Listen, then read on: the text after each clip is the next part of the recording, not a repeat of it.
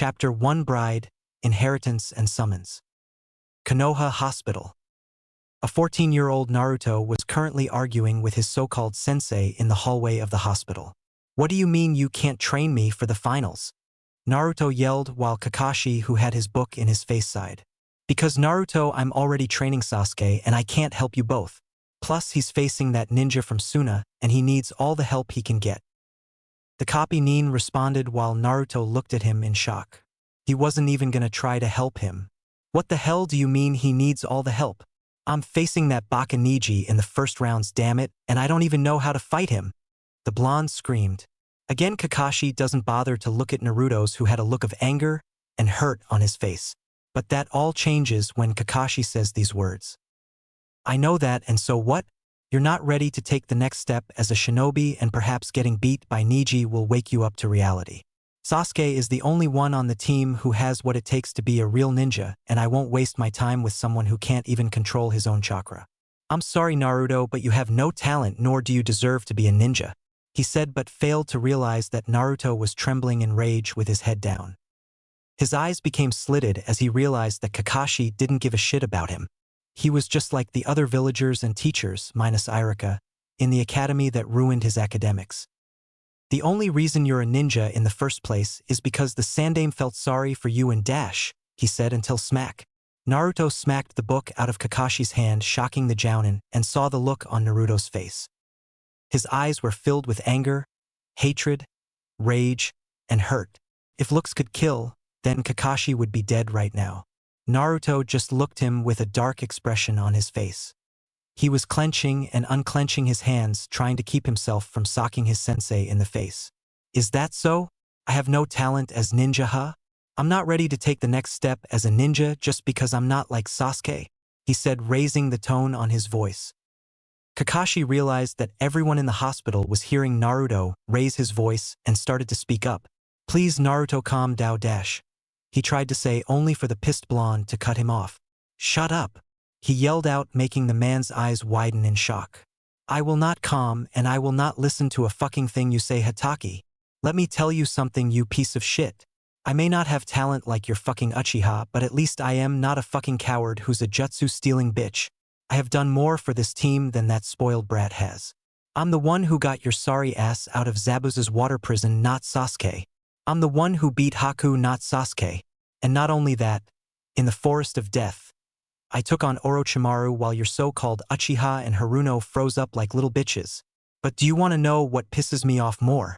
he growled out while Kakashi looked at Naruto with the same shocked expression. "You didn't follow your own damn motto. Those who break the rules are trash, but those who abandon their comrades are lower than trash. I guess that makes you and those brats lower than trash because unlike them I took that motto to heart. You are nothing but a fucking hypocrite," he yelled out at the silver-haired Jounin. "Look, Naruto," Kakashi tried to say again but got cut off again. "Save your bullshit for someone who cares, asshole, because as of now I'm done with this team. So go ahead and train that fucking brat. I don't need your training. I'll find someone who will train me, and then not only will I kick Niji's ass, I'll kick Sasuke's and that Tanuki from Suna's ass also. If I don't make Chunin, then I'll ask for a team transfer. I'm pretty sure Guy would make a better sensei than you. After all, he trained a dead last that kicked Sasuke's ass and almost killed Gaara. Even if he is a little odd in the head." He then walks off while the doctors moved out of his way because they didn't want to face his wrath. Kakashi tried to grab Naruto's shoulder only for the blonde to swipe at his hand with his now clawed hand. Kakashi slowly backed away from the snarling blonde. "Touch me and I'll rip your fucking hand off, you son of a bitch. I can't believe you of all people was my father's student," he said, and again walked off, leaving a wide-eyed Kakashi in the hallway. Little did they know, Mei Terumi, the Godame Mizukage of Kirigakure, was watching and couldn't help but smile when she saw her so-called deceased fiancé was still alive, but frowned when she realized that the council lied to her about him dying with the yondaime who arranged a marriage with her and his son, and also growled when she saw his sensei brush him off. "Don't worry, my maelstrom. If he won't help you, then I will," she said, and shunned Shins out of the hospital. Naruto was now in a forest, no longer wearing that black jumpsuit, but a black one with fingerless gloves, sitting under a tree branch with a blank expression on his face. "I should have known that bastard wouldn't teach me anything. Hell, the only thing he did teach me was tree walking while going to train the Uchiha in private. That fucking asshole. No talent, my ass. I was the one who saved his sorry ass from Zabuza when he trapped him in that water prison while that team and Haruno wanted to run away like little bitches. He then closes his eyes and falls asleep. I'll show him no talent when I kick Niji's, Sasuke's, and that sand nin's ass in the finals and make Chunin. It's time I stopped playing the fool and show Konoha what I can really do. He mumbles. He then finds himself in his mindscape, which was in the form of a forest. He opens his eyes and finds himself resting his head on the lap of a red-eyed woman who in his eyes looked like a goddess. She wore a ruby-red kimono with flowers on it and had flawless skin. She smiled back at Naruto, who did the same as well. Kit, we have to find a way to get rid of that seal the Hibi put on you in the Forest of Death, Kyubi said while Naruto nods. I know, Kyuchan. It's been screwing up with my chakra control, and I can only stay in contact with you for a few minutes, so what do we do? Naruto asked. Kyubi thought about it and was about to speak until a voice spoke. Simple, my other half, we must become one again. That's when another version of Naruto appeared, but there's a difference. Instead of being 5 feet 3 inches, he was 5 feet 6 inches and was built like an athletic swimmer. There was hardly any baby fat on his face, and the whisker marks on his face were gone, and he also had deep blue slitted cerulean eyes and canines that jutted from his upper lip. His hairstyle and facial appearance was similar to the Yandame's, Minato as a kid. He also wore a black jumpsuit. Hello, my other half. How many years has it been? Naruto's other half said while he smiles. 7 years. He started to say but felt a pull in his mindscape by the seal. Look, we only have a few seconds before I'm pulled out by that accursed seal. We need to become one again, Naruto said while his other half nods. Hi, let's do this. The other half replies and reaches his hand out, as does Naruto. When their hands grasp each other, their bodies glow. Kyubi's eyes widen in shock when a white light surrounds them and the white orb grows larger and larger until it covers the entire mindscape. Outside Naruto's body. Naruto's resting body is surrounded by a blue cocoon made of chakra, and it slowly grows white. After a few minutes, cracks then started to surround the cocoon, and then it shattered, and there stood the new and improved Naruto wearing a new outfit. He was now 5 feet 6 inches, wearing a dark blue long-sleeve jacket with pockets on it and a silver line going down the sleeves. He also wore black ANBU-styled pants with a silver line going down the middle and ANBU-styled sandals that stopped below his knees. He also wore a black muscle shirt that hugged his body and wore it like a second skin, and it showed off his chest and abs. On the back of his jacket was the picture of the Kyubi in a crouching position, as well as the 5 elemental kanjis for water, wind, lightning, fire, and earth. He also had black fingerless gloves on, and they had metal plates on them. He also had crimson highlights in his bangs. Naruto walks over to the lake and looks at himself. He smirks and looks at his new clothes. He then stretches his arms and sighs in relief. Man, it's good to be whole once again. I don't know what I'd do if I had to play the fool for one more day. I better inform Aji-san that I'm back and ask him about this seal that's cutting me off from Kyuchan. He says but stops for a moment and performs a ram seal. Small trees started to form around him but stopped when they only reached to his height. He sighs and wipes a bead of sweat off his brow. Damn, I must have lost a lot of my strength when my soul split in half. I guess I have to regain my strength again, he says until he hears a voice that sounds like an angel's.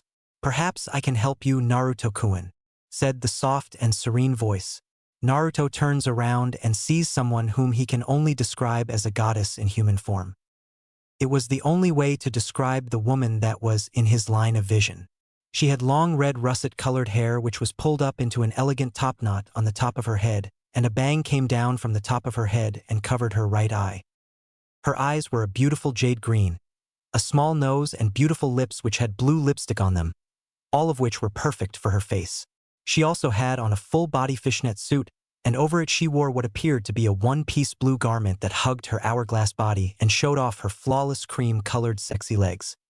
This woman was without a doubt the epitome of beauty, and Naruto couldn't help but blush. Mei, who was watching his eyes wander on her figure, giggled at his dazed look and smiled. "Are you done checking me out now?"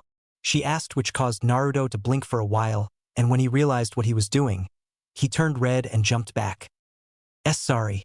I didn't mean to stare at you like that, he said while she giggles and walks up to him until they're a few feet from each other. Naruto had to keep his eyes from ogling her cleavage and chest. It's okay. I expect my future husband to look at me like that, she said. Oh, I see. Wait, what? Yelled Naruto, whose eyes were the size of dinner plates, while Mei just smiled at him. I'm your fiancé Naruto-kun, she said, and Naruto did the only thing he could do. He fainted while Mei looked at his unconscious form. She sighs and rubs the back of her neck. Maybe I shouldn't have been so forward, she says to herself. A few hours later, Naruto slowly opens his eyes and finds his head resting on her lap while she smiles down at him. I'm glad you're finally awake, Naruto-kun, Mei says while Naruto sits up and rubs his head in embarrassment. Sorry for fainting, but I could have sworn you said that I was your fiancé, he said, and she nods. Yes, I did say that, Naruto-kun. You and I were supposed to be engaged, but certain members in this village lied to me about you dying, and I need to talk to the Hokage about it, she said while caressing his face while he had to hold in a shudder. I see, but I don't think Sarawaji had nothing to do with it. That's not his way of acting. I should know he did train me before that incident occurred, he said while she blinked at him in confusion. Okay, let's go meet him, and after that I'll help you with your training, she said, and wraps an arm around him, pulling him close to her ample chest while he blushes a little and they disappear in a swirl of water. Hokage Tower. Sarutobi was currently doing paperwork while glaring at the rest that was piled up on his desk and on his floor. I swear Minato died just to get away from this accursed paperwork, he muttered. That's when a swirl of water appeared in his office and he jumped out of his seat, pulling out a kunai. When it cleared, he saw Mei the Godame Mizukage with a boy who looked like a younger version of Minato. Hiruzen blinks for a while and looks at him for a while before his eyes widened. Naruto, he asked while the boy nodded and grins. What's up, Sarawaji? I'm back, he said. Sarutobi blinks for a while and then smiles. I see. That's good to hear, Naruto. It must have been hell for you to play the fool for the last 7 years, he replied while the blonde sighs in frustration. I'm just glad to be whole once again. Do you have any idea how tough it was for me to do it? The only difference is my strength and knowledge. I lost half of it after what happened to me when I was 7, he replied while Sarutobi nods. I see. Mizukage Dano, I apologize for ignoring you. What can I do for you? He asks while Mei has a serious expression on her face. You can start by explaining why you sent me a false document stating that my fiancé died along with his father, Minato Namikaze, during the Kyuubi attack 14 years ago, and cancelled the arranged marriage? She asked in a dark tone. An action like can be considered an act of war, Mei growled out while Sarutobi looked at her with a look of confusion on his face. I'm sorry, Mizukage Dano, but I don't recall sending you a document in cancelling an arranged marriage, he replied while Mei raised an eyebrow while Hiruzen smirks. I may be old, Mizukage Dano, but I'm not senile. Do you happen to have the documents with you? He asked while she nods and pulls it out of her garment and hands it to Hiruzen, who takes it. He opens the paper up and looks at it. When he looks down at the Hokage signature, his eyes widen then narrow. He then looks up at the Mizukage. I'm sorry to say, Mizukage Dano, but this isn't my seal of approval. This seal is a fake, he says, and her eyes widened. What? But I could have sworn, are you sure? I mean, the elders of this village had an ANBU with a blank mask sent this. Naruto's and Sarutobi's eyes widen when she said elders and an ANBU with a blank mask. Naruto's eyes narrow, as does Sarutobi's. I'm going to kill that crippled bastard and his flunkies, Naruto said in a dark tone. You're gonna have to get in line, Naruto, because I'm gonna deal with them first. Those idiots could have caused a war for doing this. Sarutobi growled and smashed his fist onto the desk. Mei's eyes widen in shock. So you didn't send that ANBU with the blank mask? Hiruzen shook his head. No, I didn't. Mizukage Dano, on behalf of myself and Kanehagakure no Sato, I offer you my deepest apology. I promise you, once I get enough proof on those fools, I'll have them publicly executed for treason and nearly starting a war. If not, then I'll have them sent to you in chains and you may deal with them. I know it isn't much now, but unless I find proof of this, then there's little I can do, he says while she nods. That was when Naruto spoke up. Speaking of seals, Aji-san, There's this seal on me that's screwing up my chakra and contact with Kyuchan. Naruto then lifts up his shirt, showing off his six-pack and getting a small blush out of the Mizukage. Sarutobi walks over to Naruto, kneels down, and looks at it.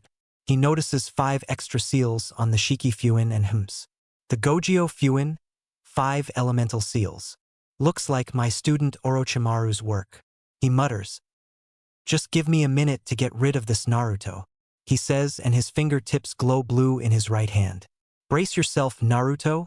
Gojio Kaien, 5 elementals unseal, he says, and thrusts his palms into Naruto's torso and removes them instantly. Naruto gasps out in pain and clutches his stomach. Sweet Kami, that hurt.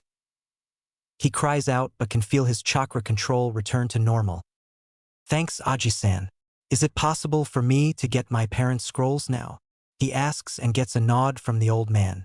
He goes to a gray vault and opens it up, pulling out 3 scrolls. One was yellow and had his father's jutsu, the other was red and had his mother's, and the last one contained his mother's sword style, and her fighting style. Here you go, Naruto. The rest are in your family's compound, but I had to seal it back due to certain people trying to break into it. Hiruzen says, getting a nod from the blonde. Thanks, Aji. I'll be spending the next 2 months training with Mei-chan, so that I can get my strength back to what it once was, he says, while Sarutobi had a look of confusion on his face. Shouldn't Kakashi be training you to face Niji Hyuga? He asked, only to see Naruto's eyes grow cold. No, unfortunately, I'm not worth his time and don't have any talent. But what pissed me off was the fact that he said the only reason I became a ninja in the first place was because you pitted me, he said, while Sarutobi's eyes became murderous and he grinds his teeth in frustration. He was going to have a long talk with Kakashi after the Chunin exams. I see. I'll be sure to deal with him after the finals, Naruto. I wish you luck in your training and will see you in 2 months. Now I have to get back to my paperwork, he said with disdain in his voice while Mei's sweat drops at the piles of paperwork. She had the same issue in Kiri. Naruto snorts at the sight and then grins. I think I know a way on how to get rid of your problem, Saruaji, Naruto says. Sarutobi looks at him in shock, then appears on his knees begging, scaring the blonde while anime tears fell from his face. Please tell me, Naruto, he asks in a hysterical voice while Naruto thinks about it in mock thought while Mei just looks at him with wide eyes. I don't know, Aji-san. What do I get if I tell you? Naruto asks. Anything. Access to the Hokage vault. Sannin traveling rights. Name it and I'll do all in my power to grant it, he says frantically. Show this old man some mercy and tell me, please. Did I mention that I always thought of you as my grandson? His lip quivers and he does the puppy eyes jutsu. Naruto, however, was laughing his ass off inside of his mind. Okay, I'll tell you, he says while Sarutobi's eyes become stars. Why not use Kage Bushins to finish it faster? They pass their knowledge back to the user when they disperse, he says while Sarutobi's jaw drops and Mei just look at him. The old man then gets up from his desk and he starts banging his head on the wall while calling himself a baka. Naruto, however, was laughing at him but then calms down when Sarutobi returns to normal. Well, I'm a man of my word, Naruto, so for helping me find a way to finish paperwork faster, I'm giving you your first S-ranked mission pay for helping 2 Kages deal with our worst enemies, which is that, he says, pointing to the piles of paperwork. And also access to the Hokage vault and Sannin traveling rights, he finishes. Naruto had the biggest grin on his face and was about to say something but found himself being glomped by Mei and having his head buried into her cleavage. Yes, my future husband rid me of my biggest issue, she said, and burying him even deeper into her chest.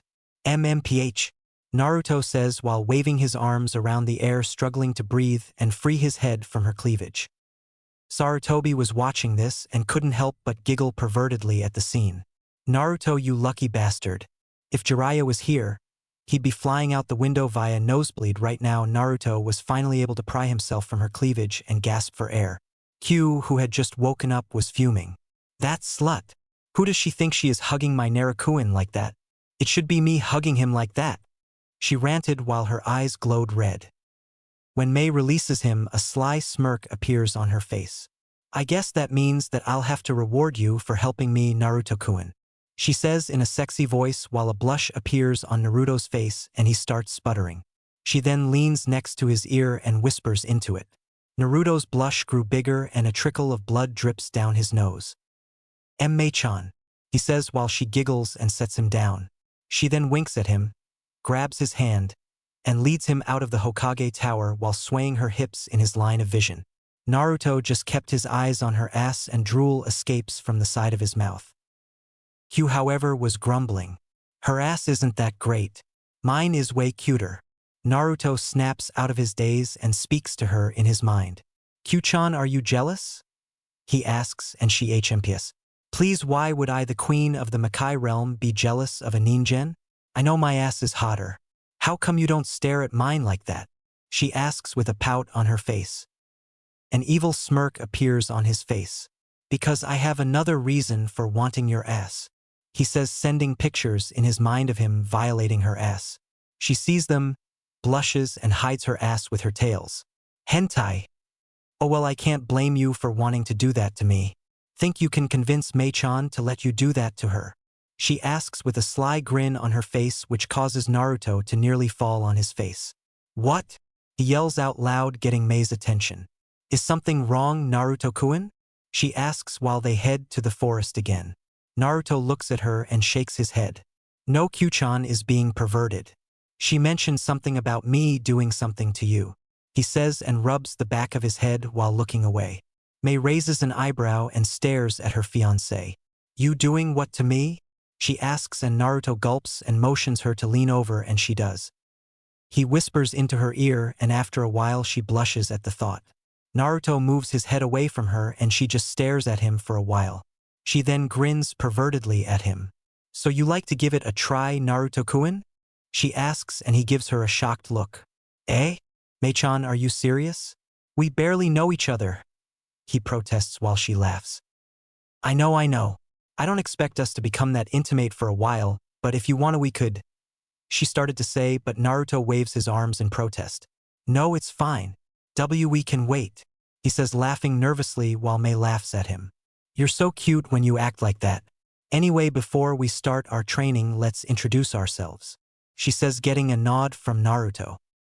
I'm Mei Terumi, soon to be Mei Terumi Namikaze, Godame Mizukage if Kirigakure. My likes are my fiancé, village, green tea, and hot springs. My dislikes are men who think women are only good for breeding, traitors, and the elders of Konoha who lied to me about the death of my fiancé. My hobbies are relaxing in hot springs, swimming, and performing tea ceremonies. My dream is to get married, have children, and know what it's like to be loved by a real man, she says while Naruto blushes. My name is Naruto Namikaze Senju. My likes are training, ramen and dango, Irika-sensei, Aji-san, and Q-chan. My dislikes is most of the village, Team 7, Uchihas, rapists, and the civilians and elders of the council. My hobbies are sparring with Aji-san, morning jogs, swimming, gardening, cooking, and a lot of other things. My dreams are to become the strongest ninja to ever exist, revive my clan and have a large family, he said, and Mei smiles. So does that mean you'll have to take on more than one wife? Mei asks and Naruto nods. Yeah, but only those that will love me for me and not for my status or money. I hate people who do that. I hope you're okay with this, Mei-chan. He replies while she thinks about it. I'm fine with it. However, I want to be the one who bears your first child, understand? She asks and he nods with a blush on his face. Sure. Mei smiles and kisses him on the forehead. Oh, I also have this for you. No one has held this contract for a long time and is considered to be very powerful. She bites her thumb, performs a few seals and then slams her hand onto the ground. Kuchios no Jutsu. Summoning Jutsu. In a puff of smoke, a large silver-white scroll appears and on top of it was the head of what looked like a silver dragon with fangs. This Naruto-kun is the contract for the Akuhei, Hydra, clan. They're a clan who are of a higher group of serpents, but they're related to dragons. I found it in a cave off the shores off Mizu no Kuni. Once you sign this, you'll be sent to their realm to meet their leader, so try not to upset her or she'll kill you. Mei said in a serious tone while Naruto gulps but nods. The scroll opens up and reveals a list that only had one name in it, but it was smudged so Naruto couldn't tell whose name was on it. He then bites his thumb and smears his name on the blank space next to the smeared name and finishes it with the senju symbol. His name glows blue on the scroll and it suddenly trembles and rolls up, shocking the blonde. The head on it comes to life and lets out a roar before disappearing in a puff of smoke, as does Naruto.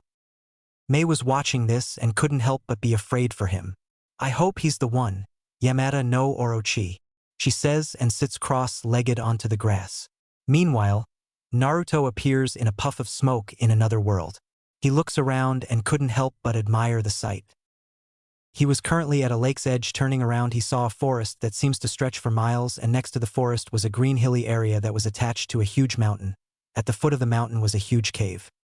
As he finished surveying the area, he turned back towards the lake and sat down. "Okay, I'm here now, what do I do?" he says to himself until he hears the sound of splashing water and turns his head around only to see a large gold-yellow slitted eye that was the size of a full-grown man staring at him. The eye was connected to the head of what looked like a giant serpent that had silver-white skin and blackish-green spots on it. It also had what appeared to be long, sharp spikes on its head and probably went down its neck and back. Naruto just sat there staring at the giant eye for a few minutes and did the only thing any person would do when they saw something of that size. He screamed like a little girl and ran for his life. While he did that, a small sweat drop appeared on the Hydra's head as it watched Naruto run away, waving his arms around and screaming his head off about giant snakes trying to eat him again. Inside his mindscape, Q was rolling around the ground, laughing her ass off and clutching her stomach. "Oh Kami, this is priceless. Naruto-kun is running away from Yamachan." She then stops and looks up at the sky. Can't blame him though, Yamachan does have that effect on people when they see her in that form. "But it was still funny," she says and continues to laugh. Naruto was currently running away until a large white and blackish-green tail stopped in front of him, causing him to crash into it. Again the Hydra sweat drops but chuckles when he falls over, clutching his head. "Damn, that hurt." He mumbles and finds himself staring in shock as the Herta fully rises from the water. Water glistened from its body and dripped from its black underbelly. Naruto's eyes were the size of basketballs and his jaw was on the ground as he looked at the Hydra. "It has 8 heads and 8 tails. One of the heads moved down to Naruto and looks at him for a while. "Why hello little ninjen. What are you doing in my realm?" the feminine voice asked while Naruto just sputter and points at her. Said Hydra sighs at this. "Why is it that people always act like this whenever I'm in this form?" she thought, and then decides to show her true form. She glows white and starts to transform. As she shrunk, her heads melded together and became one head while her tails resided into her body, and she became smaller and more human-shaped. When the transformation started to end, there was a flash of bright light which temporarily blinded Naruto. When his eyesight returned to him, he was met with the most beautiful woman he had ever seen in his life. She had silky smooth black hair that stopped to her mid-back and it had silver highlights in it. Her skin was creamy white and smooth and it seemed to shine from the sunlight. She had beautiful gold-yellow slitted eyes and fangs jutted from her upper lip. She wore a black kimono that had white dragons on it, and the outfit seemed to hug her hourglass figure and assets that weren't too big or too small. She also had a slit on the right side of her kimono and showed off her long, sexy, flawless legs. Naruto couldn't help but blush at her appearance. A sly grin appeared on her face and she leans over to give him a better view of her cleavage. "Like what you see?" Yamada asks while he does the next thing that came to his mind. He fainted. Again. Chapter 2: Training, Perverts, and Finals. Naruto slowly opened his eyes and finds himself sleeping under a tree with his body resting on it. He groans and slowly gets up. "Man, I had the weirdest dream. I was face to face with an 8-headed, 8-tailed Hydra that was the size of the Hokage Tower, and it then transformed into a beautiful woman." He mutters but then hears a soft and angelic voice speak up. "So I'm just a dream you thought of? That really hurts my feelings."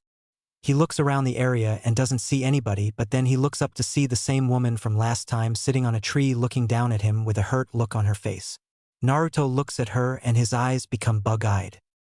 "Oh Kami, you are real," he says out loud, getting a grin from her. "Of course I am, you silly ninjen. This is my human form after all." She then leaps off the tree and lands on the ground softly.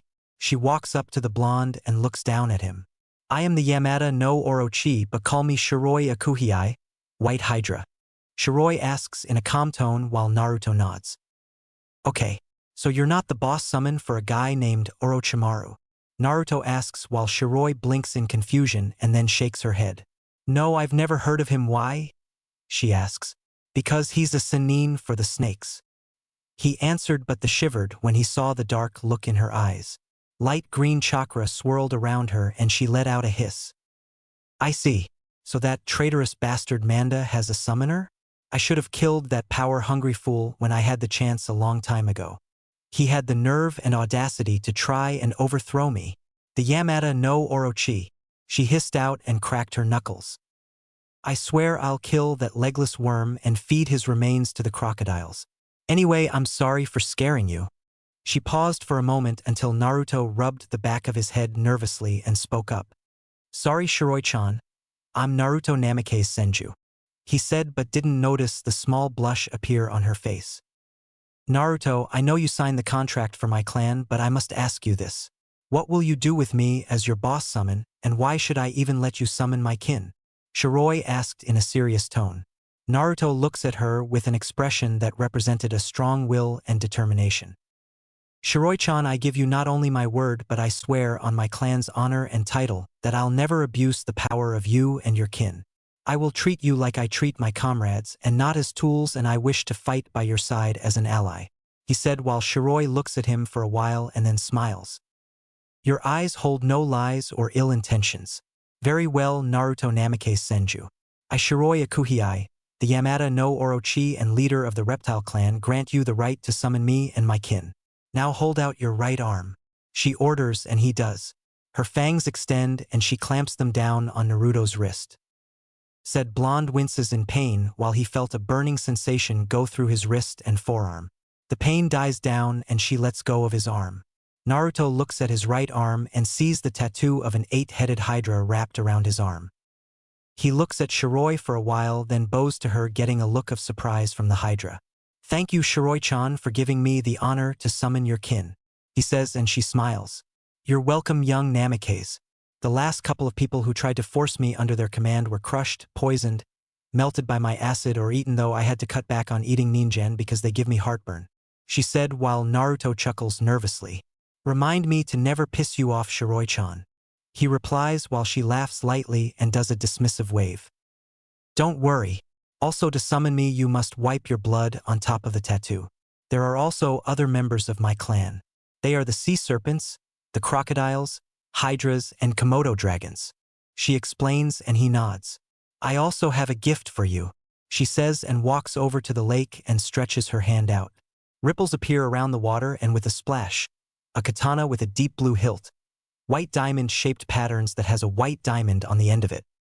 The guard was black and carved in the form of a hydra coiling around the blade. It was in a black and red sheath that had a white dragon wrapped around it with its maw opened.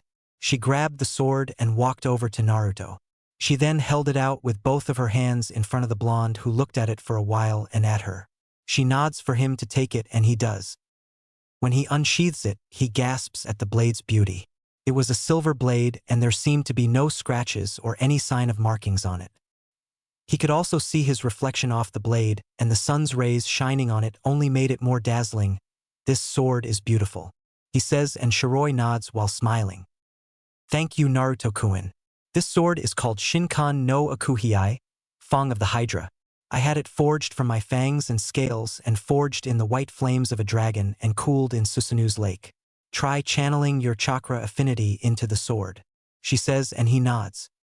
He channels his lightning affinity into the blade, and suddenly lightning runs up the blade, and the blonde's eyes widen in shock and awe. Wow, so I can channel my chakra and elemental affinity through the blade? This is awesome. He then stops channeling chakra into the sword, sheathes it, and then hugs Shiroi, whose eyes widen in surprise but returns it, and they then let go of each other. So how do I leave this place, Shiroi-chan? Naruto asks. Just imagine yourself back at your previous location, she replied. Naruto pictures the forest of Konoha and Mei, and he disappears in a puff of smoke. Konoha Forest. Mei was sitting in the same spot where Naruto disappeared from, But then she jumps up on her feet when a puff of smoke appears, and when it clears, Naruto is seen with a sheathed katana in his left hand. He then finds himself being glomped by Mei and his head buried into her cleavage. "Naruto-kun, you're back. I thought Yamada no Orochi killed you," she cried out while the blonde let out an MMPH. After freeing himself, she lets him go and he smiles at her. "Now Naruto, you said you needed to get your original strength back, right?" she asks and he nods. "Yeah, when I was 7 I had an accident where I was working on a seal that'll let Q-chan come in and out of the seal without killing me. I wrote the wrong sealing symbol on my father's jutsu and it resulted in my chakra and Q's to go haywire. I came so close to dying that day, but luckily Sarawaji was there and placed chakra compression seals all over my body," he said, getting a look of horror from her face while he continued. "He had to call in my Kyofu, Jiraiya the Gamma Sennin to repair my seal. While that happened, Q-chan had to separate half of my soul in order for me to recover and also turn me into a Hanyu that day." He saw Mei was about to speak up and he just chuckles. "No, I didn't gain fox ears or a tail. I gained those when I turned 18. I did gain claws, fangs, and other abilities I don't feel like explaining out in the open. If that incident hadn't happened, I would be at least as strong as an ANBU, but now I'm only on par with a high Chunin level Nin, so I need to gain it back as soon as possible." He finished explaining and she nods. "So what affinities do you have?" Mei asked while Naruto pulled out a piece of white paper and focused his chakra into it.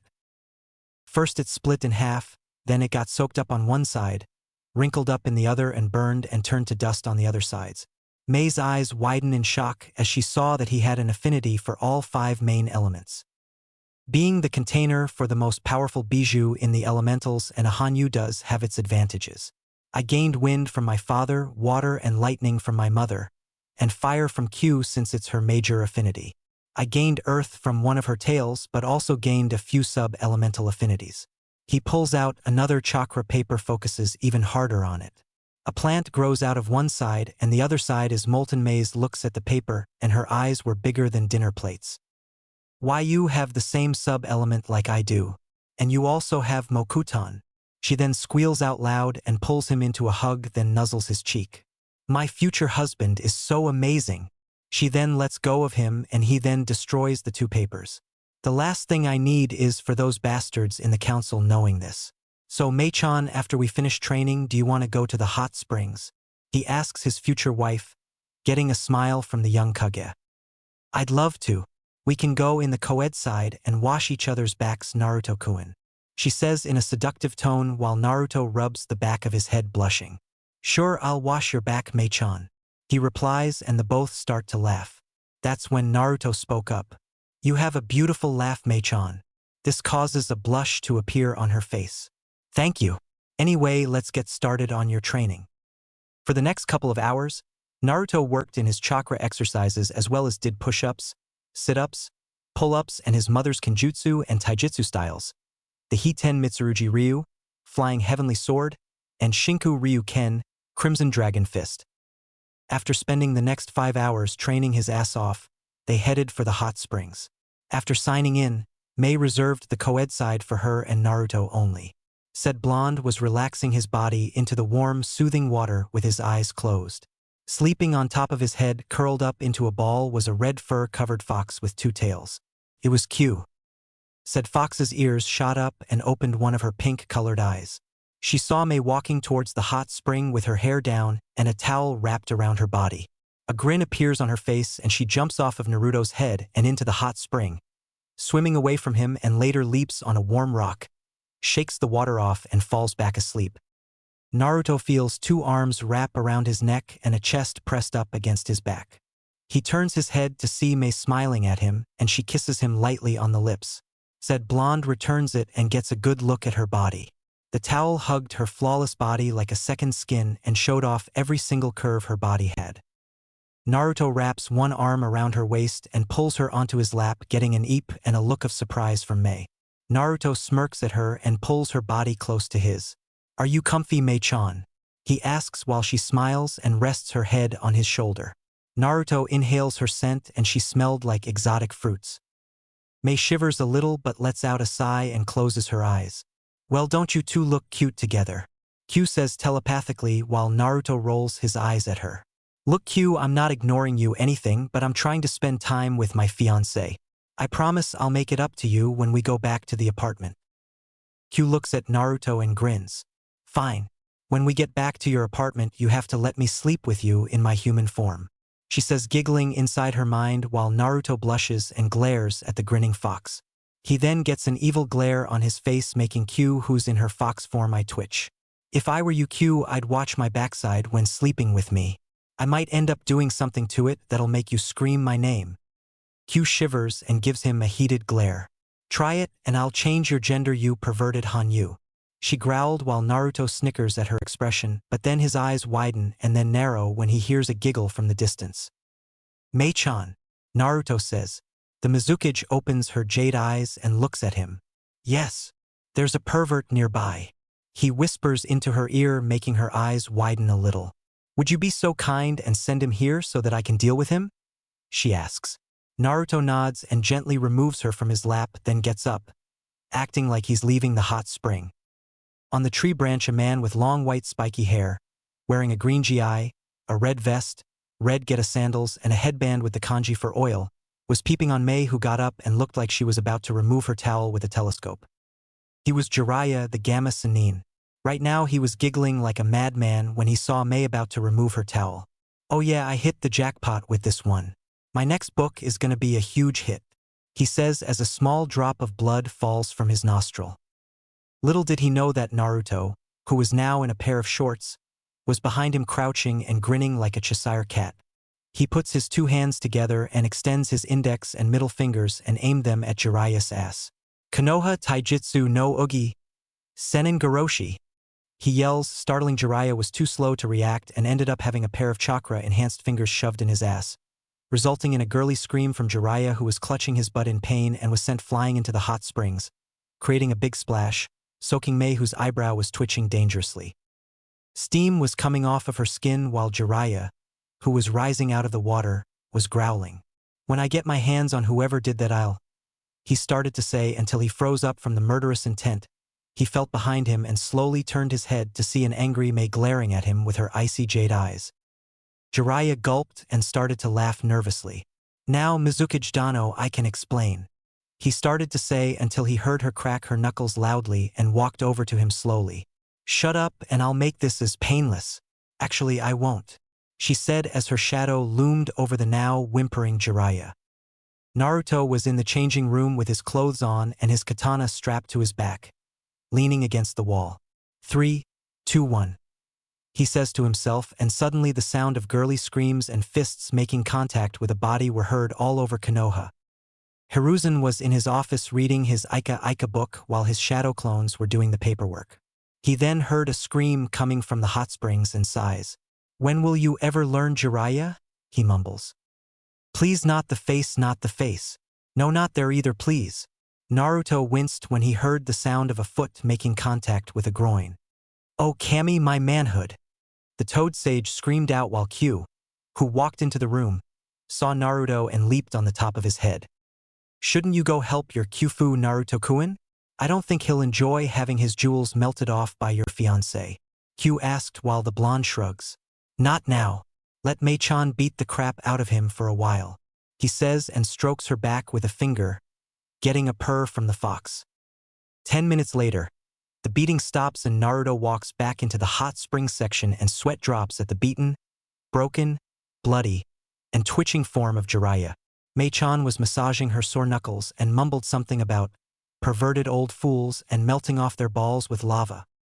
Naruto chuckles at this and walks over to Mei and then places his hands around hers and they glow green. Is that better, Mei-chan? Naruto asks his future bride, who smiles and kisses Naruto on the lips. Yes, it is, she says. They then notice Jiraiya groaning and getting up from the beating he just suffered. Oh, Kami, I haven't been beaten that badly since Minato caught me peeking on Kushina, he mumbled while popping his back in place. Naruto's eyes twitched dangerously when he heard that. What was that, Kyofu? Do I need to let Mei-chan here melt your balls off? He growled out, only for Jiraiya to turn around and see Naruto glaring at him. Gaki? Wow, what happened to you? The last time I saw you, you were a chibi version of your dad. he said with a goofy grin on his face. A small smile appears on his face. I hit a growth spurt. That, and I was finally able to become whole again, he said, causing Jiraiya's eyes to widen a little but return to normal. I see.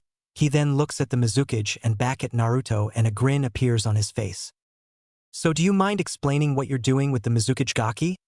He asks, and Naruto mutters about perverted godfathers being nosy. If you must know, she's my fiancé, he says, causing Jiraiya's jaw to drop. Did you just say that she is your fiancé? Naruto groans and nods while rubbing the back of his head. Jiraiya then finds himself bowing down before his godson, chanting, I am not worthy, while Mei and Q sweat drop. I'm never gonna leave my children/kits alone with that man, they both thought, while Naruto sighs at how he was acting. Jiraiya then places his hands on his godson's shoulders, while anime tears fell down his face. I'm so proud of you, kid. 14 years old and you already have an older woman, a Kage no less, as your future bride. He ranted on until Mei coughed out loud, getting their attention. Please don't corrupt my future husband Jiraiya-sama or I'll have to kill you, she said in a sweet tone, making the man shiver at the tone. Don't worry, I don't plan on it. Yet. So Gaki, do you need any help with your training? I already have Mei-chan helping me, but I could use your help with Fuinjutsu and get me back to my original level of strength. Also, do you think you can help me with the Rasengan? He asks and gets a nod from Jiraiya. Sure, I was actually planning on teaching it to you when I came back and let you sign the Toad contract. Thanks, but Mei-chan already gave me a contract for the Akuhei Hydra clan, but I could use the Toads as a support summons, he said, and Jiraiya's jaw dropped again and saw the tattoo of an 8-headed 8-tailed Hydra on his right arm. Damn Gaki, you're gonna be one hell of a ninja if you have that clan as your summon, and sure, I'll let you use the Toads as a support summon. Naruto grins while Mei walks in to get changed. I also heard from the old man that you tangoed with a white snake in the forest of death. Are you okay? He asks in a serious yet sincere tone, and Naruto nods. Yeah, despite the fact that I was eaten alive by a snake and then fought said summoner and got my chakra screwed up by a seal, the team slammed into my gut while my teammates froze up like a bunch of bitches. Other than that, I'm fine. Speaking of seals, do you know the Gojio Fuin, 5 elemental seal? Jiraiya blinks at Naruto for a while but nods. Yes, I do. Why? He asks. I might need to use it in the finals because there's guy from Suna who's a container like me, only his seal makes him unstable. I know he has the Ichibi no Tanuki Shikaku sealed inside him due to the fact that the demon is a sand apparition. Naruto explained, and Jiraiya rubs his chin for a while and grins. I see. So are you facing him first? Jiraiya asks. No, I'm facing a prick named Niji Hyuga, Naruto answers. But I already know how to beat that idiot due to the fact that the Hyugas only use their Byakugan and Juken style, but Gaara is gonna be tough for me even when I gain my strength back. He can manipulate sand to the point where it protects him and attacks his opponents. He also has a final defense called Suna no Yoroi, sand armor, and it is stronger than steel. But it's also his weakness. In order for him to keep his armor strong, he needs chakra. His taijutsu is non-existent, and I doubt that he knows genjutsu. Naruto explains while Jiraiya smirks. Great. So we have 2 months to get you ready to face the Hyuga kid and the Tanuki, raccoon dog, kid. But let me ask this first, Gaki. What did your sensei Kakashi teach you? Because the old monkey just glared at me and told me to ask you. Jiraiya replied, only for Naruto to frown and narrow his eyes. Aside from tree walking, nothing. He was too busy being Sasuke's bitch to teach me or that pink-haired brat anything. He also said I wasn't worth his time and didn't have what it takes to be a shinobi, and that our leader only made me one out of pity. He answered and sees Jiraiya growl and release a small amount of Ki around the area, but then stopped and an evil grin appeared on his face. Don't sweat it, Naruto. After the exams are over, I'll take you on as my apprentice like I did your old man, even if you don't make Chunin this time. Also, how far can you go when using the Hiraishin no Jutsu? The Toad Sage asks, causing Mei's eyes widen in shock and awe. Why, you know the Hiraishin too? She asks, and Naruto nods. Yes, I do, but not to my dad's level. The farthest I can go is 50 miles per hour, and I can only use 4 kunai at a time. Last time I tried to use more than, for I almost threw up my stomach. He mumbles while Q, who was in fox form, snickers. Jiraiya's jaw dropped at this, but then a huge grin appears on his face. Mangaki, you are full of surprises. I knew Sensei was helping you with your skills when you were younger, but damn. Well, I should get going. You and your fiancé meet me at Training Ground 26. It's the one with the huge waterfall and Lake Jiani, he says and disappears in a puff of smoke. Mei then walks over to Naruto and smiles. I have to go to Naruto or else my bodyguards will get worried. I'll be at the Golden Leaf Hotel, she replies, getting a nod from Naruto. Mei then wraps her arms around his neck and kisses him fully on the lips for a few minutes and then ends it with Naruto just staring at her. She giggles and disappears in a swirl of water. Q leaps off Naruto's head and morphs into her human form, wearing a black shirt and red pants, and started to stare at a dazed Naruto in size. She then grabs his cheeks and stretches them out until Naruto cries out in pain. Itai! Q, what's wrong with you? He cried out, rubbing his sore cheeks while she glares at him and huffs, crossing her arms against her chest. You were in a daze, Baka. Anyways, it's getting dark. I'm hungry and tired, and you promised to sleep with me while I'm in my human form, she said with a cheeky grin on her face while Naruto groaned.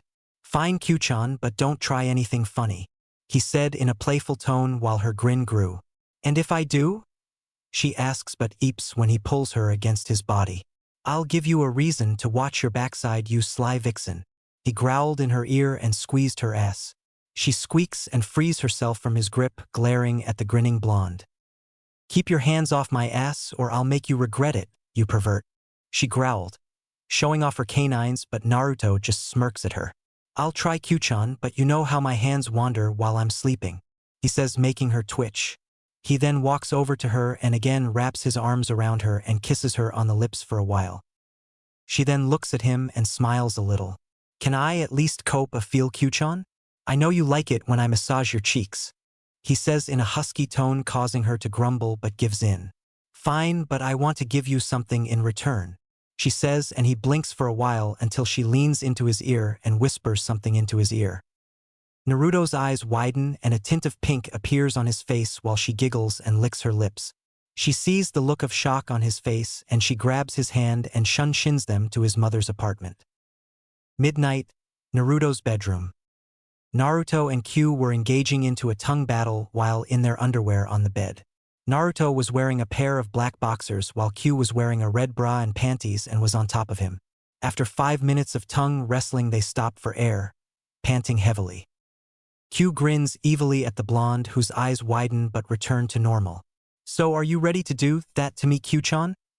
He asks while she nods and giggles pervertedly as she watches the tent in his boxers grows. Oh, I'm gonna enjoy this, Naruto-kun, she says and grinds her waist against his friend, getting a groan from Naruto. Not as much as I am, you horny vixen, he says while her grin became bigger. Lime scene with a small lemon. Q starts to kiss Naruto's chest and makes her way down to his abs. She places her hands on his waist and kisses his stomach for a while.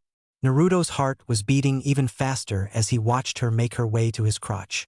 She then stops and slowly opens up the slit from his boxers, causing his erect member to pop out. She licks her lips slowly and puts her hands around his cock and blows on it. Naruto's bites his lip while his member twitches slightly. Damn it, Q-chan, stop teasing me, he growls out, and she looks up at the frustrated blonde and chuckles. As you wish, Naruto-kun, she says and moves her mouth toward the head and licks it with her tongue. Naruto's lets out a groan as he felt her tongue move around his anatomy. She then takes it into her mouth and starts to bob her head up and down. Oh, Kami, Naruto says out loud as he feels her hot breath and tongue increase the sensation he was getting. He then hears Q make sucking noises and his breathing gets faster. Oh my, Q-chan, he mutters out while she places her hands on his waist and makes more suckling noises. Naruto couldn't take any more, so he moves his hands to her head and forces it even further down her throat. Q chalked out when Naruto does this but doesn't stop.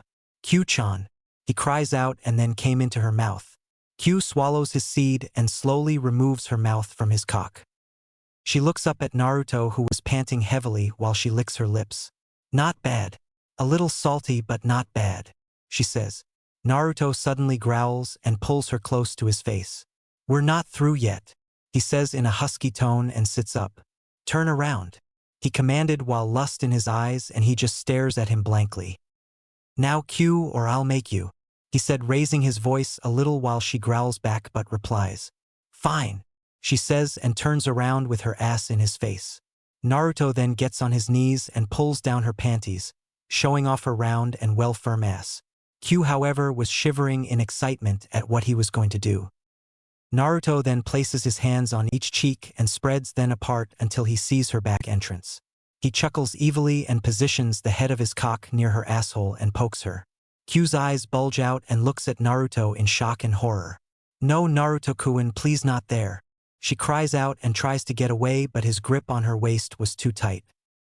He slowly pulls her ass towards his dick and watches as the head enters her asshole very slowly. Q lets out a gasp and bites down hard on her lip. Fuck. She whimpers out as Naruto's member slowly makes its way into her backside until it's fully in. Oh fuck. She screams out as Naruto thrusts into her ass. Q buries her head into the sheets while Naruto moves back and forth. A muffled squeal escapes her mouth as Naruto increases his pace until he releases into her ass. Naruto then removes his member from her ass and then strokes it with his green glowing hands, and she lets out a sigh of relief. Lime/small lemon ends there. After doing that, he pulls her panties back on her, his anatomy in his boxers, and wraps his hands around her waist and kisses her neck. Naruto, you jerk. You better be lucky I'm your mate or I'd be castrating you. She mumbles and turns around to sit on his lap. Naruto couldn't help but chuckle and starts to kiss her jawline and neck. They lay back on the bed with Naruto on top of her, still kissing her neck. He then moves down to her stomach and starts to kiss and lick her navel, making her giggle. Naruto does that for a while, then make his way back to kissing her lips. After all that, they snuggle against each other with Q purring on the crook of his neck while Naruto rubs her bare back. Good night, Naruto-kun, she mumbles and goes back to sleep. Good night, Q-heim, he says and rests his chin on top of her head. For the last 2 months, Naruto spent his time training with his Kyofu, godfather, and Finesse. Jiraiya helped him with Fuinjutsu, and also taught Naruto some of his personal ones like the Hari Jizo, Needle Guardian, and Yomi Numa, Swamp of the Underworld.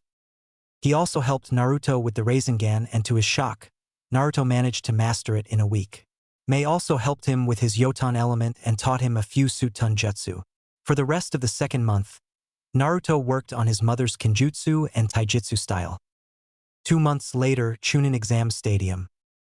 In the Kage booth, the Hokage and Kazekage, Orochimaru in disguise, were sitting and waiting for crowd to settle down. The genin that didn't make it to the finals were sitting with the crowd.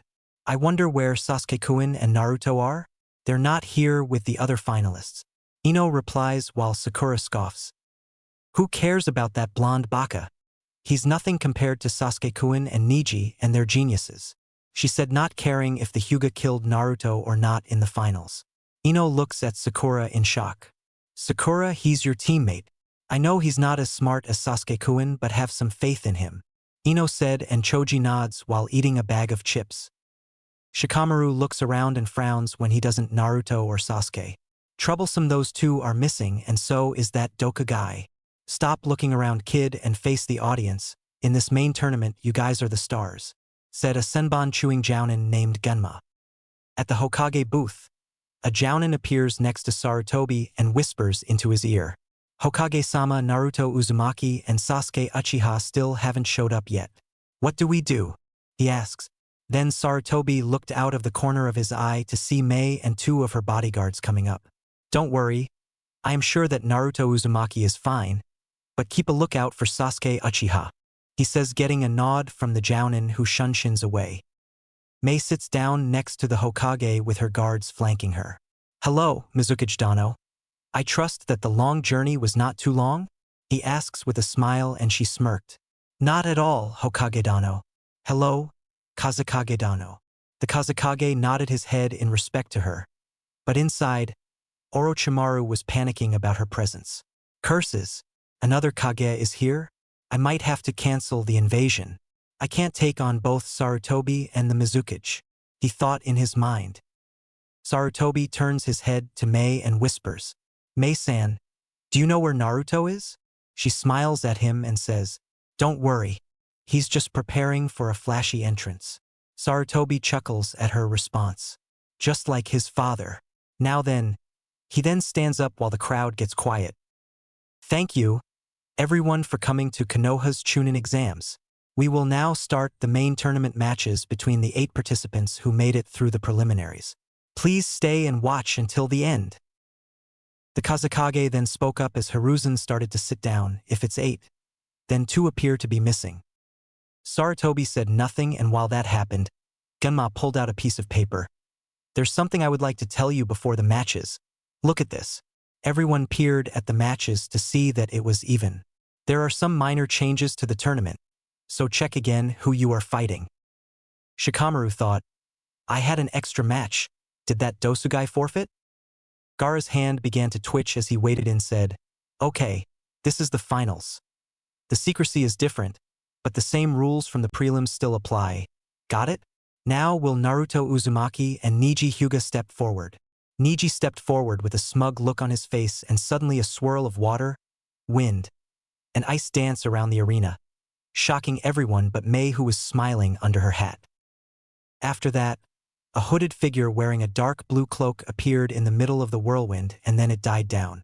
Gunma looks at the figure, who grabs the cloak and flings it off, shocking everyone in the stadium.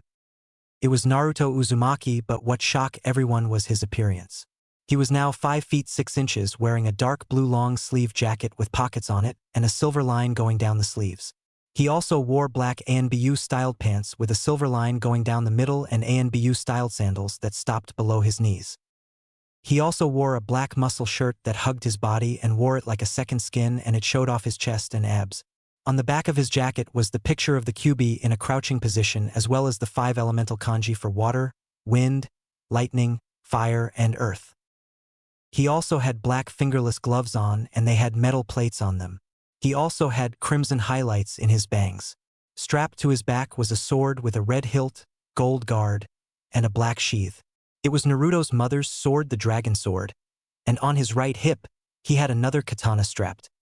It had a deep blue hilt, white diamond-shaped patterns that has a white diamond on the end of it.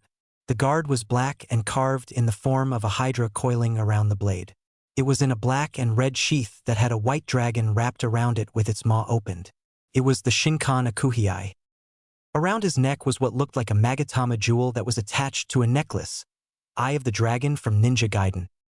Oh my god, that's Naruto! Ino shouted out, while Sakura couldn't believe that this was Naruto and thought that it had to be a trick. Sarutobi chuckles at this. Most of the girls, both civilian and kunoichi, were blushing at the new and improved blonde genin. Tenten's cheeks were red, and she couldn't help but admire his swords. Temari was also blushing and couldn't help but look at his chest and abs. Whoa, he went from shrimpy to hottie in less than 2 months. I wonder if I can get him on a date after this, she said to herself while her cheeks burned red. Shikamaru's eyes were wide as well, but he chuckles and mutters troublesome blondes. Gaara looks at him too, but had a feeling that this blonde kid from the exams was dangerous, and smiles darkly. Perhaps you'll be the one I prove my existence to, Uzumaki. He thought, but was wondering why Shikao was quiet. Naruto looks at Gunma and grins. Am I late, Proctor-san? Naruto asks while the Jounin chuckles and shakes his head. No. Actually, you're just in time for your match against Niji Hyuga, he says while the blonde nods. Good. So can we get started? I have a Chunin flak jacket with my name on it and a prick's ass to kick, he says, ignoring the glare Niji was giving him. Genma nods and looks at the other genin. The rest of you go to the stadium and wait for your match, he said as they walked away. One moment, Proctor. Oi, Temari-san, he yells out, getting her attention. He then removes his swords from his back and right hip and holds them out to her. Would you mind holding these for me? He asks, getting a nod from her, and he hands them to her. Thank you, beautiful, he replies, making her blush. She then walks over to the stairs quickly while Naruto chuckles. I'm definitely going on a date with her, he says to himself, but then looks back at Niji. In the stadium, Izumo and Kotetsu look at the blonde. This ought to be good. I wonder how strong the kid got in 2 months. Izumo wondered while Kotetsu smiles. Who knows? But the question is, can he beat Niji Hyuga, who's considered a prodigy in the Hyuga clan? Kotetsu replies. This should be good, Kiba says while Hinata clutches her chest.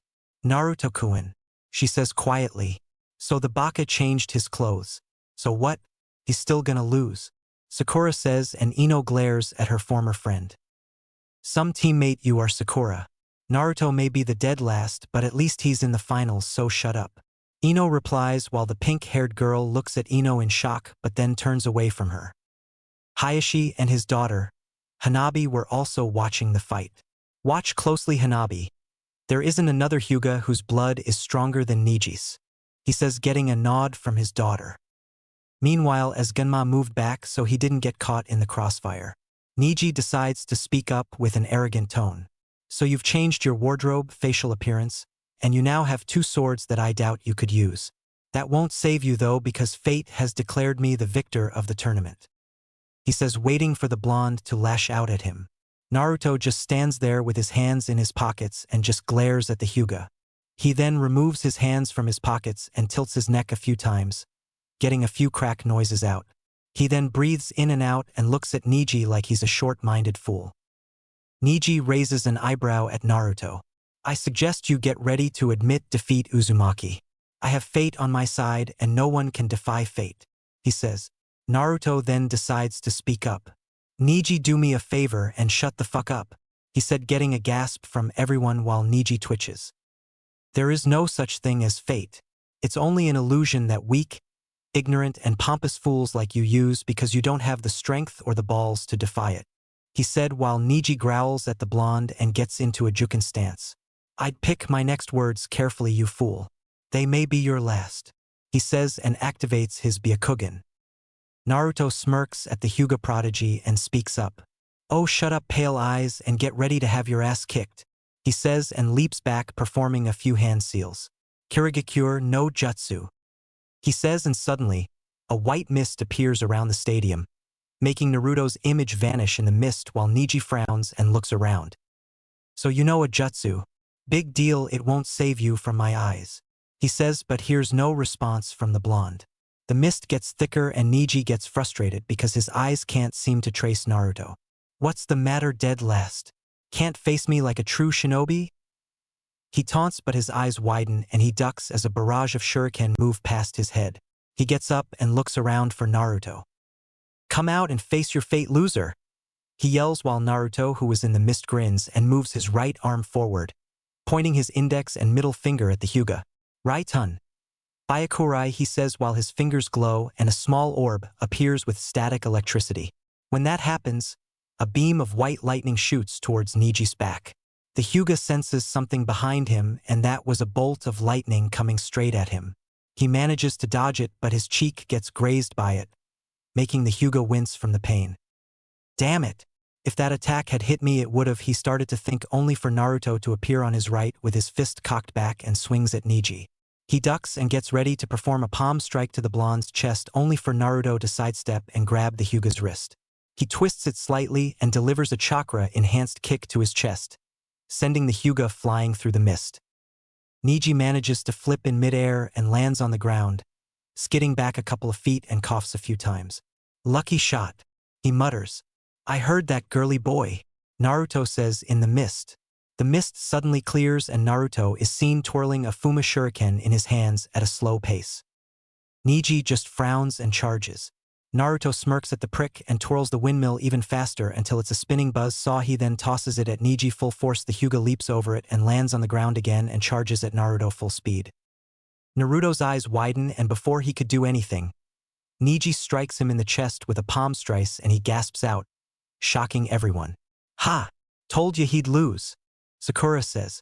Niji smirks at the shock expression on Naruto's face, but his smirk becomes a frown when Naruto says one word. Fool. He then bursts into water, surprising and shocking Niji. What? A Mizu Bunshin? Water clone? When did he cries out, but then the windmill shuriken turned into a puff of smoke, revealing Naruto in the air with another spinning windmill in his hands. Hey Niji! Naruto yells out, and the prick turns around to see Naruto with another windmill shuriken in his hands. Said blonde then throws it and performs a few seals. Kage Fuma Shuriken no Jutsu, he cries out, and the one Fuma Shuriken becomes 20. But Naruto isn't finished there. Futon. Senpuken. Wind release. Hurricane fist. He says, and Naruto punches his fist out and releases a gust of wind that increases the speed of the shurikens that were going for a shocked Neji. Whoa, he knows a wind jutsu? Now I really want that date with him, she says to herself and hugs his swords to her boy. Tenten was glaring at the Sunakunoichi because she wanted to hold those swords. The other Genin's eyes widen at what Naruto just did. Kiba then shouts out, "Yeah, Naruto." Neji curses and his body glows for a while. He then spins really fast, creating a spinning chakra shield. Kaiten. Heavenly rotation. He cries out and the shuriken are deflected. Hayashi had a look of surprise and awe, as did Hanabi. Titu-san, that was. I know. Such skill is wasted on the branch family, he says in a low tone. Naruto lands on the ground as the Kaiten dies down. Neji then stops spinning and smirks at Naruto. You should be honored. It's not every day that I use my trump card on a mere commoner, he replies, while Naruto just looks at him and scratches his head. That was your trump card? Pretty lame if you ask me, he said, getting a face fault and sweat drop from most of the ninja and civilians. Hayashi growls at the blonde for insulting his clan's most powerful technique. Wow, is this dude delusional or what? Sarutobi couldn't help but chuckle. Leave it to Naruto to insult a clan like the Hyugas. Asuma and Kurenai hear this also, and Asuma smirks at the blonde's actions. That kid must have balls of steel to insult one of the strongest clans in Konoha, he says, and Kurenai nods with him. Neji now was fuming. How dare this nobody insult my technique? He'll pay. Neji once again gets into the Juken stance. I'm done holding back, Uzumaki. Now I'll show you the true power of the Hyuga clan, he says, while Naruto looks at the ninja in mock shock. You were holding back?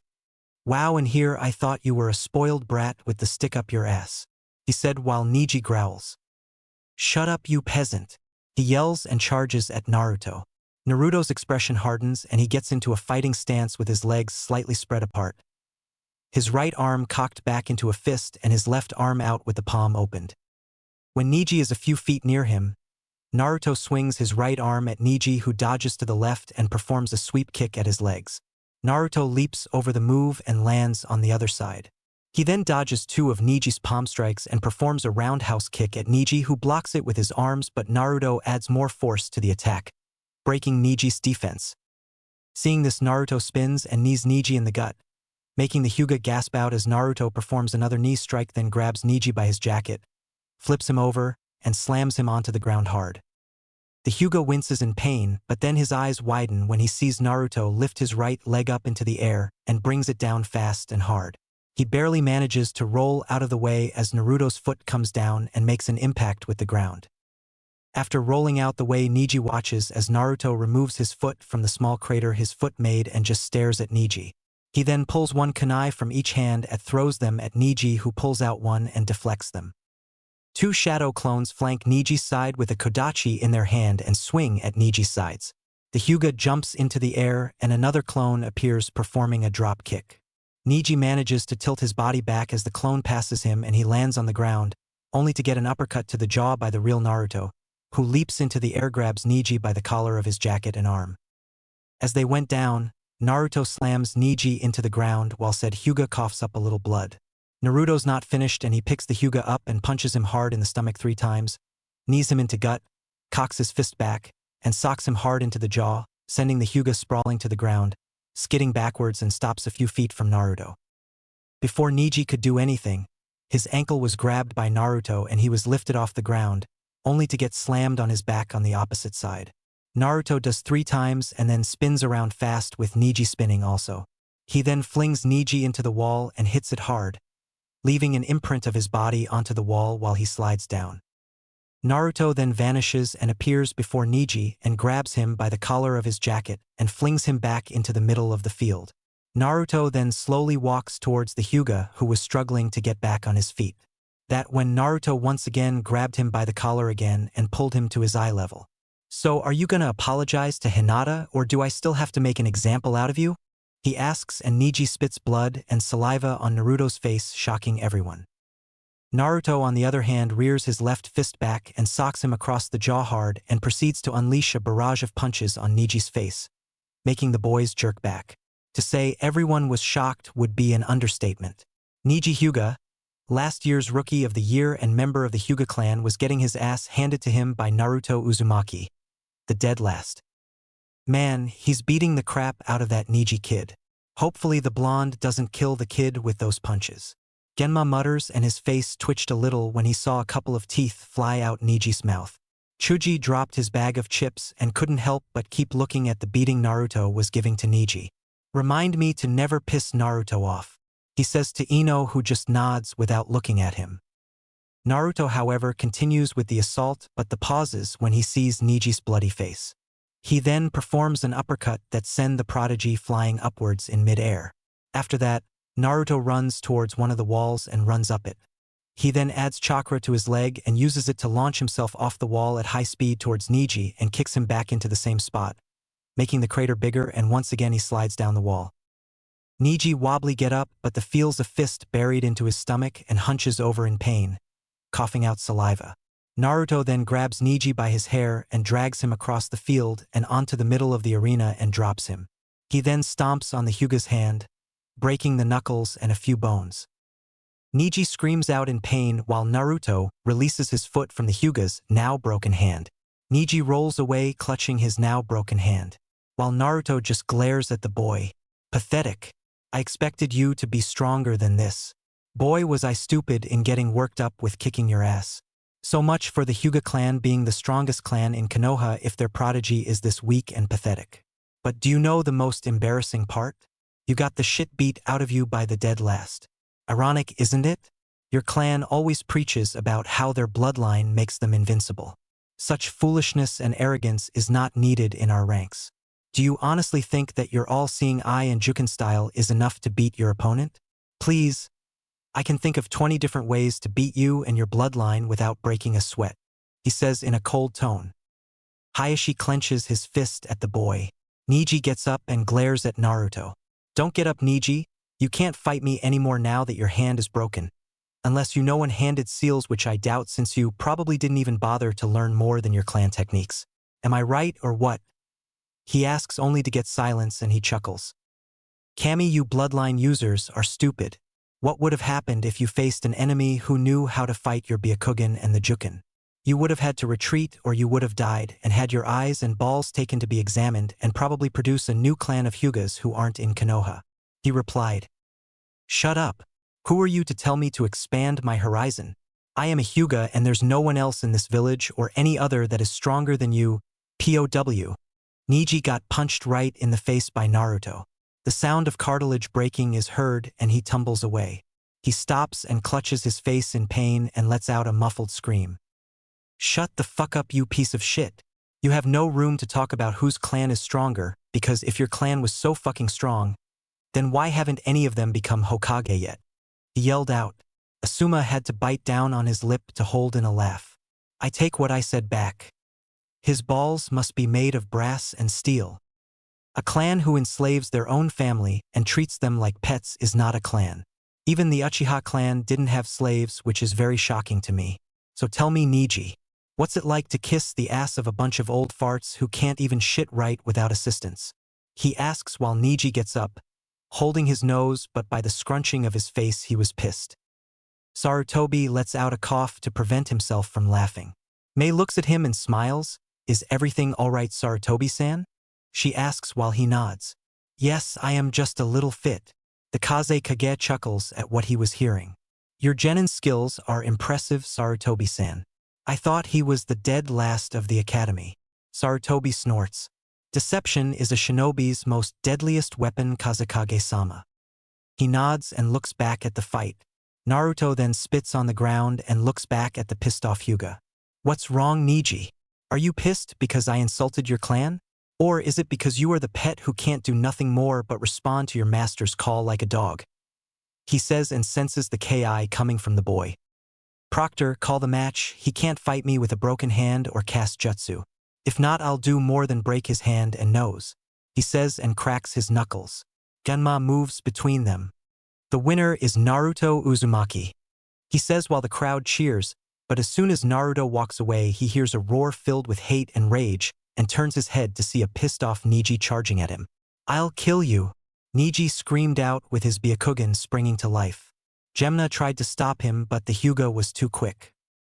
Naruto vanishes and kicks the enraged Hyuga in the side of the head so hard that he is sent into a tree and collapses into unconsciousness. When the proctor announces the winner Hyuga, you limp away to the medical ward, not attack the victor, he says and vanishes into a swirl of leaves and to the other genin who were in the finals. Naruto walks towards a blushing Temari and stops in front of her. "May I have my swords back, Temari-chan?" he asks while grinning at her. She nods with a blush on her face and hands them back to him. "Thank you and I wish you luck in your match," he says as he straps his words back on. Thank you Naruto-ku, I mean San," she said as her blush increases. Naruto just chuckles and walks away from her and back to the other genin grinning. "Hey Shika, Shino, how's it going?" he asks and the Nara decides to speak up. "Okay Naruto, I know you probably have the answer, but what the hell happened to you?" he asks and Shino nods. "Yes Uzumaki-sen, I too am curious about your new appearance and skills," the Aburame asks. Naruto smirks and replies, "Come on now Shika, I know you're lazy but not stupid, and Shino, isn't deception all part of the shinobi way?" Naruto asks and Shino raised both eyebrows. "I understand now.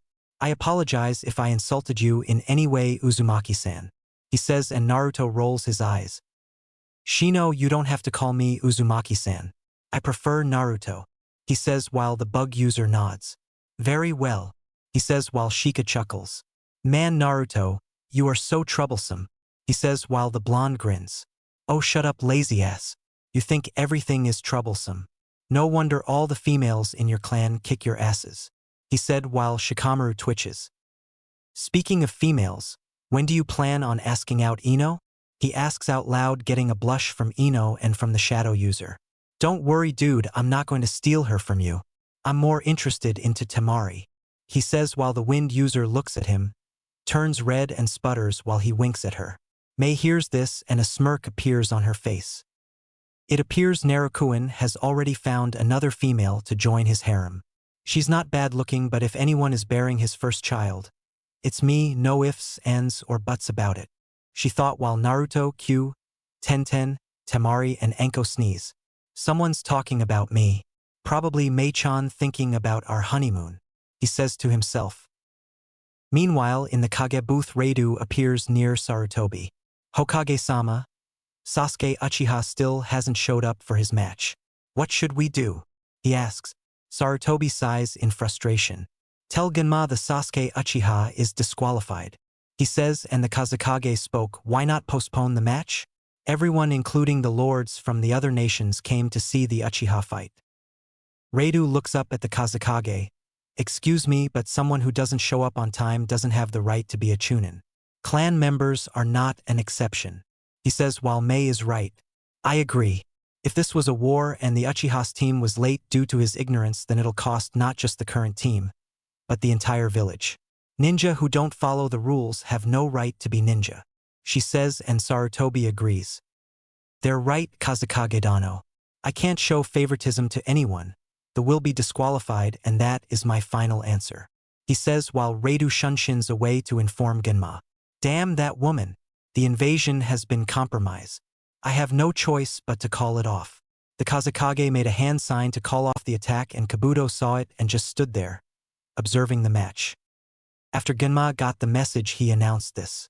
Due to him not being on time, Uchiha Sasuke has been disqualified from the match, making Gaara the winner by default. He replied while the crowd booed at the decision. "What? That's not fair," Sakura screamed out while Ino, who covered her ears, smacked the girl upside the head. "Shut up, Sakura," Ino yelled. Naruto smirks at this. "So much for the almighty Uchiha clan," he says, and Shikamaru mutters troublesome again. Skipping the other matches. After Shikamaru gave up his fight, he walked back up to the arena glaring at a grinning Naruto. "If you ever do pull something like that again, Naruto, I'll kill you," he said in a dark tone while the blonde shrugs. "Not my fault you're lazy," he says, and then appears next to Temari, who eeps. Naruto chuckles and puts an arm around the blonde kunoichi, who blushes when she felt the muscles in his arms. Great match, Temari-chan. Too bad you didn't clock Shika in the head with your fan. Well, it's time for my match, he says, but then whispers into her ear. I'll help your brother defeat his inner demon. He says, and her eye widened, but before she could say anything he vanished in a swirl of water and ends up in the arena with his arms crossed. Gaara does the same with his sand and appears a few feet away from Naruto and smiles a smile filled with bloodlust. I see you've gotten stronger, Uzumaki. Perhaps your blood will satisfy my mother, he sighs in a monotone voice while Naruto smirks. Sorry, Tanuki, but your mother won't be tasting my blood today. Plus, the only one who gets to taste any part of me is my water goddess, he says with a smile on his face. Mei hears this and blushes when Naruto calls her that. Jinam was about to start the match until they were interrupted by swirling leaves, and in the middle of it were Sasuke and Kakashi. Naruto narrows his eyes at the man and at Sasuke. Yo, did we make it? Kakashi asks with an eye smile while Gunma frowns. No, Kakashi, the Uchiha was disqualified, now get off the field, he says, getting a shocked look from Kakashi and a look of anger from Sasuke. What? I can't be disqualified, I'm an Uchiha, the prick yelled while Gunma snorts. And your point? Now beat it, kid, or I'll remove you from the field personally. Sasuke sees Gaara and starts to charge at him in anger, but he is knocked out by the Shinkan no Akuhi's sheath courtesy to Naruto, who then tosses the brat at Kakashi, who catches him. Get your butt buddy off the field, Hatake, Naruto says coldly while the Jounin shivers from Naruto's words and vanishes into the stadium. Sorry about that, Gaara. It's always the arrogant and weak-minded ones that don't know when to piss off, he says while Gaara nods. Apology accepted, Uzumaki. Shall we begin? He asks while Naruto nods and removes his jacket and swords, revealing his skin-tight shirt which showed his well-toned body. The females, minus Sakura, blush at this. Mei, however, was licking her lips. If he's this gorgeous now, I can't wait to see what he's like when he's older, she thought, as did the other girls, again minus Sakura. He places Ryukin and Shinkan no Akuhiai on his back and then tosses his jacket to the side, and when it hits the ground, a large crater is created, shocking everyone due to how wide and deep the crater was. Naruto stretches for a while and smirks. Let's get started, Gaara, he says, and flares his chakra, which was a dark blue color. Gaara nods and the cork on his guard pops off and his sand swirls around the sociopath like a snake. Naruto grins and then leaps back when a sand tendril hits the area he was at. Naruto then pulls out Shinkan no Akuhiai and twirls the blade around for a while, then gets into a kenjutsu stance with his sword in a thrusting position. He then charges at the red-haired genin and does a horizontal slash at his head, only for a wall of sand to block the attack, and Naruto jumps back when another tendril tries to strike him. Naruto then plants the blade on the ground and performs a few hand seals. Katan, Karawenden, Fire Release, Dragon Flame Bomb, he says, and shoots red-hot flames that was in the form of a dragon at Gaara. Another wall of sand appears in front of Gaara while the flames hit the sand, turning it into glass. Naruto then sheathes his sword, jumps into the air, and performs more hand seals. Suetun, Tepidama, Water Release, Water Bullets, he says, and fires 3 water bullets from above Gaara's head, but again the sand protects him. Naruto lands and back flips a couple of times to avoid being crushes and continues to fire water bullets at Gaara, who starts to get bored at him firing water bullets at him. Naruto performs a few more seals and yells out, Suetun, Suyaku Hyuden, Water Release, Water Hydra Missile, he says, and focuses his chakra into the ground. The ground trembles and suddenly, a large amount of water heads rises from the ground and morphs into a Herta with glowing red eyes, and it hisses at Gaara before charging at the red head. A dome of sand surrounds him, and when the water hydra makes contact, it explodes into water and soaks the field. Sarutobi's eyes widen in amazement when he saw the technique. In the stands, the genin saw this and their jaws dropped. Sasuke grits his teeth in frustration because he wasn't able to copy it for some reason. Damn it, why can't I copy that jutsu? He thought furiously while Kakashi wondered how could he do a jutsu with his level of chakra control. Wow, what an asshole. When the water dissolves, Naruto sees the sand drop and Gaara was unharmed. Is that it, Uzumaki? I expected more from you, he says, and holds his hand out to have his sand constrict, but when the sand rises it falls back down. Gaara's eyes widen in shock. What the, he says and tries again only for it to do the same thing. Naruto chuckles and speaks up. You should know, Gaara, that when sand makes contacts with water it becomes soluble and results in becoming clump of mud. Its weakness is water and it needs to be dry in order to move freely, but that also means. He starts to say, but he then appears beside Gaara, delivering a jaw-shattering punch to his face and send Gaara flying into the wall, resulting in a crater appearing on a wall and Gaara falling to the ground groaning while his face cracked and pieces of sand fell from his face. You're nothing more than a sandbag waiting to get ripped apart. I know about your sand armor being stronger than steel, but I wonder, can you keep it intact? He says and charges at Gaara, who growls out and sends a wave of dry sand at Naruto, who leaps over it and shoots out a jet stream of water from his mouth, making the sand soggy, and then fires a second stream at Gaara's Suna no Yoroi, sand armor. The water makes contact with Gaara's armor, which turns dark brown, and he struggles to sit up because the water made it heavy. Here's another chemistry lesson, Gaara. What do you get when you add wet moldy sand with lightning? He asks as he focuses yellow lightning chakra into both hands and places them on the wet sand. You get a French fried redhead. Right, hun? Reiku Nagashi, lightning release, lightning current. He yells out and a huge current of electricity spreads throughout the ground. Gaara screamed in pain as Naruto sent the currents to the gourd on his back and electricity coursed through the Suna Jinchuriki's body. The boy fell to the ground, panting with smoke rising out of certain parts of his body. Naruto watches as Gaara starts to get up slowly and glare at Naruto. I will not lose. I will prove my existence, he says, and his chakra spikes while Naruto curses. He then appears in front of Gaara and grabs the Suna Nin by the throat. Sorry, Gaara, but I can't let you endanger the lives of these people, he says, and adds pressure to the redhead's neck, causing Gaara to struggle for air. And he says, and his fingertips on his right hand glow yellow. It's over, Gaara. Gojio Fuin. He cries out and slams his hand into Gaara's stomach, causing the sand user to cry out in pain and then enter the world of darkness. Chapter 3: Promotion, Family, and Fight. Gaara's unconscious form falls over, but the blonde catches him in his arm. Maybe now you can regain what you lost, Sabaku no Gaara, he says, and sets the Suna down gently. He then lets out a sigh of relief and wipes a bead of sweat from his brow. Man, that was close. I need to work on that Suetun Jutsu though. It took too long for me to pull that water from the ground, Naruto says and stretches his arms. Again, everyone was shocked that Naruto beat someone even Lee couldn't beat. Orochimaru was seething at the fact that this boy had ruined his plans. Naruto looks at Genma and speaks up. Well, are you gonna call the match? He asks, and Genma nods. Winner, Naruto Uzumaki, he says while the blonde does a victory sign while grinning. Mei was smiling, as was Sarutobi. Well done, Naruto. Your parents would be proud, he said quietly. That was when the crowd cheered very loudly. Kiba jumped up shouting. Who? All right, Naruto, the Inuzuka cried out. Choji's eyes were wide and Ino's mouth was hanging open. Unbelievable. Naruto just beat Neji and that Gaara guy, she said while Choji nods. Yash, Naruto's flames of youth were amazing, he yells out while Lee was happy yet a little jealous that Naruto had beaten his rival and the kid from Suna. Sasuke was pissed beyond belief that Naruto, the dead last, had beaten someone of Gaara's level, and what frustrated him even more was that he couldn't copy his jutsu. Why couldn't I copy his jutsu?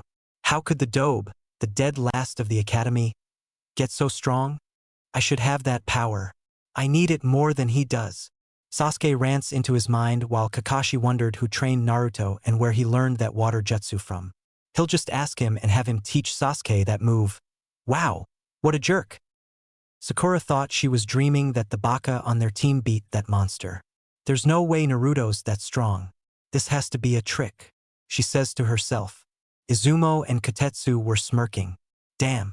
First he beats Neji like a rag doll, and then he beats the kid from Suna. The kid has come a long way. He should be promoted to Chunin after this, Izumo says while Kotetsu snorts. Chunin? The kid should be a Tokubetsu Jonin. His strategy and tactics were at least mid-Jounin level, as was his stealth. Hell, he even hinged himself into a Fuma Shuriken and Kawarami'd with a Mizu Bushin. That takes a lot of skill to pull off, Kotetsu said. Naruto was about to walk back to the ring until a white-haired man wearing a kabuki outfit appeared in front of Naruto with a grin on his face. "Yo Gaki, that was one hell of a match," he said while the blonde smirked. "Thanks, sensei," he says while a deadpanned look appears on Jiraiya's face. "Something tells me that this is a once-in-a-lifetime event," he says while Naruto frowns at him. "Yes, it is. You should know why," he says while Jiraiya groans. "Damn it, Gaki, are you still mad at what happened?" he asks with a peeved look on his face. "You bet your perverted books I'm still mad, Ero-senin. You walked in on Mei-chan when she was in her underwear," he yells at his godfather while everyone's sweat drops at this. Mei, however, tilted her hat down to hide the blush on her face while Hiruzen looks at Mei and a smirk appears on his face. "Care to explain, Mizukage Dano?" he whispers. "Shut up, you old monkey," she mumbles while Hiruzen chuckles. "Damn it, Gaki, how many times do I have to tell you that I thought you were in the room?" he yells in his face. "I told you I was in the room on the right side, not left, Gamabaka," he yells back. "I am not a baka, you blonde-haired brat. No, you're a super arrow baka who needs to get his brain checked," Naruto yells back. "What did you say?" he yells. "You heard me, or are you deaf too?" he yells back and they growl at each other. Ino blinks at the scene and then speaks. "Who's he?" she asks and Guy speaks up. "That is Jiraiya, the Gama Sannin who was taught by the Sandaime along with Tsunade-sama and Orochimaru. Jiraiya-sama was also the one who trained the Yondaime Hokage. He may look odd, but he's as strong as a Kage," he says in a serious tone. Sasuke frowns and clenches his fist. "How the hell does the dobe know him?" he snarled while Guy ignored his attitude but answers. "Who knows?" he says. Orochimaru eyes narrow in frustration at the situation. "God damn it, Jiraiya is here too? It's bad enough that the Mizukage is here, but now that fool is here too? Curses. Just you wait, Sarutobi, I will kill you one of these days," he thought. Gunma coughs so that he can get their attention. "Not to be rude or anything, Jiraiya-sama, but we still need to continue the matches," he says while Jiraiya rubs the back of his head and grins sheepishly. "Sorry about that." He then picks up Gaara's unconscious form and looks at Naruto. "I'll deal with fixing up the kid's seal," he says and vanishes with the container of shikaku. Temari had just came down from the stairs and then says, "I forfeit, Proctor. This is one match I know I can't win due to the fact that you beat my brother," she says while Naruto grins. "Oh, come now, Temari-chan. I won't rough you up that much unless you want me to," he says while wiggling his eyebrow while the blonde Kunoichi was blushing and looking at the ground. "You pervert," she mumbles while he snickers at her. "Winner of the Chunin Exams, Naruto Uzumaki," Genma says, getting a loud cheer from the crowd. Naruto smirks while wondering about the irony that he, the village pariah, was now gaining respect from the people who used to despise him. "I'm proud of you, Naruto-kun. Looks like I'll have to reward you for winning," she says in a husky tone while Naruto blushes and Q giggles. Meanwhile, the Hokage, Mizukage, and Kazekage appeared on the field, as do the Genin, minus Gaara, who stand before the three Kages. "Thank you all for participating in this exam. Now will the following please approach me as I call them: Sabaku no Temari, Shikamaru Nara, and Naruto Uzumaki," he says. Sasuke frowned and brooded that his name wasn't called and the dead last's was. The three called stepped forward. Temari had a small smile, Shikamaru had a lazy look, and Naruto had a large grin on his face. Mei had to hold in hers while Sarutobi spoke up. "You three have shown extraordinary skills in tactical expertise, strategy, cunning, and trickery. Also used the terrain to your advantage, then exploited your opponent's weaknesses. Therefore, it is my honor and pride to dub you three as Chunin. Congratulations," he said. Mei handed them their certificates and their flak jackets, and she shook each one of their hands in respect. Naruto winked at Mei, who also winks back at him. "Now to the rest of you, don't give up and try to do better next time. This concludes the Chunin exams. We will see all of you in 2 years," he says. The people who came leave from their seats while Shikamaru groans. "Troublesome. Now I have to do more work," he says while Naruto smirks. "It's either that or deal with your mom, and if I remember, she knocked you and your dad out of the house with a frying pan because you left the deer's pen open," he says while the Nara pales. "Say, Didn't Yoshino-san put you in a coma because you ate one of her pastries? He asks while the Naruto twitches. How should I know? I had amnesia when I woke up from being in it for 2 days. He said while Naruto blinks at him for a while. Dude, it wasn't for 2 days, it was for a week. He says while Shikamaru raises an eyebrow at him. And how would you know? He asks and Naruto snickers. I was there when it happened. I was helping your mom clean deer antlers.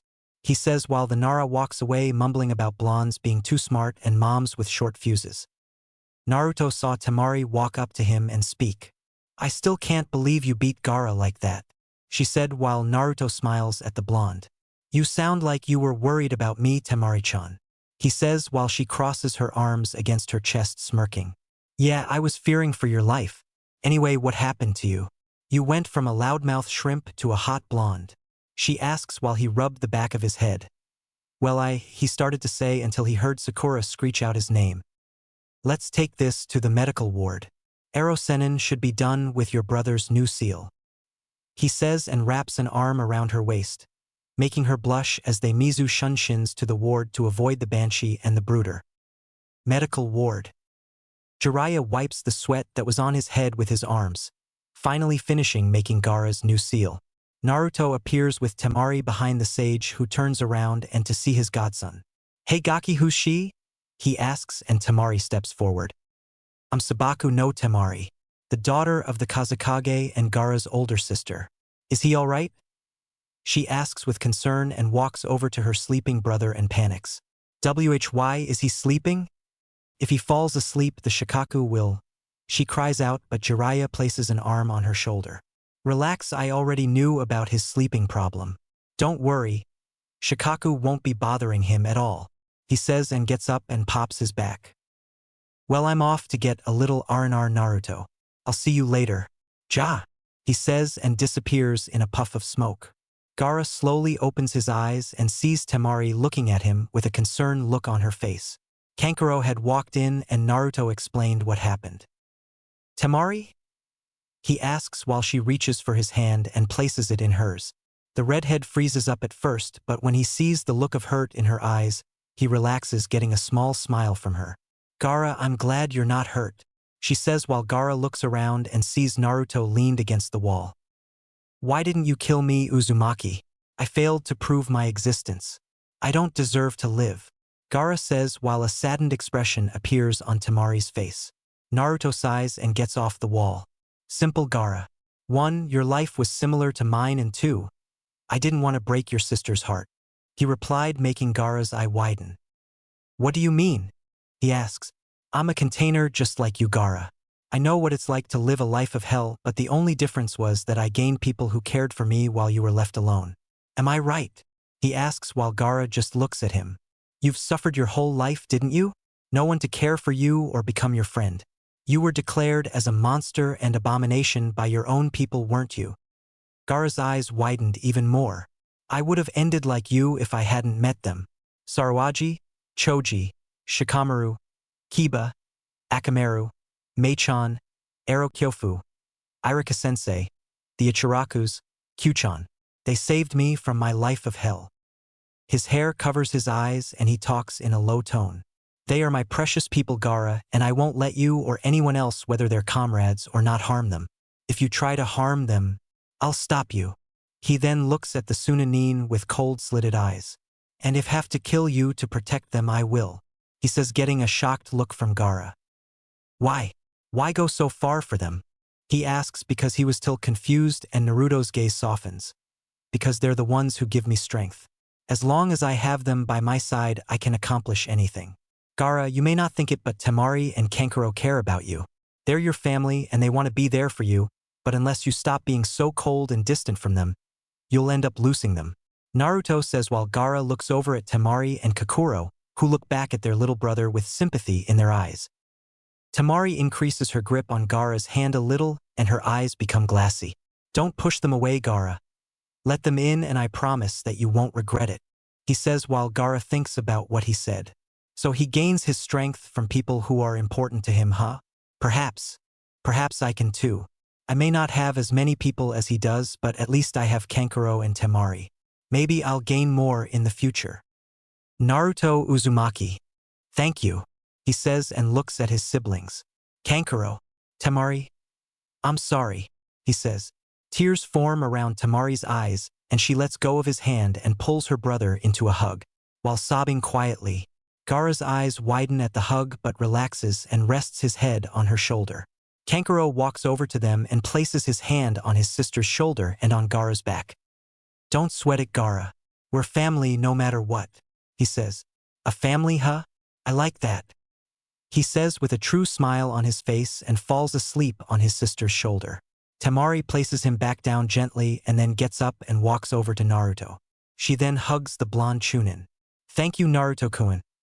Thank you for helping my brother and bringing my family back together, Sei says and hugs him even tighter. Naruto blushes in embarrassment but returns it. You're welcome, Temari-chan, he says. She lets go of him and kisses him on the cheek. Kankuro smirks at this and Naruto rubs the back of his head. Oh, and Kankuro, do us a favor and stop wearing your sister's makeup. People might take it the wrong way and think you're gay, he says with a cheeky grin and shuns away, leaving a pissed Kankuro and a laughing Temari. Stupid Gaki, it's war paint, he mumbles. Meanwhile, Mei was on the roof of the Golden Leaf Hotel and felt a pair of arms wrap around her waist. She smiles and turns her head to see a smiling Naruto who lets go of her and walks beside her, holding his hand into hers. Congratulations on your promotion, Naruto-kun, she said while he smiles. Thanks. I owe it all to you, my Unabara no Megami, goddess of the sea, he says while a tint of pink appears on her face and tightens her grip on his hand. I just helped you with your training, that's all, Naruto-kun. I didn't do that much, she says, but Naruto leans over and kisses her on the cheek. Yes, you did, Mei-chan, and I'm eternally grateful for your help, he replies while she looks at him with a loving smile on her face. Thank you, Naruto-kun. Your parents would be proud of you. I know I am. I just hope this engagement between us will turn out great. I really want this to work, Naruto-kun, she says, and he smiles at her. It will, Mei-chan. I'm positive it'll work out. I know this seems to be rushed, but I feel like I've known you for a long time, he says, and she nods in agreement. She was about to say something until he saw Kakashi appear looking at Naruto. Naruto, Kakashi said while the blonde just gave Kakashi an icy glare that made him nervous. Mei just looks at him with a blank expression, but on the inside she was furious that this fool interrupted their moment. What do you want, Hatake? Can't you see that I'm talking to the Mizukage right now? He said in a cold tone, making the copy Nin flinch but remains stoic. I just came to tell, he started to say but was cut off. I'm not interested in hearing any of your stupid-ass excuses, nor do I have the patience to deal with your bullshit, so what the hell do you want? He said, making his tone even harsher. Kakashi cringed at the sound of his voice. Where did you learn those jutsu and where did you get those swords? He asks while Naruto's eyes narrowed. That's none of your fucking business, he answers while Kakashi decides to pull rank. I asked you a question, Chunin, now answer it, he ordered, and Naruto's eyes flash red for a moment and was releasing Ki on the Nin until the Mizukage placed a hand on Naruto's shoulder and speaks. I suggest you leave Jounin. I was in the middle of having a conversation with this young man until you decided to be rude. Mei spoke up while Kakashi gave her a lazy look. With all due respect, Mizukage Dano, I don't have to listen to you because you are not the Kage of this village, he says, but instantly regrets saying it when he feels murderous intent coming from Naruto and Mei.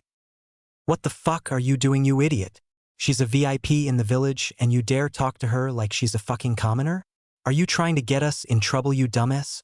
Naruto snarled and was a few seconds from punching this idiot in the face for talking to his fiancée like that. You shouldn't talk like that in front of the Mizukage, Naru.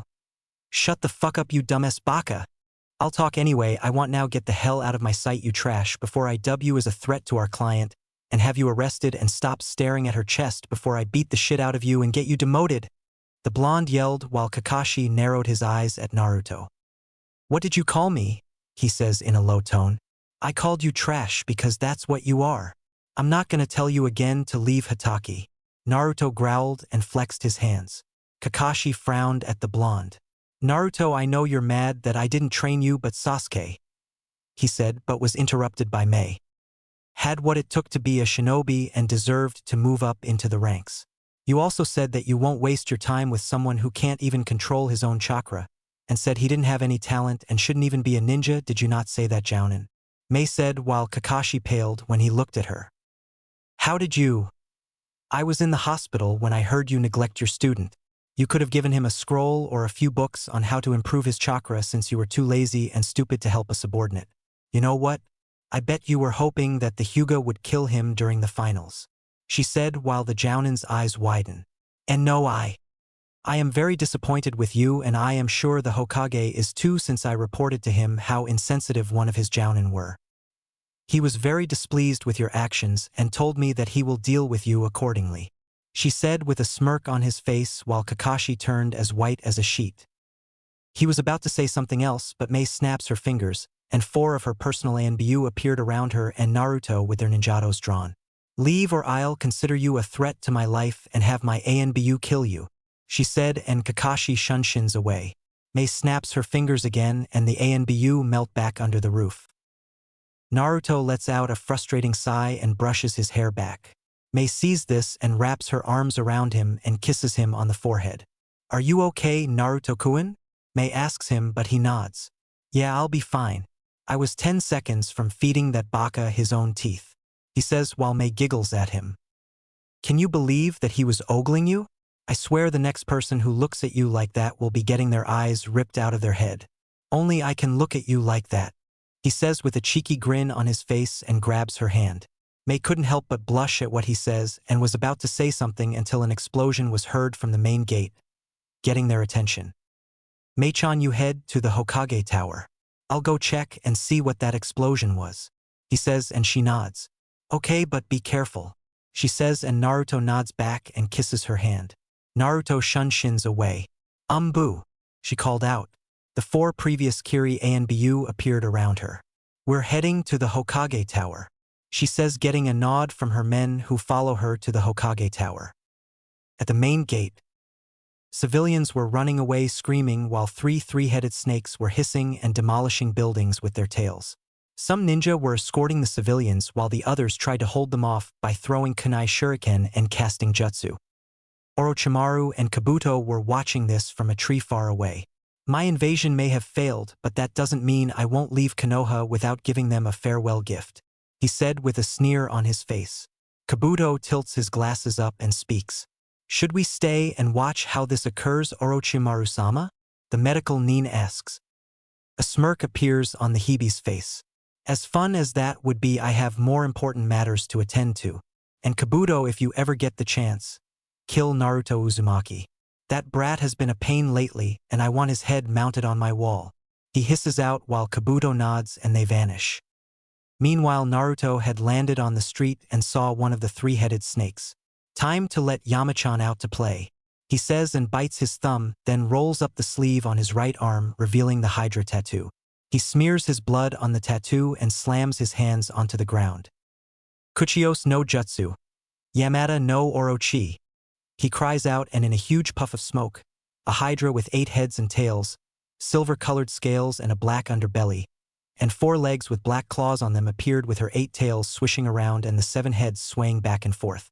She also had 2 folded black bat-like wings on each of her sides. It was Yamada no Orochi, queen of the reptile clan and divine beast of the dragon clan. Her landform is the form of a dragon. Naruto was on the middle head while the snakes stopped causing destruction and looked up, only to tremble in fear at who they saw. Some of the ninja saw the new summon and started to sweat bullets. Oh no, not another one. One Jounin called out, but the other one was wondering. Why isn't the snake attacking? What's it waiting for? The second one asks. Hey, isn't that Uzumaki on that snake? The third Jounin asks while the others squint his eyes. It is. But why would he summon a snake? The first one asks. That's not a snake, said a deep voice. They turned around to see the Sandaime in his battle uniform. Sandaime-sama, if that isn't a snake, then what is it? He asks while Sarutobi looks at him. That is Yamada no Orochi, the Hachibi no Akuhei and ruler of the divine reptiles, he says while their eyes widen. She's a bijou? The ANBU with a lion mask asks. Yes, but she's a divine beast, he replies while their eyes widen.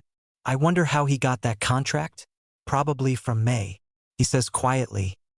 Meanwhile, one of Orochi's heads looks at Naruto. Hello, Naruto-kun. I didn't expect to have you summon me so soon, Shiroi says while Naruto looks at her with a small grin. Hey Shiroi-chan. I thought you'd like to get reacquainted with some old friends, he says pointing to the three snakes. Another of her heads look at the quivering forms of the snakes and an evil grin appears on her face. Well, if it isn't the triplets. I'm gonna enjoy hearing you vile worms scream.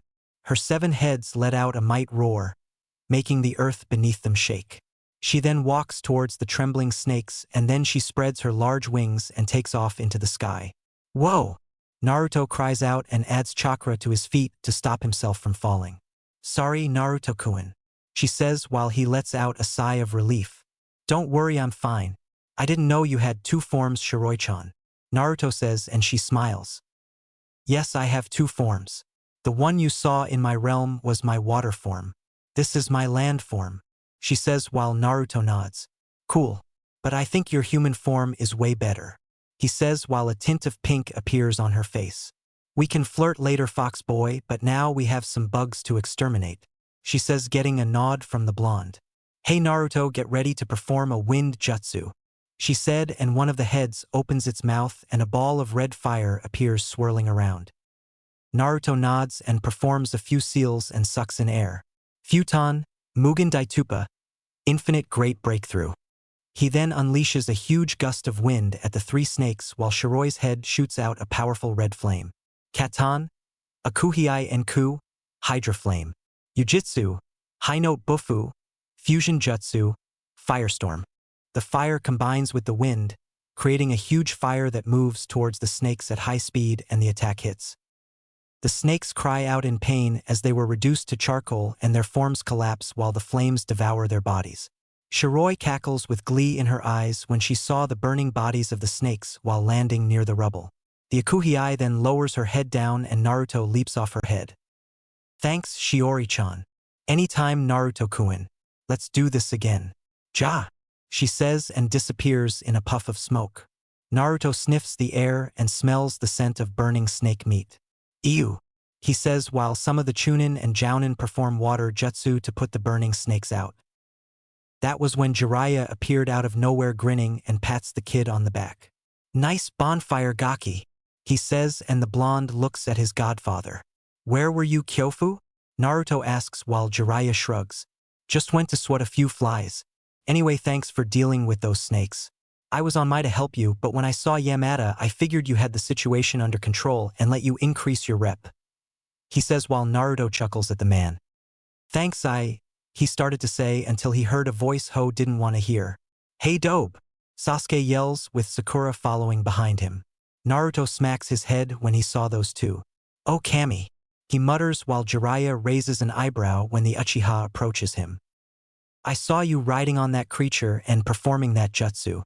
Where did you get them? He demanded. None of your business, Uchiha, now piss off, he says while the Uchiha frowns. I wasn't asking looser, now tell me where you got that creature. Those swords and those jutsu now, he yelled. Yeah, Baka, tell Sasuke-kun where you got those at. Sakura screamed and Jiraiya winced from her voice. Naruto suddenly appeared in front of Sasuke's face and grabbed him by the collar of his shirt, shocking the Uchiha and releasing Ki on the boy.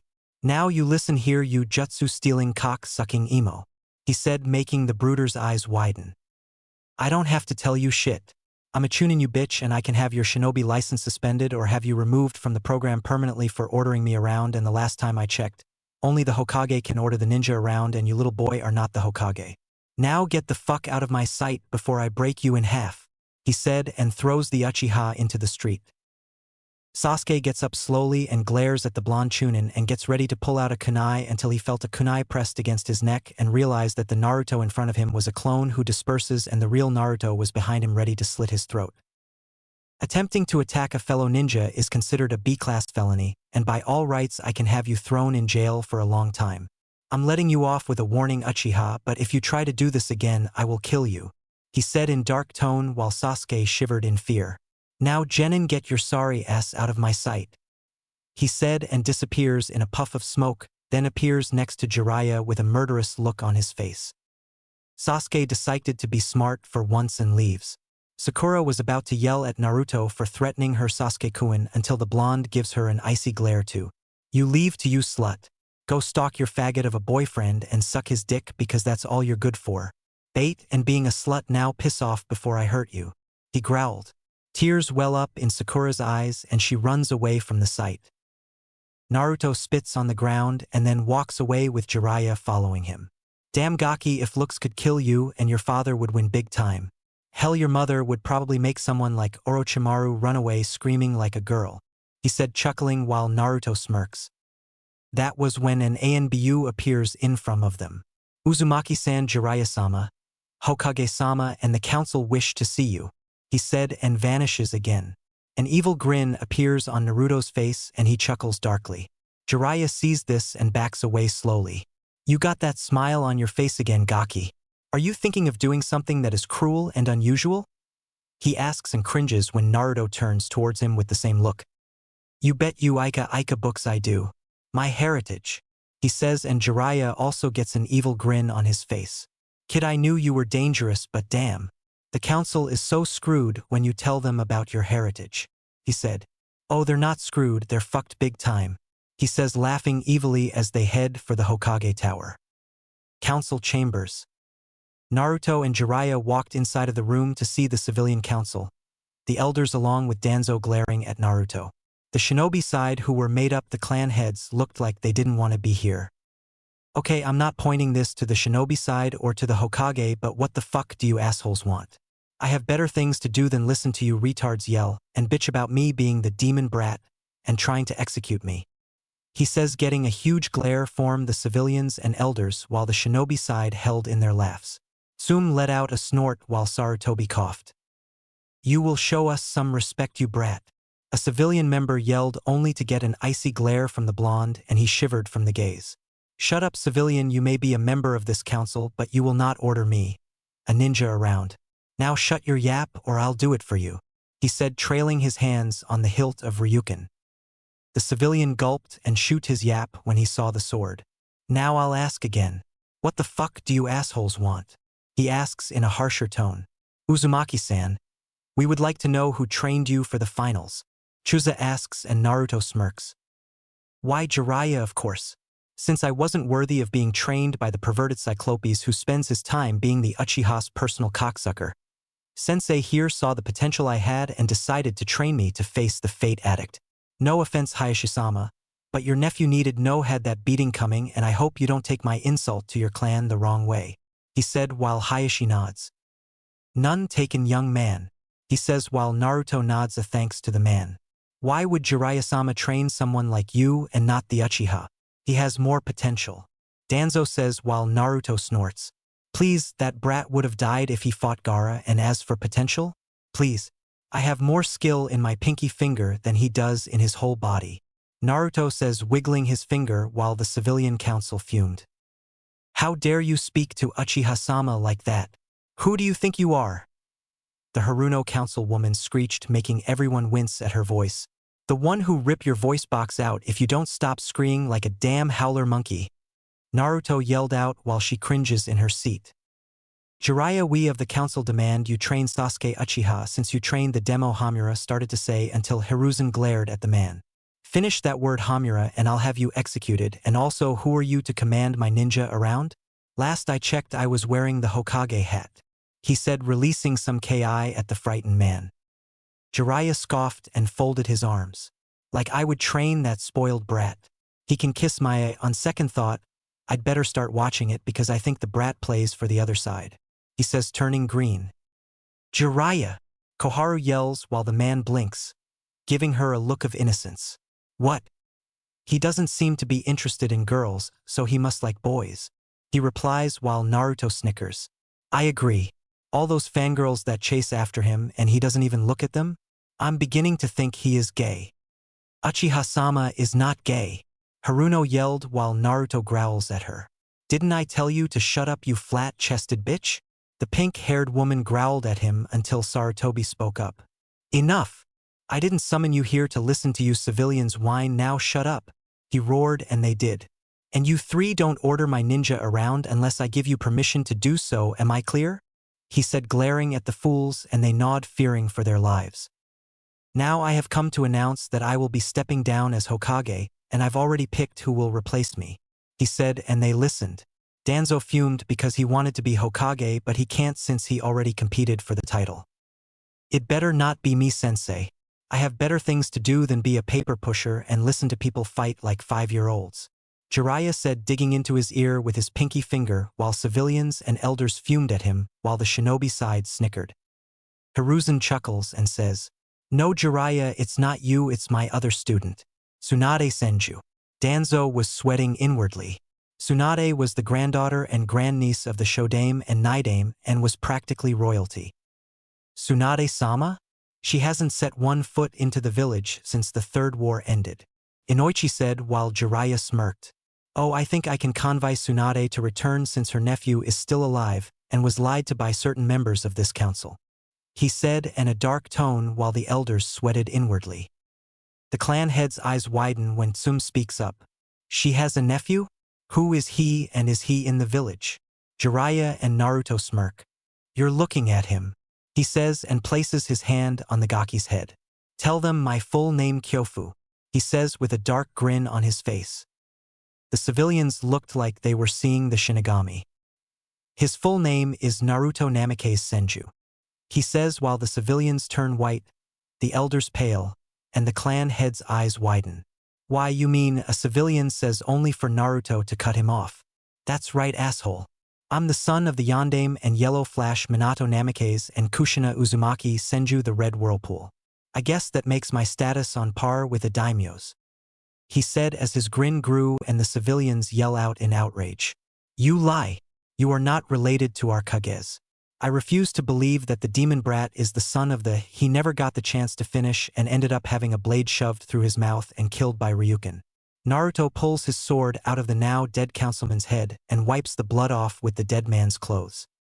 Does anyone else want to break the Sandaime's law? He asks in a cold tone, making the civilians and elders cringe in their seats. I didn't think so. Also, speaking of my inheritance as the last heir of the Senju and Namikaze clan, I'm demanding that the civilian council make retributions to me for treating me like shit, as well as those who were under your payroll. The orphanage that I was kicked out of when I was 4? I'm having the employees that treated me like crap fired and executed, and it now belongs to me. The same with those who kicked me out of stores, restaurants, and other markets will have their things confiscated and given to me, and the same goes with the businesses that I own under my father's name. And also the academy teachers who tried to neglect my training. They're gonna get fired and thrown in prison with their chakra sealed away forever. Failure comply with my demands will result in me taking everything you own by force and then executed, he said in a cold tone while the civilians trembled in fear. Most of their businesses did come from the Namikaze and now they were screwed. If you think my demands were merciful, just wait until Tsunade Obasan gets back here. I now own you bastards, and if you even think about stepping out of line, I'll kill you, he replied while Haruno frowned at the blonde. Also, why was it that my fiancé was lied to about my death? Koharu Hamura. Danzo? Naruto asks, giving the old fossils an icy cold glare. Said elders were sweating inwardly. What are you talking about? Koharu asks, only for Naruto to narrow his eyes. Don't play stupid with me, you ancient relic. I have proof that you bastards committed treason and nearly caused Konoha to go to war with another nation, he says while they gulp. Naruto then turns his head to the door. You can come in now, Mei-chan, he says, and the door opens, revealing the Mizukage walking towards Naruto. She places her hands on the sides of his face and then kisses him fully on the lips while everyone watches in shock as Naruto returns it and places an arm around her waist and pulls her closer to his body. A grin appears on Jiraiya's and Sarutobi's face, while the elders cursed inwardly. Q was watching the scene while eating popcorn. This is getting good. Damn, how long can Naruto-kun and Mei hold that kiss for? She thought as they kept at it. Meanwhile, Mei and Naruto ended the kiss and smiled at her. Did you miss me, Mei-chan? Naruto asks while she smiled back. I sure did, Naruto-kun, she says in a seductive tone. He looks at everyone while keeping his arm around her waist. Everyone, this is my fiancé, Mei Terumi the Godame Mizukage, or should I say Mei Terumi Namikaze, he says. Danzo was now livid. Damn it! Now Hiruzen knows that I sent my root members to her. He thought while Sarutobi smirked at the war hawk. That's right, you fool. You can hide your drones from me, but I can now remove your 2 pawns. If you try anything, I will have you killed. The god of shinobi thought as he saw the look of fear in Danzo's face. Now that Naruto's inheritance has been revealed, he'll be receiving everything from both the Namikaze and Senju clan estates. Not only that, but everything that he has demanded from certain members on this council will be given to him, and if you fail to do so, I'll have you removed from the council, your possessions taken by force, and your families living on the streets. He said with a stern look on his face. Naruto and Mei grin at the civilians who were gulping in fear. They had wronged an heir who belonged to not 1, but 2 clans, and they were paying the price for it. Sarutobi then looks at Koharu and Hamura. And as for you two, how dare you deceive another Kage by sending a document I didn't approve of and forge my seal of approval? Do you idiots realize that an action like that would have caused a war between us? He yelled at his former teammates. We did what was necessary, Sarutobi. We couldn't allow the boy to be in another village. Hamura said, not caring that he could have started a war that he was sure Konoha would win, and Koharu nodded.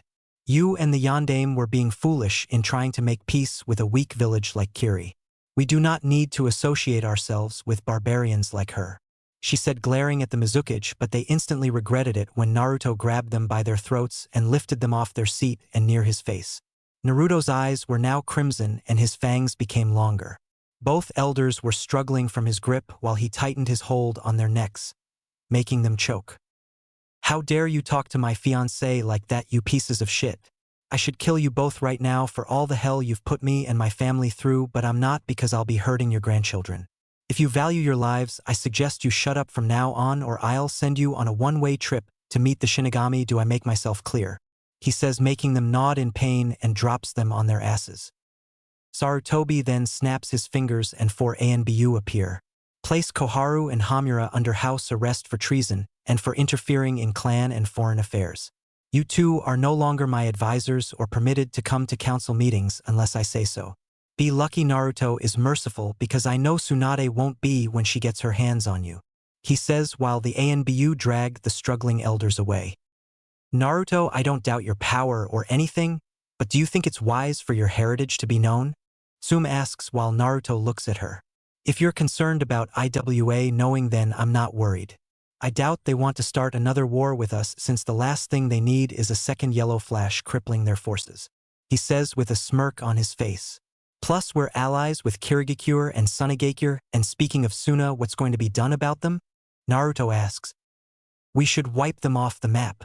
They plotted an invasion with an S-class criminal who was from this village and shouldn't get away with it.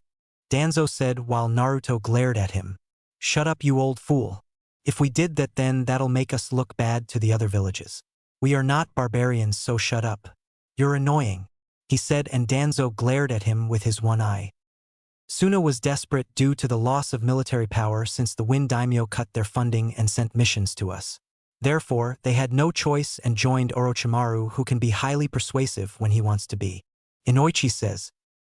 So to prove that they are still our allies, Suna is offering the former Kazekage's daughter, Temari, in a political marriage to a shinobi of our choosing. The Yamanaka finished. She should be given to the Uchiha.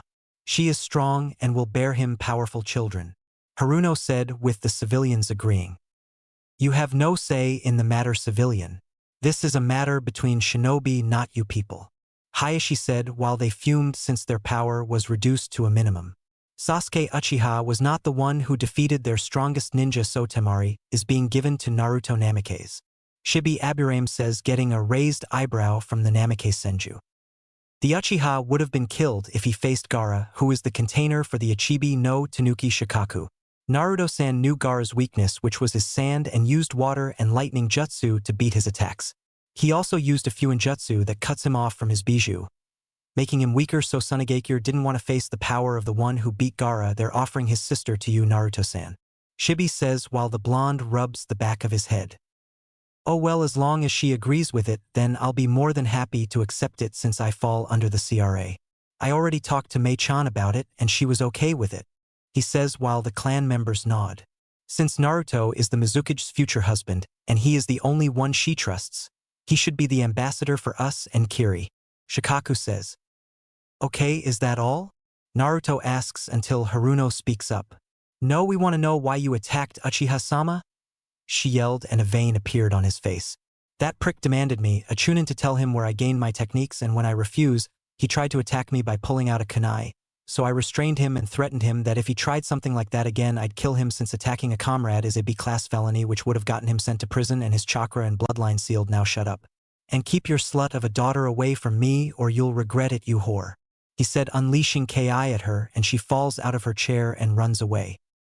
After the meeting, the civilians were dismissed and the clan heads left also. Alright Gaki, let's go get my teammate. Last I heard she was in a town called Tenzakagai, so let's hurry and get back. Mei-san, would you like to accompany us, so that you and Naruto can get better acquainted? Jiraiya asks with a lecherous grin on his face, but then leaps out of the window because Naruto tries to cut him in half with his Ryuken. He sheathes it, mumbling Erosenin, while Mei giggles but eeps when Naruto holds her in his arms bridal style, while the blonde grins at her surprised expression. He then looks at Sarutobi and disappears in a swirl of water. Route to Tenzakagai. Jiraiya was ahead of the others, mumbling about short-tempered blondes while rubbing the lump that was on his head. Naruto was carrying Mei in his arms bridal style while she rested her head on his chest. Naruto got a good view of her cleavage, causing a tint of pink to appear on his face. Mei saw this and moved her body a little to give him a better view. Like what you see, Naruto-kun? She asks while his eyes look the other way. Mei giggled and kissed him on the cheek. I don't mind you ogling my chest. I actually prefer if you did than your godfather, she says while he snickers. I heard that, Jiraiya says while Mei just giggles. I think it's better that I walk now, Naruto-kun, she says while Naruto shakes his head. No can do, Mei-chan. I don't want you ruining your beautiful feet on the hard and dirty ground, he says while she smiles at him. Well, aren't you sweet? But don't your arms hurt from carrying me this far? She asks while Naruto smiles and kisses her on the nose. Me get tired of carrying my tenshi? Never. I have arms of steel, Mei-chan, he says. Mei sighs and rests her head on his chest. Naruto kisses her forehead and walks up to catch up with Jiraiya. Hotel. After they checked into the hotel, Jiraiya ran off with some female who winked at him while Naruto sighs at that, and he and lets Mei down. They head upstairs to the room they rented. Naruto unlocks the door and throws his backpack on the floor, and Mei sets hers down also. The blonde then places his swords next to the bed, and Mei removes her sandals and shin guards. Naruto sits on the bed while Mei walks over to the blonde and sits on his lap, and Naruto wraps his arms around her waist. Think Jiraiya will come back anytime soon? Mei asks while Naruto shrugs. Let Erosenin go do his research. It just means more alone time for you and me, he says and tickles her sides while she giggles and squirms in his grip. He stops and she wraps her arms around his neck and they go into a lip-locking session. Naruto moves his hand down to her exposed leg and strokes it, making Mei shiver and let out a moan when he moves his hand up and down her leg. Naruto removes his lips from hers and starts to kiss her jawline while Mei lets out a sigh. His hands explore her curved and flawless body, and he makes his way to her neck. Mei moves her hand through his soft blonde and spiky hair and places her other hand on his chiseled chest. Said blonde moves back up to her jawline and then to her lips. Their make-out session continues until Naruto's eyes widen, as does Mei's. They then stop. Mei gets off his lap and they get up slowly. Mei, do you sense that? He asks and she nods. Hi, and they're close. I know one of them is familiar and has the chakra of a Jinchuriki. The other is a mystery to me, she says. The other one is Itachi Uchiha. I remember that chakra level. He killed his entire clan in one night. Naruto picks up his bag and hers. Mei places his swords on her back and puts her sandals and shin guards back on. They then slowly move towards the window and Naruto carefully opens it. A knock was heard and the blonde curses. Mei-chan, come on. He whispers. She nods and looks out the window. She then sees a platform and steps out on it. Naruto then does the same and then closes the window. Outside in the hall were two figures wearing a black cloak with red clouds. One was taller than the other. He was blue and wore a mist headband with a scratched symbol on it. He also had what seemed to be gills on the sides of his cheeks, and on his back was a man-sized sword that was wrapped up in bandages. He was Kisame Hashigaki. Next to him was a male with raven-black hair that was tied into a ponytail, and he had red eyes with 3 tomos in them. He was Itachi Uchiha. They were following Jiraiya, Naruto, and Mei so that they could capture Naruto for the Kyuubi. Itachi knocked on the door again, but once more, no one answered. Kisame was getting impatient and growled. "Fuck this," he said, and kicked the door off its hinges and walked in. Itachi did too and looked around for any source of chakra. He narrowed his eyes at the window for a while and spoke up. "Let's go, Kisame. They're not in this room," he said, and the shark Nin nodded. They left out of the room to search for their target. Meanwhile, Mei had her arms around Naruto's neck while he slid down a water pipe. When Naruto's feet touched the ground, Mei let go of him and lets out a sigh of relief. "That was close. We should find Jiraiya and leave as soon as possible. I can handle Itachi, but Kisame is one person you don't want to fight. His chakra levels are on par with the Jinchuriki's, and he also has a sword that eats chakra. Come on, Naruto-kun. It's only a matter of time before they realize we're not in that inn," she says, and he nods. He grabs her hands and leads her into the crowd of people. Meanwhile, Kisame was fuming at the fact that they lost the Kyuubi Jinchuriki. "That damn kid and the Mizukage gave us the slip, Itachi. What do we do now?" "Go after them." Itachi closes his eyes, then reopens them. "Come, Kisame. It appears that we're on a hunt," he says, and the shark grins. Mei and Naruto were currently leaping from roof to roof until the blonde Chunin curses. "Shit, they already realized that we gave them the slip and are heading our way. Mei-chan, let's head to that clearing in the forest. We can't fight those guys in the town, otherwise everyone here will get caught in the crossfire," he said. Mei nods and they head to the forest. Itachi and Kisame were following them, and the Nin grinned. "So they want to take this fight away from civilization, eh? I can't wait to get reacquainted with Mei. Who would have thought that she of all people would become a Kage?" he said, placed his hand around the hilt of his sword. "Don't get cocky, Kisame. We don't know the extent of Naruto's abilities, and that could get you killed. Same goes for the Mizukage, don't get too excited," he said while Kisame grunts. "You sure know how to ruin my fun, Itachi," Kisame grumbled while a small smirk appeared on Itachi's face while they increased their speed. Forest clearing. Naruto and Mei land in the clearing of the forest. Naruto throws off the backpacks and Mei tosses him Ryuken and Shinkan no Akuhi. Naruto places both blades on his back and cracks his neck. That's when Itachi and Kisame appeared a few feet away from them. "So you guys finally caught up. It's been a while, Itachi, or should I say Mongoose-san," he says while a small smirk appears on Itachi's face. "So you remember my ANBU name and Naruto-kun? You've gotten taller," he says in monotone. The blonde smirks at this. Mei, however, frowns when she sees Kisame grinning and stroking the hilt of his sword with his fingers. "Why, hello, Mei-chan. I heard you are now the Mizukage of Kirigakure. Congratulations. How is Chijuro doing?" he asks while she scoffs at him. "He's fine, but I don't think you came all this way just to talk about the good old days, did you?" she asks, getting a chuckle from the shark man. "No, I didn't actually. We're here for the brat, so if you could just hand him over, please do. I don't want to shave off that pretty face of yours," he says, showing his sharp white teeth. Mei narrows her eyes at the monster of the mist. "If you think I'll let you touch Naruto-kun, then you better think twice," she says while Kisame lets out a sigh. He then removes the bandaged sword from his back and slams the blade on the ground hard, creating a small crater. "You always were the stubborn one in the group, Mei. Now I have no other choice but to use force," he says and grins evilly. "Naruto-kun, we can do this the easy way or hard way. Come with us and she won't be harmed," Itachi says, making Naruto narrow his eyes and pull out Shinkan no Akuhi. "I have a better suggestion. I kill you and tuna fish over there and collect the bounties on your heads," he replies while Kisame growls at being called that name. "Watch your mouth, brat, or I'll cut off your arms and legs," he says. Itachi sighs and looks at Naruto. "Apparently I'll have to use force," Itachi says and opens his eyes fully, revealing a fully mature Sharingan. Naruto's eyes become as cold as ice and he twirls his sword around twice. "I know I can't beat you, Itachi, but I can at least injure you," he says, and his sword glows white. He then deos a vertical slash, creating a crescent chakra wave at the missing Nin.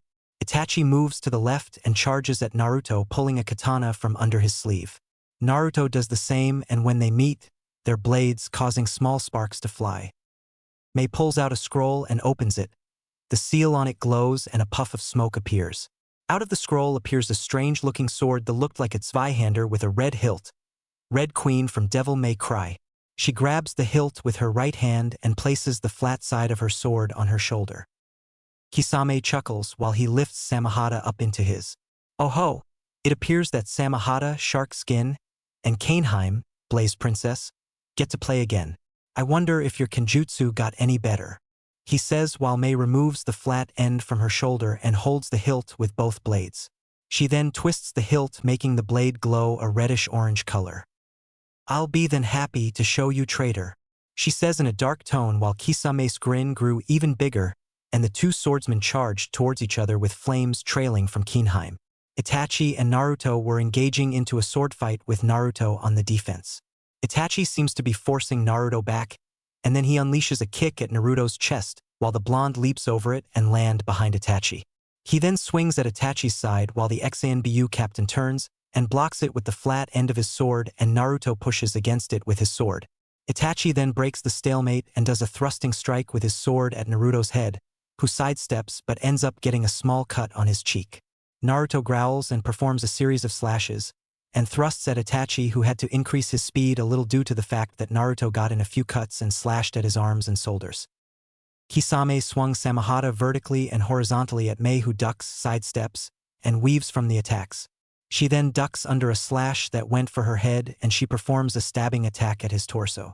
Kisame sidesteps the move and raises his sword into the air. He brings it down and she leaps back while the sword causes another small crater. Mei then charges and swings at Kisame's head, but the shark man blocks it with the flat end of his sword but winces when the flames from the sword scorch his left leg and right arm. Mei then jumps in the air and kicks the shark hard in the face, sending him skidding back a little. Kisame glares at her while blood fell from his broken nose. Kisame pushes it back in place and licks the blood off his lips. That's what I'm talking about, he says with his eyes filled with bloodlust, and charges at her, increasing his speed. His sword strikes start to get faster and Mei starts to move her body faster to avoid the strikes. Kisame then brings his sword up into the air and brings it down fast. Mei blocks it using both hands on her sword, but she then grunts at the strength behind it. Damn it, I forgot about his strength. I can barely hold it off, she said while gritting her teeth while Kisame grins as the tip of the sword makes its way to her left shoulder. Have you forgotten, Mei? My blade Samahata doesn't cut, he says as his grin grows wider. Kisame then jerks the blade backwards while the bandages on the tip of the sword are torn apart by a bunch of sharp purple blades that extend and rip the flesh off her shoulder and some of her arm. Mei cries out in pain as the flesh on her left shoulder and arm were shaved off by a bunch of blades. It shaves the flesh from your bones, he says and cackled like a madman. Mei drops Kaneheim and clutches her now bleeding arm while stepping backwards. Naruto, who was pinned by Itachi to a tree from the strength of his sword, saw Mei on her knee clutching her left arm. Emi-chan, he screams out and then lets out a growl and increases his strength to push Itachi off, who was surprised by his increase of strength. Get the hell out of my way, he yells and kicks Itachi away, who lets out a grunt, and Naruto leaps over the Uchiha and runs towards Kisame, who had Samahata in the air again, and bites his thumb, then performs a few hand seals. This time I'll shave that face of yours off, he says and brings the blade down, and Mei rolls to the side a while the sword hits the ground. Kisame smirks and does it again. Mei jumps back only for her arm to throb, and she clutches it even harder. Damn it, he must have hit a nerve in my arm, she says. Kisame appears in front of her and brings the sword down on her head. Mei's eyes widen when she realizes she won't be able to make it. That was when the ground exploded and a black Komodo dragon appears out of it and opens its maw that was filled with razor-sharp teeth and snaps at Kisame's arm. The shark Nin jumps back in order to avoid having his arm bitten off by the monitor lizard. Said creature hisses while green saliva dripped from his maw, which hit the ground. Steam rose from the ground. Naruto appeared before Mei and helped her up. Mei-chan, are you okay? He asks, but his eyes widened when he saw the blood running down her arm. It's just a scratch, Naruto-kun. Mei says but winces again at the throbbing of her arm. Naruto growls at Kisame and draws Shinkan no Akuhiai and adds lightning chakra to the blade. I'm gonna fucking kill you, you overgrown sushi roll, he says while the swordsman of the mist grin and steps forward. Go ahead and try, brat. I'll shave you and that little girl apart, he says but watches the dragon whose hissing got louder. Itachi appears before Kisame but then his eyes narrow when he senses another chakra level which was very powerful. Kisame, we must leave. Jiraiya is on his way and you know we're no match for him, he says while Kisame growls in frustration but sighs. Damn it, just when things were getting interesting. You were lucky, Mei, but next time I'll shave off your face, he says while Naruto's eyes become crimson. Try it and I'll you into chum, you fucking mackerel, he says in a demonic tone while the shark man chuckles. Sorry kid, but you're 10 years from being on my level, he says, and they leap away when a long pink tongue comes at them but then retracts into a horse-sized toad that leaps and lands near Naruto and Mei. Jiraiya then appears near the toad and looks around for Itachi and Kisame and then sighs. He sees Naruto with a first aid kit opened and was healing Mei's left shoulder and arm with green chakra. The black Komodo dragon dispels and Naruto then pulls out some disinfect and sprays it on Mei's shoulder and arm while she bites her lower lip from the steaming. He then pulls out some bandage wrap and starts to wrap it around the end of her shoulder and down to her forearm. Let me know if it's too tight, Mei-chan, he says, getting a nod from his future bride. After he was done, she rips off the sleeve of her arm and throws it away. Thanks, Naruto-kun, she says and then gets up to retrieve Kaneheim. She then seals it back up into the same scroll and walks back to the others. Where the hell have you been, Ero-senin? Naruto asks while Jiraiya looks at him. Hey now, I was on my way, Gaki. I can't help it if I'm not as fast as I was in my prime, he says while crossing his arms. Just be glad I showed up, he says while Naruto's brow twitches and sighs. That's not the point. Mei-chan got hurt because you were taking your precious time, he said while a tick mark appeared on his head. She's a Kage for Kami's sake, brat, not a weakling. She could have handled those two on her own if she wanted. It's possible she underestimated Kisame and slipped, he says. Naruto was about to speak up at his words until Mei places a hand on his shoulder. He's right, Naruto, I did let my guards down for underestimating my former comrade and it could have cost me my life. I'm sorry if I worried you, she says while Naruto grabs her hand and strokes it. It's okay, Mei-chan. Just try to be more careful, alright? Naruto said, getting a nod from her. Alright, let's get going. We should be in Tenzakugai after we leave town. Tsunade won't stay there for long, Jiraiya says, and they head off to Tenzakugai to find the next Hokage. Chapter 4. Relatives, Bets, and the Snake. Naruto, Mei, and Jiraiya were currently in Tenzakugai and walking through the busy streets. So Kyufu, I heard that my Obasan was considered to be the best medic in the elemental countries. What else do you know about here? He asks, and Mei was wondering too since she heard about how powerful Tsunade was from her parents and always wanted to meet her in person. Jiraiya thinks about it and speaks up. Well, aside from being known for her awesome skills in medical jutsu and being the granddaughter and grandniece of the first and second Hokage, she's also known to be very strong.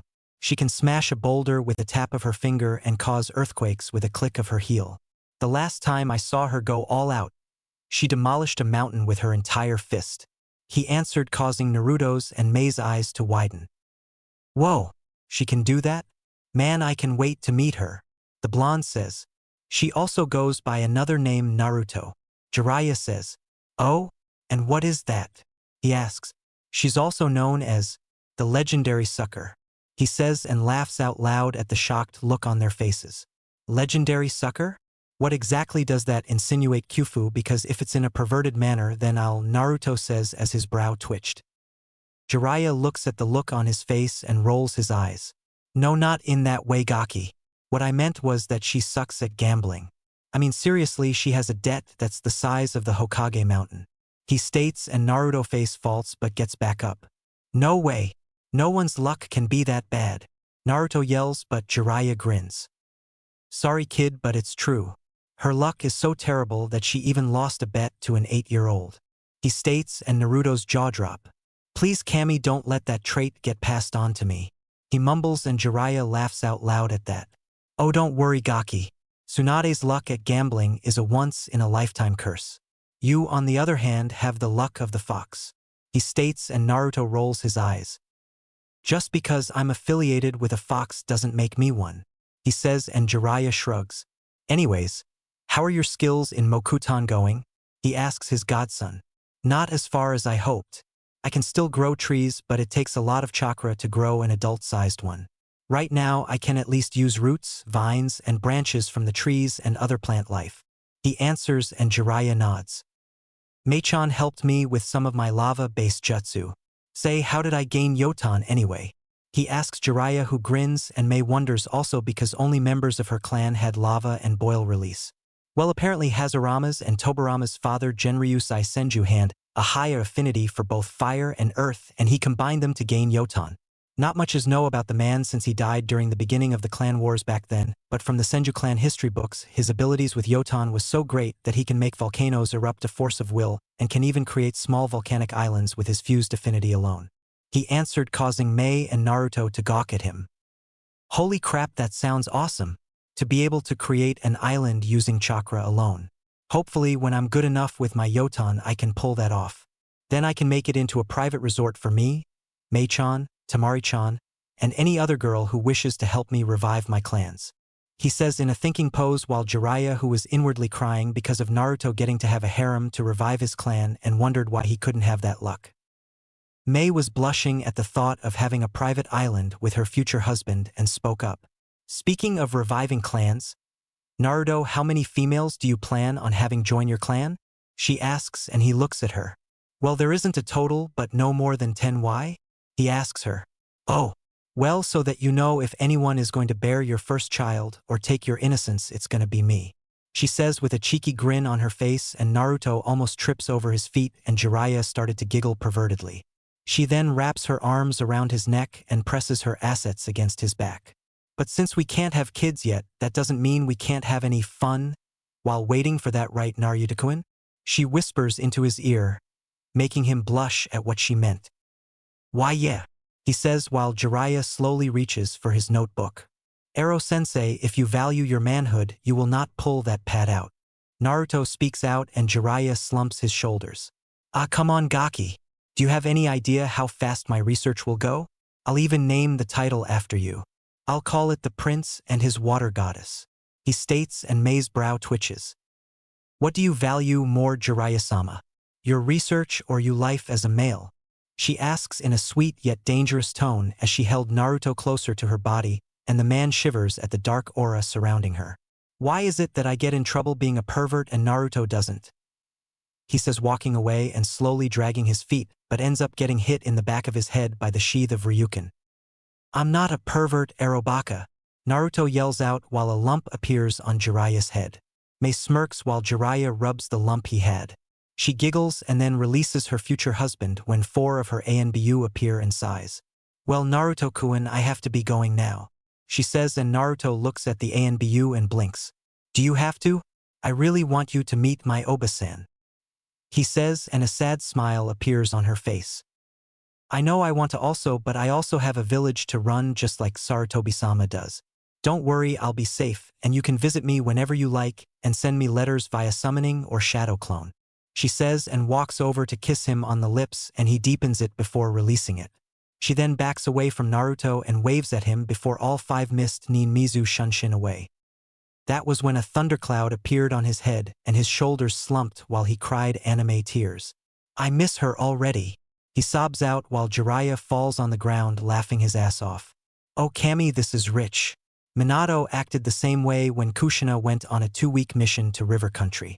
I've never seen someone sulk so much in my life, he says while Naruto glares at his godfather and looks away again. Flashback. Jiraiya was trying to hold in a laugh as he saw Minato pestering Kushina, who had a tick mark on her face, as she and her team got ready to leave. So you have everything right, Kushina-chan? He asks while her vein throbbed, making the ANBU sweat drop at how the two were acting. Yes, she answered. Extra clothes? Yes. Extra food? Yes. Extra weapons? Yes, she growled out as more veins appeared on her head. What about extra ramen caused? If you want I can go. For Kami's sake Minato, I have everything now. Stop being such a worrywart, it's annoying. She yelled out, performing the demon head jutsu and yelling at his chibi form while Jiraiya snorted and covered his mouth. But. No buts, damn it. Seriously Minato, I'm going on a 2-week scouting mission, so stop worrying over me. She says and huffs while folding her arms until Minato cupped his hands into hers and anime tears fell from his face. But I'll miss you, Kushina-chan. He blubbered out and Kushina's whole face turned red in embarrassment and her colleagues snickered. I haven't even left yet, you idiot, and stop making a scene, you're embarrassing me, she yelled. After that, Kushina and the ANBU left out of gate while Minato was on his knees crying. I miss you already, Kushina-chan. He bawled out and Jiraiya busted out laughing and rolling around the ground, clutching his sides. Kushina hears this and shakes her fist in anger and embarrassment and lets out a frustrating sigh. For the love of Kami, he's such a baby, she mutters. Flashback ends. Jiraiya couldn't help but think that this was similar in a way. Man oh man, if old age doesn't kill me, then my fits of laughter will. Honestly Gaki, your father was a big baby when it came to your mother. You should have seen what your old man did to Fugaku when he tried to make the moves on your mom. Poor bastard was in the hospital for a month. I wonder what would happen if his son tried to pull a fast one on your fiancé. He says until Naruto gets out of his funk and his eyes were glowing red. If that Tammy even thinks of touching my Mi-chan, I'll rip those fucking eyes out of his head. Tear his beads off and shove them down his throat and throw him into a gay bar. He yells out and Jiraiya sweat drops. Yep, just like Minato. He says as his sweat drop got bigger when he saw the kanji for death hovering over Naruto's head and could have sworn he saw the faint image of the Shinigami hovering over his godson. Alright Gaki, we wasted enough time, so let's go and find. Run. Run away. That monster destroyed the castle. A civilian cried as he and some others ran past Naruto and Jiraiya. The two blinked on confusion. Monster? What the heck is he? Naruto starts to say until his eyes widen as he catches a whiff of what smelled like snakes. Kyufu. I smell a snake coming from that direction, and it's not that Proctor's scent from the Chunin exam. It's stronger and there's 2 of them, he says. So Orochimaru is close by. Let's go check it out, Gaki. He says and Naruto nods while they head to the ruined castle. Destroyed castle. Naruto and Jiraiya appeared in the location of the destroyed castle and looked around. Yeah, this was Orochimaru's doing, Jiraiya says as he looks at the rubble. Naruto's eyes narrow. Guh, this place practically reeks of snake. But there's something else. It's not that strong, but I also got the scent of medicine, sake, and money, he answered. Jiraiya's eyes widen when he said that. Tsunade was here also, he says. Do you think there was a fight between them? He asks and the Toad Sannin shakes his head. I doubt it. Tsunade is one person you don't want to corner, and if there was a fight, this castle wouldn't be the only thing that was leveled. Trust me. I know, he states and Naruto nods. Now one thing remains. What the hell does that snake want with her? He asks and Jiraiya hums. Local bar. Tsunade was sitting at a table with a worried Shizune and Tonton drinking sake, wondering if she should take Orochimaru's offer. She then lets out a sigh and looks at her image in the sake bottle. Can this day get any worse? She asks herself. Meanwhile, Naruto was walking behind a sobbing Jiraiya with a vein throbbing on his head. You are a pain in the ass, you know that? I turn my back for a few seconds and you end up flirting with a bunch of hookers. Are you trying to catch a case? Or are you desperate in getting laid, Kyufu? Naruto asks while the pervert turned around and glared at his new apprentice. Shut up. They were perfect for my research and you ruined it. He yelled but winced when Naruto threw a pebble directly at his forehead. Baka. They were going to rob you. For Kami's sake, can you think with the head on your shoulders and not the one between your legs for once? In case you forgot, we have a mission to do in finding Sarawagi's successor, Naruto said. Jiraiya's brow twitches and huffs. Killjoy. Always got to ruin my fun. What's the rush, Gaki? You got her scent right? He asks. Yes, I do, but it's close to being faint. You know, if she runs away, we'll lose her, and I'm not explaining to Sarawagi why we lost my aunt, he said, glaring at Jiraiya, who was laughing nervously. Okay, no more slacking off. he says and then sees a bar. Hey, let's head to that bar and grab a bite. Hopefully someone in there will have some info on Tsunade's location, he said with a grin on his face, and Naruto groans. I give up. Fine, let grab some food and hurry, and no flirting with women, he emphasized, and the man's shoulders slumped while they head into the bar. Jiraiya was the first to enter and saw a few people eating, drinking, or chatting. Naruto walked in and winced while his nose twitched. Man, this place reeks of alcohol. Are you positive that bars are a good place for information? He asks. Of course, I'm sure, Gaki, in case you forgot, I am a, he says, but then pauses when he sees his old teammate sitting with a black-haired woman and a pig. Tsunade tilts her head and sees Jiraiya. Eh? She says as she squints her eyes and sees a white-haired man and a blonde kid. Naruto blinks and waves his hand in front of his dazed godfather. Oi, Kyufu, are you okay? He asks. Tsunade, I found you, he yells, pointing his fingers at the wide-eyed woman, and Naruto jumps back in shock, but then turned his head to see a blonde-haired woman. Jiraiya? What the heck are you doing here? She asks/demanded. Naruto's eyes widen and looks at her. That's my aunt? She looks like she's in her 30s. Heck, her chest is bigger than Mei and Kyuchan's, he ranted in his mind. The two then sat down with Tsunade and her apprentice, who was looking nervous while Naruto and Jiraiya missed it. Well, it's been a long time since we saw each other, Haim, he says while said Senju scoffs. Please, Jiraiya. I know you didn't come here for old time's sakes, and who's the blonde Gaki? I thought you stopped taking students after Minato died, she stated, and the man laughed lightly. You're right, I didn't come here on a social call, and as for the Gaki, he should seem familiar to you of all people, he answers. Tsunade raises an eyebrow and looks at the blonde. Can't say I have seen him before, so what do you want? Jiraiya rubs the back of his head and speaks. Well, Tsunade, our sensei has realized that he can no longer keep up the role as Hokage like he used to back then, and has named his successor since Minato died 14 years ago. He wants you, Tsunade, to become the Godame Hokage of Konoha, he explained. Tsunade had a blank expression on her face and then looked down at her cup full of sake. No, I will not become the Hokage of Konoha, she said in a flat tone, shocking everyone. The title of Hokage is shit and is only good for one thing: getting killed, especially for those who want to become Hokage, she replied. Naruto narrowed his eyes at the woman who was supposed to be his aunt, and they become slitted. Jiraiya sighs and rubs his head. You've definitely changed, Tsunade. What would your grandfather and grand-uncle say if they heard you saying this? He asks in a solemn tone while Tsunade scoffs. Frankly, I don't care, since they're both dead because of that stupid title. Minato died young because he was foolish enough to give his life for the village, and because of him I lost the last bit of family I had in this world. Go tell that old monkey to find another fool to take job, because like I said, only a fool would want to be Hokage, she said. That was when Naruto started to chuckle and Tsunade heard it. You find something funny, Gaki? She asks. Yes, I do. I find it funny that the strongest kunoichi in the elementals is nothing more than weak and pathetic crybaby, who blames her sorrow and misery on her own deceased family, and the one man who thought of her as a daughter. I don't know why I got so excited in meeting you when you're nothing more than shell of your former self, he says while Tsunade glares at Naruto. You've got a lot of nerve talking to me like that, brat. Who the hell do you think you are? She growled out, only for Naruto's expression to change from humorous to pissed, and his eyes were cold and slitted.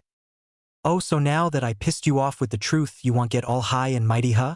And who do you think you are calling the Hokage's fools just because they gave their lives to protect something they cherished? Naruto says, standing up and slamming his fist on the table, rattling the food that was on it and leaving an imprint of his fist on it. I don't care what your fucking problem is, you old bat, but don't you dare blame Sarawaji for your losses. You need to stop wallowing in self-pity and grow the fuck up. You don't see him or Jiraiya-sensei blaming Konoha for losing people they care about, he yelled, making the Senju's eyes widen at what he said. Jiraiya was impressed but worried for his godson's well-being. This Gaki has balls of steel to talk to the strongest female in the elementals like that. I don't know if I should be impressed or worried for his well-being, he thought, until Tsunade stood up and gave Naruto a look that would scare even Orochimaru. That's it. You and me outside. I'm gonna teach you a lesson in respecting your superior's brat. She yells and Naruto smirks. Fine, let's settle this outside, he says while they head outside. Outside the bar.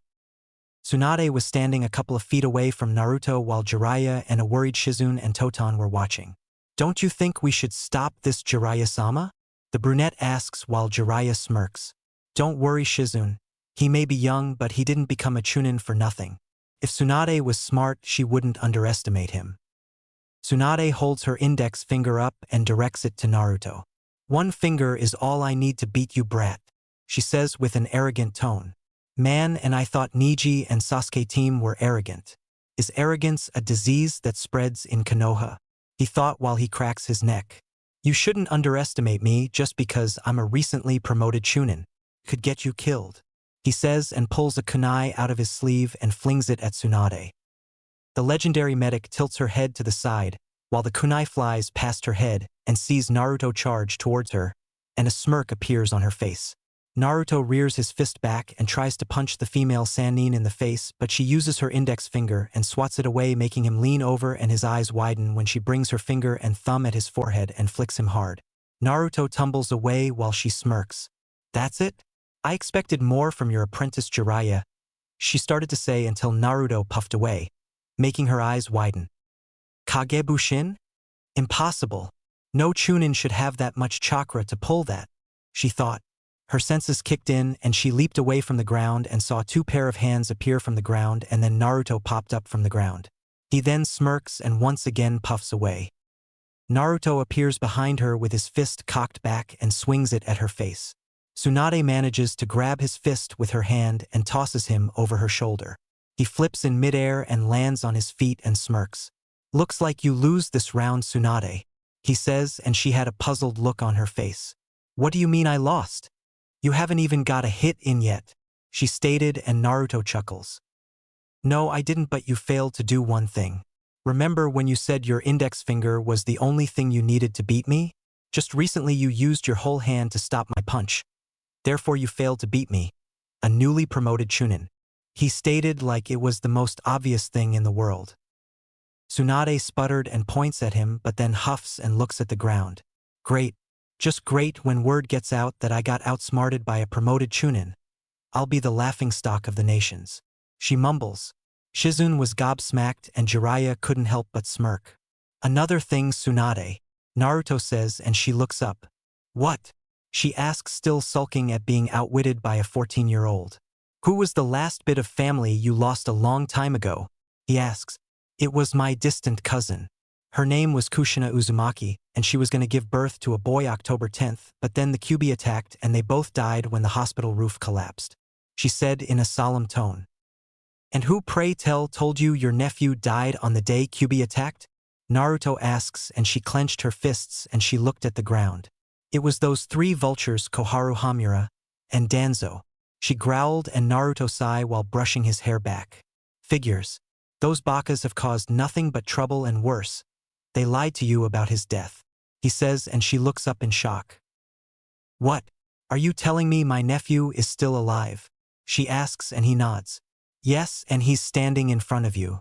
Hello, Obasan, Naruto says, and Tsunade's eyes widen, as does Shizune's and Tantan's. He's Tsunade-sama's oi nephew?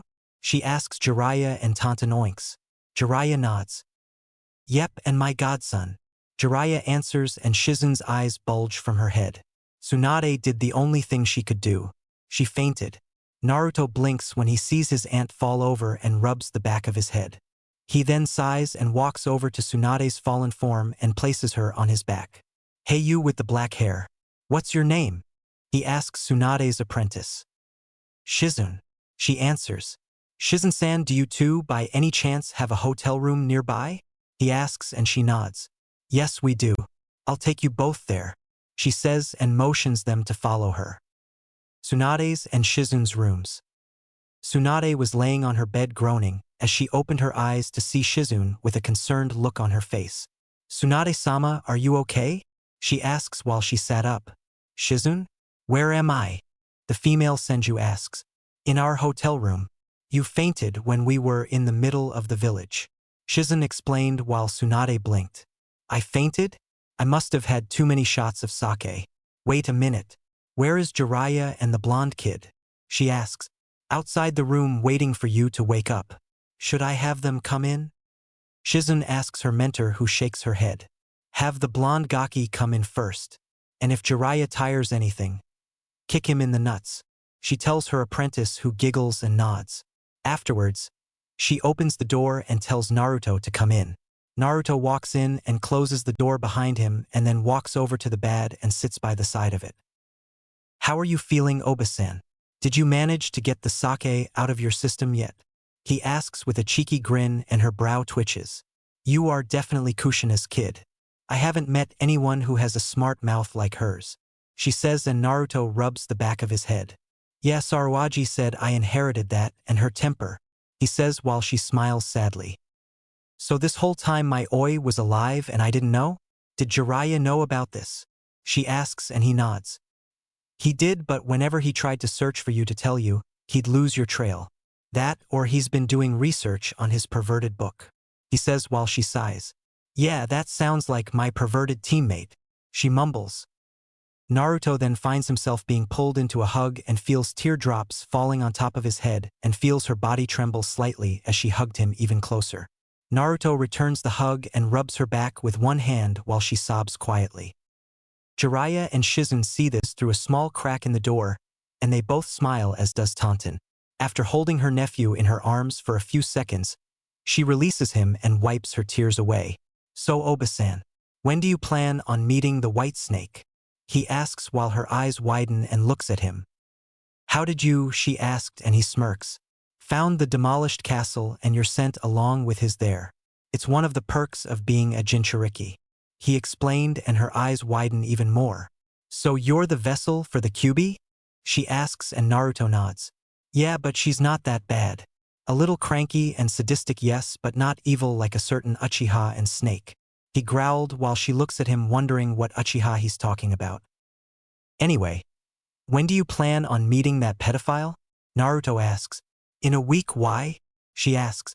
That faggot shoved his fingers into my gut and summoned some snakes to attack Konoha. I could have sworn he felt me up when he cut me off of Q during the Chunin exam, he says while shivering at being violated by a pedo. Tsunade's brow twitches and then smirks. Say, Naruto, how would you like to make a bet? She asks, and the blonde blinks. Sure, what did you have in mind? He asks. Jiraiya taught you some techniques, correct? Did he happen to teach you one of your father's jutsus? She asks, and Naruto nods. Yeah, he taught me some of his personal techniques and the Rasengan. Why? He asks, and she grins. How far are you in using the Rasengan? She asks, and Naruto holds his right hand up and chakra swirls into a ball of spiraling and compressed energy. I finished mastering it in 2 weeks during my training for the finals, and now I'm working on my own version of the jutsu by shaping it into a weapon like a shuriken and hopefully work on throwing it. I got the shape down, but throwing it is like trying walk on air. Impossible, but I'm pretty sure I'll get it done, he says while she had an odd look on her face but then smirks. All right then, I'll give you until the end of the week to complete this other version of the Rasengan. If you win, I'll give you this, she says, and holds out a necklace with a green gem on it. Naruto blinks and looks at it. What is that? He asks, and she smiles. This Naruto belonged to your great-grandfather, the Shodaime Hokage. It's kind of like an heirloom in our clan. This alone can buy 3 mountains and a gold mine, she states, and his eyes widen. Damn. ABD, what if I lose? He asks, and her grin grows. You have to give up all the money in your father's vault to me.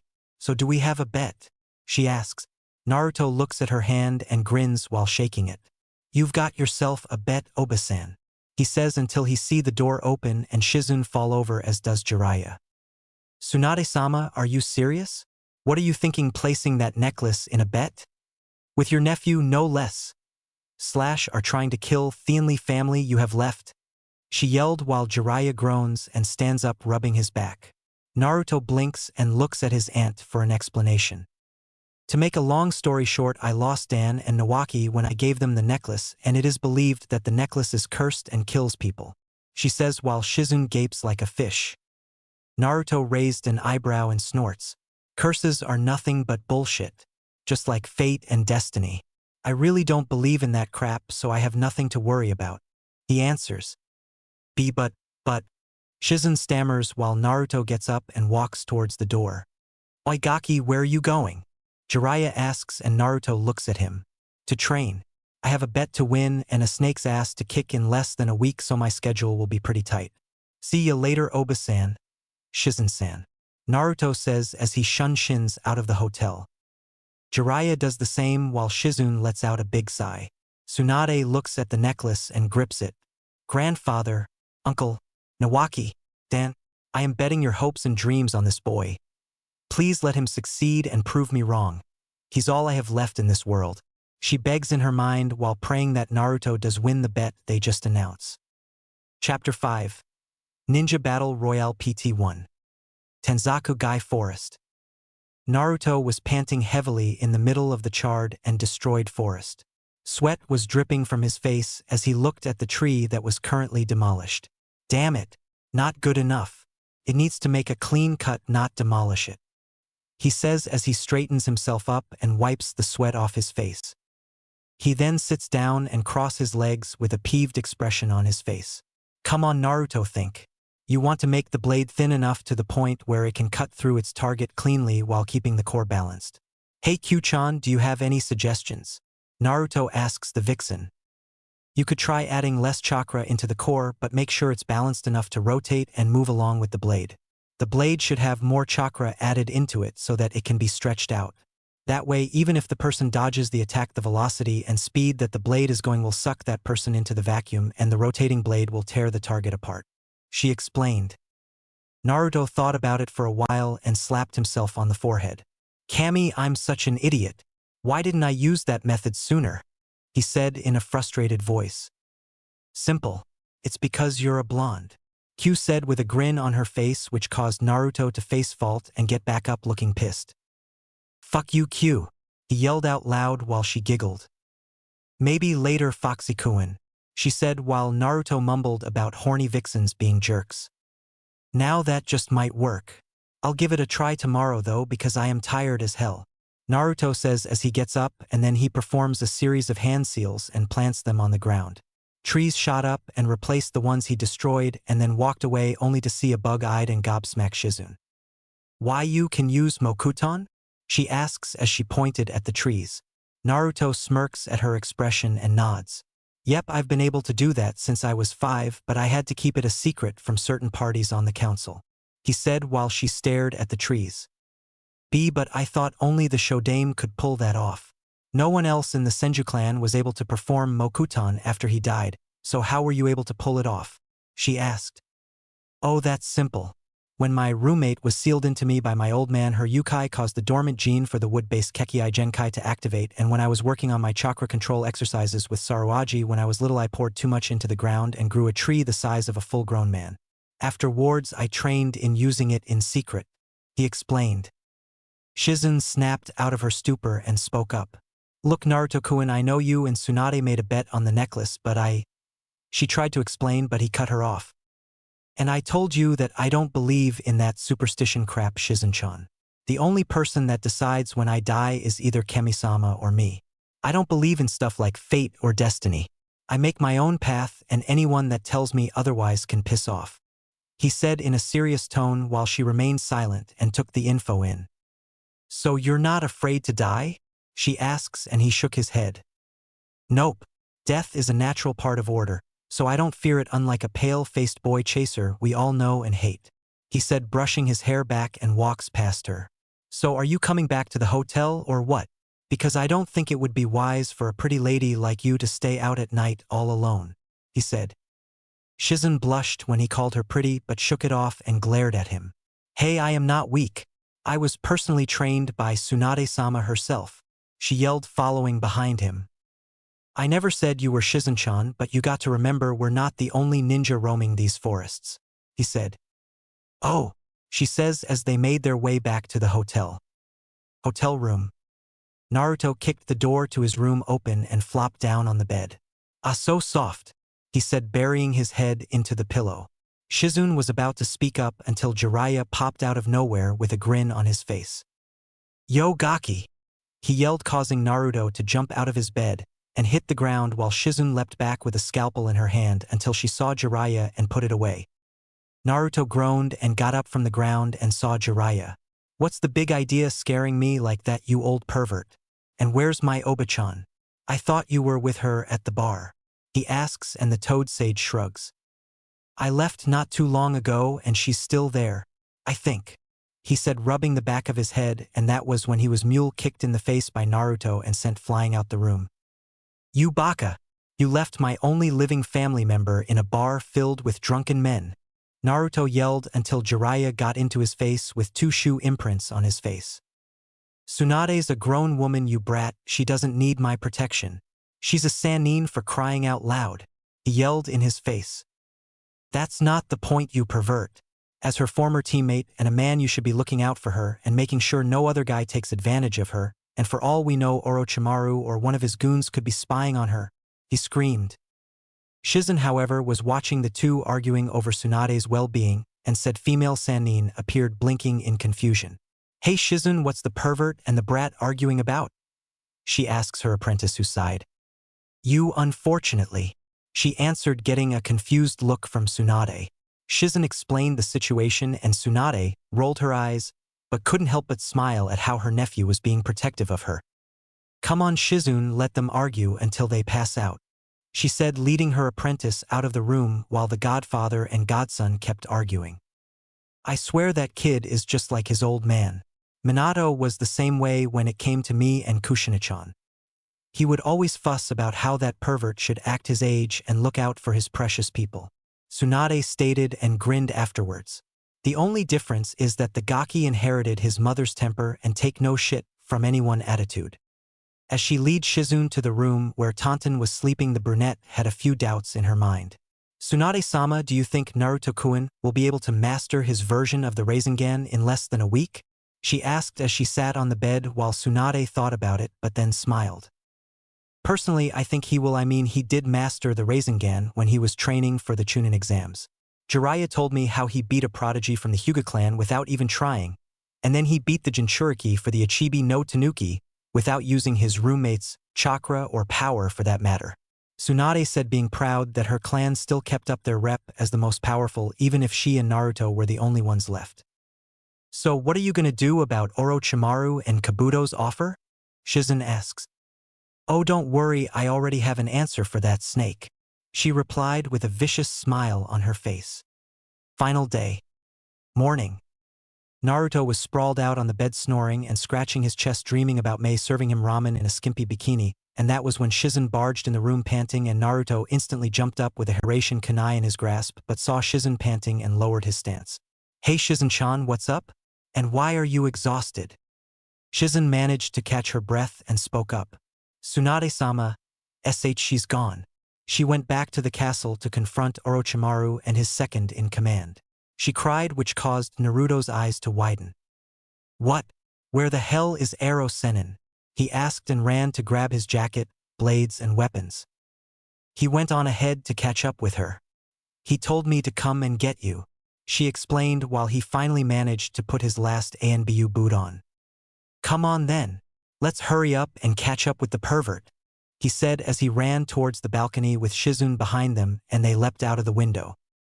Jiraiya was currently making his way towards the castle, and he turns his head to see Naruto and Shizun catch up with him. Glad you two could catch up. Naruto, do you still have a good scent on Tsunade? He asked and got a nod from the blonde. Yeah, she's close along with the Hebe and someone else whose scent is kind of familiar, Naruto stated. Do you think Tsunade-sama accepted Orochimaru's offer, Jiraiya-sama? Shizun asked in a worried tone while the Toad Sage seemed skeptic. I hope not, Shizun, otherwise I'll have no other choice but to kill her. He answered grimly and prayed he didn't have to do that while the brunette's eyes widened in shock, and she looked down hoping it didn't have to come to that. Hey, you two, don't doubt her yet, Naruto called out, getting their attention. Tsunade Oba-chan may be a heavy drinker and a terrible gambler, but to join forces with the boy chaser? I bet you she'd rather kiss Ero Kyofu than even accept his offer, he reasoned. Jiraiya twitched at the jab but kept his expression the same. And if you're wrong, Gaki? That was when Naruto remained quiet for a while and then spoke up. I'll beat her near an inch of her life, remove whatever sake is still left in her system, and drag her ass back to Konoha by her ankles. he said, cracking his knuckles. "TCH, you are her nephew, all right. Now let's pick up the pace. I think I saw an explosion near the location of the castle," he ordered, and they sped up. Meanwhile, Tsunade was panting a little and was trying to bash Orochimaru and Kabuto's brains inside their skulls. Knowing that the small area was a disadvantage to them, Kabuto made a suggestion to move to a more suitable location. Orochimaru agreed and let his right-hand man lead him to a large clearing. "It seems that Tsunadeheim is out of breath. It might be a good time to put it to use," Orochimaru said. Kabuto took out a soldier pill and ate it as he said, "Although taijutsu is not actually my forte." Then he did a few hand signs and his forearms glowed blue. "Chakra Mezu no Jutsu," he said, making the slug Sannin's eyes widen. "So he knows medical jutsu. Great," Tsunade thought. The Mednin suddenly disappears and her eyes widened as Kabuto's hand exploded from the ground beneath her feet. She jumped into the air and slammed her fist quickly into the ground, but Kabuto managed to evade the deadly strike. Large chunks of stone surrounded the two medical ninjas, and Tsunade looked to see a large stone by her foot, and she kicks it at Kabuto. His kneeling form disappears from the stone's deadly path, and he was now behind her in an instant while she stayed in midair. Kabuto tapped her bicep and abdomen only to leave Tsunade with an opening as she touched down on the ground. She slammed her shoulder into Kabuto's chest, making him slide back a few inches from her while she winced in pain. "Ouch," Tsunade says, inspecting her arm. "Damn, he cut my muscles," she thought to herself and glared at the smirking spy. "That's right, I cut your bicep and abdomen muscles, so that super strength trait of yours will not be a nuisance to me anymore," he stated with his arms still glowing. "Chakra scalpels? But if you have that, then why would you cut my muscles? Why aren't you aiming from my arteries?" Tsunade asked, confused. Kabuto smirks and tilts his glasses up. "Although my skills in the medical field are excellent, but in the midst of a battle I am not that accurate to aim for your arteries or main organs. But if I aim at your neck, it shouldn't be a problem." As he said this statement, he moved toward Tsunade. Tsunade, who thought that he was aiming at the neck, made an attempt to block it, but Kabuto performed a feint attack and aimed at her chest instead. "Damn you, cough! You hit my lung, cough! I can barely breathe," Tsunade coughed. "He isn't an ordinary Mednin. His speed and strength exceed my own even in my prime." Kabuto shifted his glasses. "It would be a bother if you were to die, so I won't aim for your neck, but after that blow, you shouldn't be able to move around," he explained, but to his surprise Tsunade struck him in the neck, sending an electric jolt through his invertebrate. "Damn it! I didn't hit her lungs at all," he stated and tried to get back on his feet. But something was wrong with his body functions. What the wham! Tsunade lands a punch across his face and sent him sprawling to the ground before he could figure out what was happening to his body. This isn't caused by my muscles, it's caused by my nervous system. I see that you seem to realize your problem. I converted my chakra into electricity and transferred it throughout your body," Tsunade said with a smirk on her face. Orochimaru had a smile on his face while he watched the fight. "I see. The nervous system runs on electricity, but Tsunade disrupted the initial flow by sending more electricity through it. Now the signals in Kabuto's body is sending to the brain cerebellum is emitting so many signals that it can't distinguish them all at once." Tsunade took advantage of the situation by healing herself while Kabuto knelt there trying to figure how to reoperate his body. "Okay, if I moved my right hand, my left leg moves. If I move my left foot, my right shoulder moves." In a matter of moments, Kabuto was able to figure out how to move 60% of his body. "Don't think that you level of power can defeat me," Kabuto shouted as he stood back up, much to Tsunade's surprise. "What? He figured out how to control his body already?" she asked, bewildered at the fact that this kid managed to get his body functions back up. "You are afraid of blood, right?" Kabuto asks with a maniacal gleam in his eye. "I think I'll show you some now and then scatter enough of it until you feel like you're at the brink of death," he said, pulling out a kunai and charging at Tsunade, who was still trying to heal herself. Kabuto raised his blade up and tried to bring it down on her chest until a foot planted itself on the side of Kabuto's head and sent him flying backwards and towards a surprised Orochimaru and landed in between them. Tsunade looked up at her savior and saw that it was her nephew. "And Naruto," she asks while the blonde turned his head and grins at her, revealing his canines. Hey Oba-chan, why didn't you invite me to the rumble? You're not the only one who likes a good fight now and then, he states while Jiraiya and Shizune appeared in between her as well. Orochimaru frowns and unfolds his arms. Why am I not surprised? If it isn't Jiraiya, he hisses while the sage smirks. Long time no see, Orochi team, he said. Tsunade took this opportunity to charge at Kabuto with her fist cocked back and ready to knock his head off. That was until Kabuto split his palm open and sprayed blood on her face, making her body freeze up. Be blood, she said, shivering. Finally my body can fully function, he said with glee, and punched Tsunade right in the jaw and sent her flying backwards only for Naruto to catch her. Tsunade-sama, Shizune cried out while Naruto gently set her down while she shivered. She hasn't gotten over it yet. Damn it, Naruto thought and set his gaze on a smug-looking Kabuto. You're gonna wish you hadn't done that, traitor, Naruto growled out, cracking his knuckles. Kabuto, on the other hand, scoffed and remained smug. Oh? And what are you gonna do, Naruto-kun? From my stats you were dubbed as a no-name loser in the ranks, and compared to Sasuke-kun you're nothing, he stated, but that was when Naruto fired a gust of wind at Kabuto with a flick of his wrist, and Kabuto's eyes widened. When the gust died down, Kabuto felt a sharp pain on his left cheek and chest. His cheek sliced open and a red smear appeared across his chest. Kabuto rubbed his cheek, looked at the blood on his hand, and back at Naruto, who had a vicious grin on her face. Sasuke's got nothing on me, especially since I beat last year's Rookie of the Year and the vessel for the Ichibi no Tanuki without using Kyuubi's power. Matter of fact, I barely broke sweat, and if that faggot had faced Gaara he'd be nothing but a smear on the wall, you but humping bitch, Naruto replied. Kabuto suddenly charges at Naruto, intending on taking him out, but he suddenly hunched over, coughing up blood due to the fact that Naruto was crouching down with his fist buried into his gut, and took a few steps back. Before he could retaliate, Naruto uppercuts him in the jaw and send him sprawling back in front of Orochimaru. Naruto stands back up and cracks his neck and knuckles.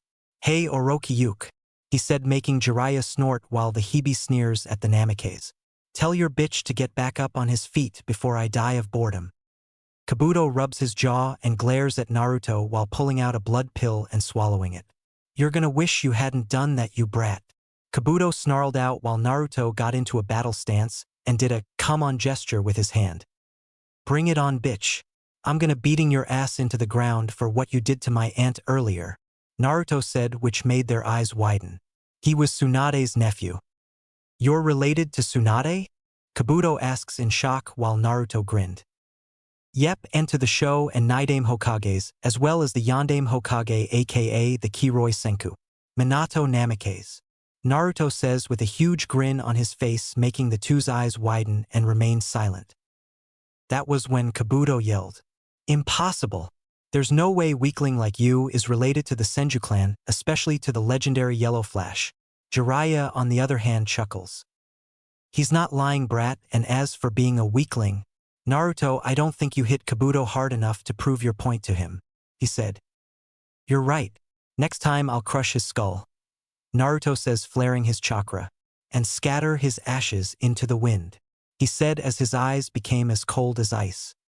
Enough of this, Orochimaru snarled out. He bit his thumb and smeared it across his snake tattoo and slammed into the ground. Kuchios no Jutsu, summoning technique. In a puff of smoke, a two-headed snake appeared and hissed at the four shinobi. It then lunged at the two after Orochimaru, and Kabuto leaped on the other hand. Shit! Scatter! Jiraiya screamed. Shizune grabbed Tsunade and they leapt away while the snake slammed into the ground, causing the ground to shake and large rock debris to fly. Kabuto, you deal with Tsunade's apprentice and Naruto. I'll take care of my buffoon of a teammate, he ordered. Kabuto nods and leaps away, jumping from rock to rock, locking onto Shizune and a still frozen Tsunade. He then appears in front of a surprised Shizune and strikes her directly into the face, making her cry out and be sent descending towards the ground headfirst with Tsunade. That was until Naruto appeared and caught them both and landed back on the ground. He growls at Kabuto and sucks air into his mouth. Futon, Shinkatama, wind release, vacuum bullets. Naruto exhales and fires a gust of wind and a series of small wind bullets. The gust of wind hits Kabuto and the Mednin blew back a little, but his eyes widen when he sees the invisible wind bullets descend towards him. "Damn it!" he says and shields his body, but hisses in pain when the bullets cut and pierce his arms, legs and torso while the speed and force of the wind increased and he is sent moving farther from them. Naruto stops the jutsu and does another series of hand seals and slams them on the ground. Doton Ryusi Kyuden Earth Release Rising Platform. That was when a large round platform of earth formed under the three and it shoots up and stops 20 feet. "See if you can snap her out of her hermophobia, Shizun-chan. I'm gonna stop that snake from descending," he says while pumping chakra into his feet. When he has enough, he blasts himself into the air and performs another series of hand seals. After that, his chest expands and his cheeks bulge. Yoton. Yugon Numa, Lava Release. Lava Lake. Naruto regurgitates a large glob of lava from his mouth and the molten substance hits the ground and rushes towards the snake. Kabuto managed to land on the ground and heal his injuries, but then he looks up and his eyes widen when a large wave of lava descends towards him. "Oh shit, I can't be hit by that." He jumps away when the lava hits his current location and he lands on a boulder. He looks up to see Naruto releasing lava out of his mouth and he gaps at him. How can he use Yoton Jutsu? He asks himself and wipes the sweat of his head due to the heat the lava was releasing. "Man, if the heat is this tense, then I better not get touched by the molten substance," he says and looks around trying to find a way to get to Tsunade, but he smirks when he sees a trail of boulder. Meanwhile, on top of the snake. Two blurs were seen clashing simultaneously on top of the snake for a while until they appeared staring each other down. "Do you honestly think you can defeat me, Jiraiya? You were the weakest of the three back then and you still are," the traitor taunted while the Toad Sage smirks. "You're so full of it. Just like the Uchiha brat who thinks he's unstoppable because of his bloodline," he said, and that was when Orochimaru launched 3 poisonous snakes from his sleeves and they descended towards Jiraiya, who evades them and in a burst of speed vanishes and palm strikes Orochimaru in the chest hard enough to send him flying backwards. "You're gonna have to do better than that, Orochi-chan," Jiraiya drawled out until he was bite in the jugular by an extra snake. Orochimaru landed and skidded backwards, smirking, but then he frowned when Jiraiya turned into mud. His eyes widened and before he could react, a fist smashed itself into Orochimaru's jaw and sent him tumbling backwards. "Like I said," Jiraiya lands back on the ground with a serious expression on his face. "You're gonna have to do better that, Orochimaru," said Snake Summoner, gets back on his feet, shaking the cobwebs out of his head and spitting out blood and glaring at Jiraiya. Before he could react, the two-headed snake cries out in pain and shakes violently due to the fact that he was slowly being consumed by lava. The two Sannin keep their grip on the squirming reptile. Orochimaru looks down and his eyes widen when he sees lava on the ground, but was even more surprised when he saw Naruto spewing lava from his mouth. "How is that boy using Yoton? Only the Terumi clan was capable of doing that," he states, glaring at Jiraiya, who smirks. "No, he's not a Terumi, you idiot, he's a Senju, and they possessed a bloodline that allowed them to combine more than 2 elements to create a sub-element. Naruto can use that and 2 more sub-elements, but I'm gonna let that be a surprise," he said while the snake growled. Naruto lands on top of one of the thrashing snake's heads and struggles to hold on. "Stop thrashing, you legless lizard," Naruto shouted, pulling out the Ryuken and stabbing in the head. Said snake only thrashes more violently, which forces Naruto to be flung off the snake and ascend into the air. He hears Shizun cry out in pain and looks down to see the Kunoichi be struck in the chest and then get knocked out. His eyes flashed in anger when he saw the bastard taunt and brutally attack his aunt. Naruto remembered that he placed a Hiraishin seal on Kabuto when he punched him in the torso earlier and does a small series of hand seals. Kabuto, on the other hand, cocked his fist backwards and sends it forward, ready to bash her skull in until a flash of yellow appeared in front of him and hissed collided with something, but it wasn't Tsunade. Kabuto's eyes widen when he sees Naruto appear in front of him out of nowhere with his fist connected to Naruto's jaw, but what was shocking was that Naruto didn't seem fazed by the punch and said blonde set his piercing gaze onto the traitor. How did you, he stammers out but didn't get to finish because Naruto uses a chakra-enhanced punch and sends him flying off the platform and hitting the ground hard, leaving an imprint of his body on the ground. Tsunade just remained in her frozen position staring at Naruto. And Naruto was all she could say right now. Stay here, Obachan, and look out for Shizun. I'll deal with the trash. He said and shins off the platform he made and lands onto the ground, making his way towards Kabuto, who was getting up and clutching his broken ribs while blood seeped from his mouth. I'm gonna enjoy pounding your ass into the ground, traitor, Naruto said, slowly cracking his knuckles. Kabuto smirks as his ribs fully healed and wipes the blood from his mouth. So my assumptions were wrong about you, but it doesn't matter anyway. You may have been strong enough to beat Niji and that Gaara character, but I am on a whole different level. If anything, I am on par with Kakashi Hatake, he said smugly. Naruto stood there for a moment and then busted out laughing. Kabuto seethed at the fact that Naruto was laughing at him. What's so funny, you brat? Kabuto yelled while Naruto continued to laugh but calmed down and wiped a fake tear from his face. You think I should be afraid of you just because you're on par with that loser of a Jonin? Oh, I am so petrified, please don't hurt me, Kabuto, Naruto said mockingly, acting like he was afraid of Kabuto, who was getting pissed. Naruto suddenly regained his posture and spoke up. Let me tell you a little secret, Kabuto. During those 2 matches, I wasn't even showing a fraction of my real strength, he states while Kabuto narrows his eyes. You're bluffing, he growled out while Naruto shook his head. I don't bluff, team, especially to some fruitcake who's but buddies with a gender-bending pedophile who has an unhealthy infatuation with little boys, Naruto said, and then taps his chin with his index finger and looks up at the sky. But then again, you're probably the closest thing to pussy Oroyuke would get, since no female in their right mind would even touch him, he stated. Kabuto, on the other hand, was seeing red, and he was sending murderous intent at Naruto. I'm gonna make your death slow and painful, you little shit. The Mednin snarled out and his chakra no Mezu flared up. Naruto did a gesture that said, "Bring it on." Kabuto shot forward in a burst of speed and swung at Naruto's head. When his scalpel cut through Naruto, the blonde faded away, which caused Kabuto's eyes to widen. An after image? Kabuto asks himself, but then he cried out in pain while blood shot out across from his back and he stumbled back. Naruto was behind him, smirking with his right arm in a slashing motion, and his index and middle finger were extended out while his arm glowed light blue. You're slow, team. Is that because you gave the Hebe a quickie before you went to meet up with my aunt? Naruto taunted while the chakra from his hand grew into an arm blade and extended a little. Kabuto lets out a frustrating yell and unleashed a series of precise slashes and thrusts at Naruto, who managed to black everyone with his wind chakra-coated arm. How can you be this powerful? You were dubbed the dead last in our generation, yet you fight like a seasoned shinobi. Kabuto made an attempt to slash him in the chest, but Naruto twists his body and slashes him in the side and right leg while blood spurts out, and then slashes him twice across the back, making Kabuto cry out in pain and frustration. Damn you! He yells and leaps away from him, trying to let his injuries heal. Ah! Naruto said, and once again vanishes and kicks Kabuto in the solar plexus, making him spit up. No resting for you, Kabuchan, Naruto says and stabs him right in the torso with the extended blade. Kabuto froze for a second from the pain he was feeling, and Naruto pulls it out and roundhouse kicks him in the temple, making Kabuto flop and bounce on the ground like a rag doll. Man, this is boring. For being Orochi team's right-hand man, you're weak as hell, Naruto said while the chakra disappears from his arm.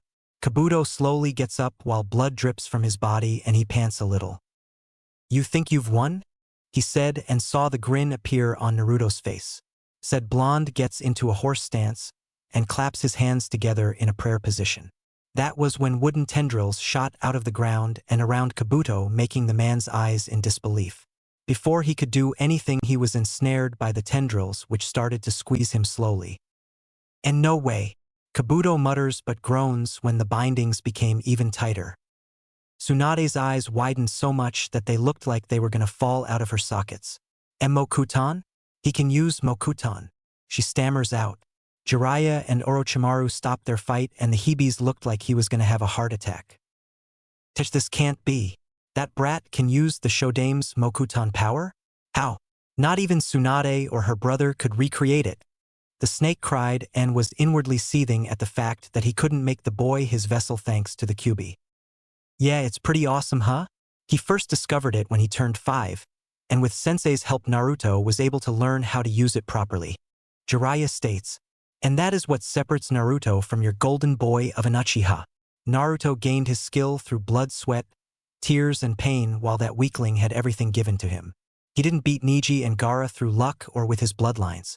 He used his actual skill just like his ancestors and parents did, and that is what separates him from the prodigies. He said, and they once again engage in battle. Kabuto, on the other hand, was struggling to get out of the jutsu while Naruto shook his head. Dude, the more you struggle, the more pain you're gonna be in. Seriously, how is it that you're on par with the Cyclopes again? Oh well, it doesn't matter. He stretches his right hand out and forms the Rasengan, spiral sphere, in his hand, but it didn't stop there. High-pitched sound echoes throughout the area, and that was when 4 spinning curved blades formed around the Rasengan and extended until it was the size of a windmill shuriken. Kabuto's mouth dropped when he saw the jutsu while Naruto's grin grew.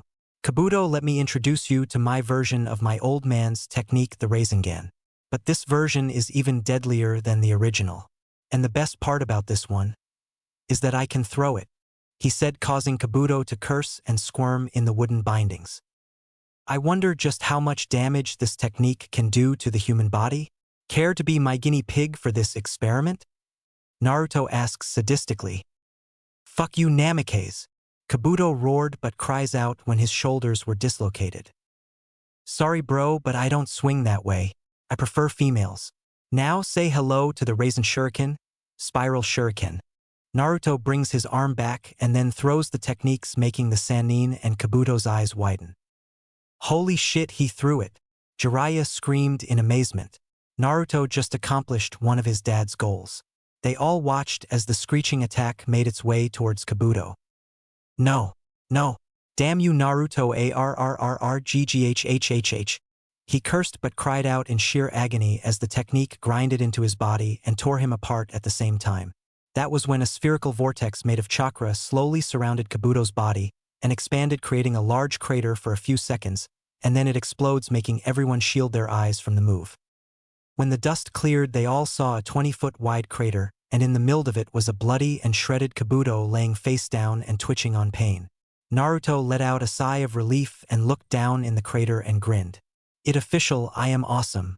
How'd you like my new technique, cockblocker? Naruto said while doing a victory sigh.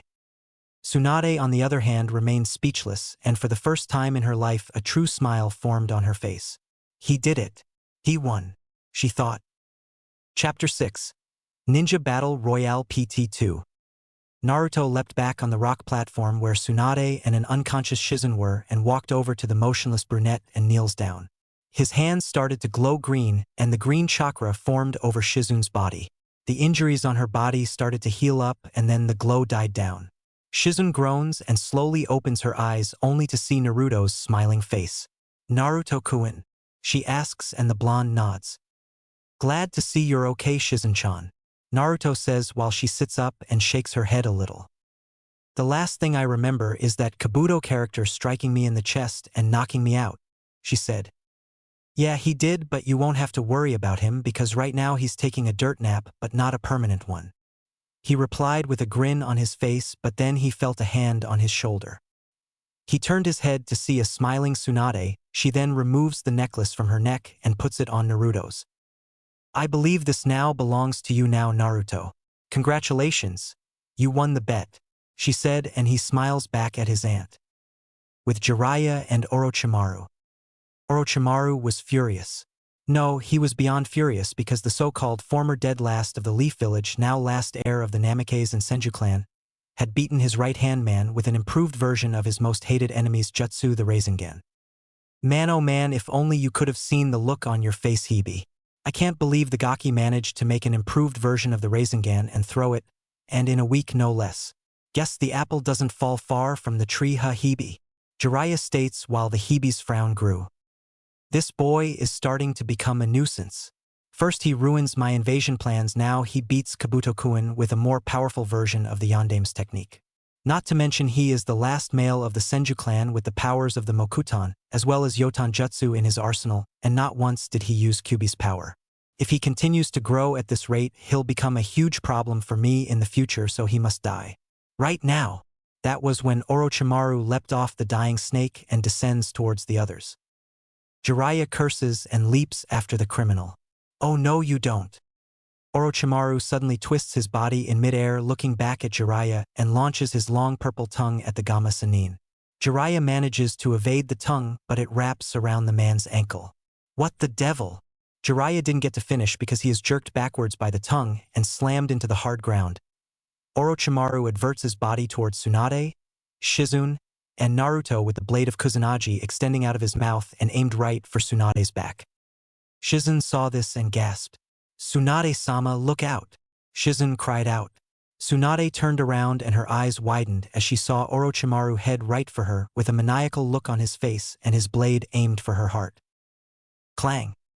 Orochimaru's eyes widen when he sees his prized weapon being blocked with the flat side of Naruto's Ryuken. "You really are a stupid fool, Oroyuke," Naruto said and started to channel lightning chakra from his hand and into the blade. Raitun, Reiku Nagashi, lightning release, lightning current. Currents of yellow lightning shot out of the blade and struck Orochimaru all over his body. The Hibi cries out in pain as he is electrocuted and burned by the jutsu and starts to stumble backwards. Naruto ended the jutsu and took this opportunity to strike the white snake dead in the face with his fist and send him flying off the rock platform and into the ground. Orochimaru lands back on his feet, skids back a little, and retracts his blade and grits his teeth in pain and slowly gets back up as static jolts around his body. Damn it, I forgot about his lightning affinity when he used it against the vessel for the Ichibi. He growled out. But that means he also possesses a water affinity, meaning he can use all 5 elements. But that's not possible. The only way he can gain all 5 is if he had the Rinnegan. Jiraiya groans and gets back on his feet, rubbing his head, only to see Orochimaru struggling to get up. Man, I can't believe he got me with that disgusting move. Now I'm gonna have to use disinfectant to get that slime off my ankle. Kami knows where that thing has been. Jiraiya mumbles. Kabuto. A torn, bloodied, and slowly healing Kabuto was slowly crawling out of the crater with just one arm. Damn it, that jutsu has slowed down my healing factor. I can barely crawl out of this crater without being in so much pain. It was a good thing I put a strong layer of chakra around my body, otherwise the technique would have destroyed me, he said and winced in pain as his torn left arm throbbed and continued to crawl up the crater. Meanwhile, Naruto was about to advance on Orochimaru with his blade drawn only to have Tsunade step in front of him. "Oba-chan?" Naruto asked and said. Senju looked back at him and smiled. "I'll take it from here, Naruto. You've done your fair share in handling the bastard's right-hand man, so now it's my turn to deliver some justice on this bastard," she says. Naruto blinks at her and grins. "Sure thing, but first." Naruto placed a glowing green hand on her and her previous injuries were gone instantly and her body was rejuvenated. "There. Now you don't have to worry about facing the team with only half of your strength and show him what real ninja is capable of doing," he says and she grins back.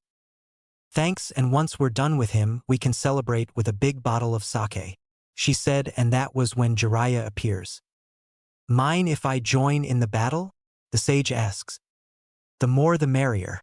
It's time to show this traitor what real ninja are capable of." Tsunade answers and Orochimaru was cursing inwardly. "Orochimaru-sama," said man heard the weakened and strained voice and turned his head to see a bloody Kabuto crawl out of the crater. Naruto, on the other hand, was surprised that the traitor survived his new technique. "Well, would you look at that? The bastard survived. Oh well, I'll just have to be sure he's dead for real this time," Naruto says. Orochimaru leaps away and lands near a weakened Kabuto. "How long will it take for you to heal?" he asked his second in command. "Another couple of hours to say the least. I'm sorry, but that attack did a lot of internal damage to my body," Kabuto said as he coughed up a little blood and the snake frowned. "I see. Now I have no other choice," he said and rolled up his sleeve, revealing the snake tattoo. The 3-leaf ninja saw this and their eyes widened. "Great, he's gonna summon Manda. You ready, Tsunade?" Jiraiya asks and she nods. "I was born ready. After today there will be one less Sannin in the ninja world," she said, and that was when Naruto spoke up. "Mind if I join? There's a friend of mine who has an overdue reunion with that legless worm," Naruto asked and Jiraiya grins. "You sure you got the energy to do a summon, Naruto?" he asked and Naruto chuckles. "More than enough. This is a once-in-a-lifetime fight and I want to be in and remember for the rest of my life. The blonde replied and Jiraiya chuckles and nods. Very well, he says and bites his thumb as does Tsunade. Shizune, get as far away as you can, she ordered and the brunette nods and leaps away. Naruto rolls up his sleeve and reveals the Hydra tattoo, getting a raised eyebrow from Tsunade, who shrugs and wipes her blood on her palm, as does Jiraiya while Naruto wipes his on the tattoo. The four go through a small series of hand seals and stop at the ram seal and slam their hands on the ground. Kuchios no Jutsu, summoning technique. The four called and an explosion of smoke engulfs the area. When it clears, Gamabunta, Katsuya, Manda, and Yamata, in her dragon form, appear in the area with their summoners standing on their heads. As soon as Yamata no Orochi was seen, Tsunade and Shizune's eyes bugged out of their heads, while Orochimaru and Kabuto had looks of surprise and disbelief on their faces. Holy, Shizune sputters out as she shakily points at the eight-tailed and eight-headed Hydra. And no way. Gaki, you're the summoner of Tsunade, also sputters while Naruto had a huge grin on his face. Jiraiya was wishing he had a camera for this. This can't be. That's the Yamata no Orochi.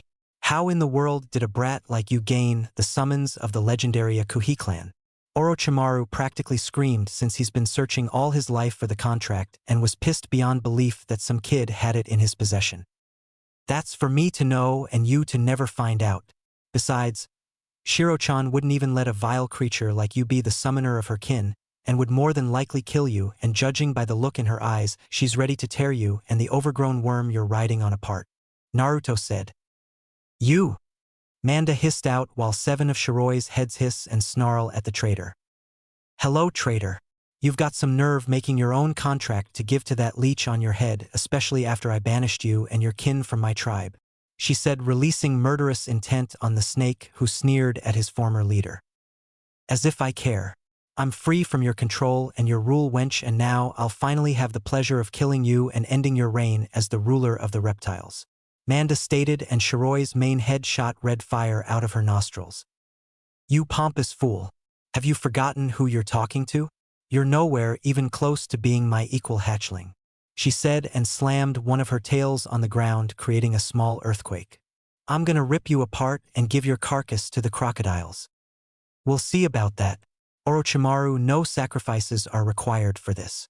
She's more than enough, he said as he reared his head back while Gamabunta slowly drew his tanto. You were always the arrogant one, Manda. Yamada-sama, allow me to assist you in dealing with this Hebe, the chief toad asked. I too would like to help you, Empress of the Hydras, Katsuya requests, and Shiroi nods. But of course, the more the merrier, she says. Katsuya decided to start the battle off first. Zeshi Nensen, acid slime. Acid spewed from her mouth and Manda slithered around to avoid it.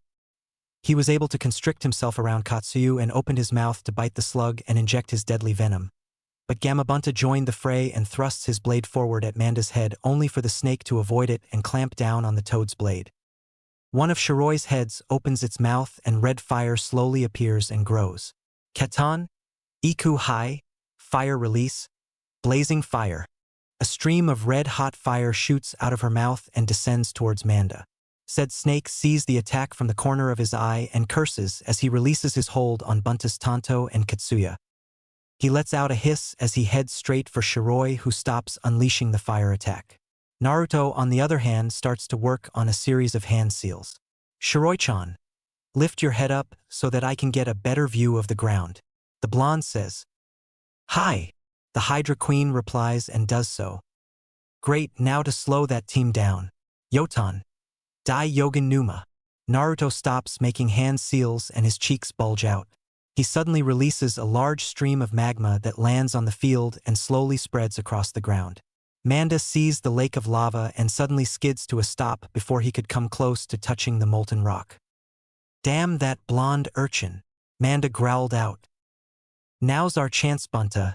Give me some oil, Jiraiya says as he does a series of hand seals. Got it, the chief toad says. His stomach bulges and afterwards so does his cheeks, and then he shoots out a jet of oil. Katan, Gameu Enden, fire release, toad oil flame bullet. Jiraiya releases a flame blast. When it makes contact with the oil, it turned into a high-powered flamethrower that descends towards Manda. Before the snake could react, his body was engulfed by a torrent of flames. After a while, the technique starts to recede, and the three were wondering if the technique worked. "Did he get him?" Tsunade asked as the smoke started to clear. When it did, they saw the scorching form of Manda, but to their surprise the body slowly crumbled. "Damn it! He shed his skin," Naruto said as he looked around, as did Shiroi. Indeed, out of all the snakes Manda was the slickest. "Keep your eyes and ears focused, Naruto-kun," the Hydra Queen advised while the blonde nodded. The ground started to shake and Naruto's eyes widened. "Crap! He's underneath us," he said. Shiroi's eye did the same, and a purple blur bursts from the ground and heads right for her.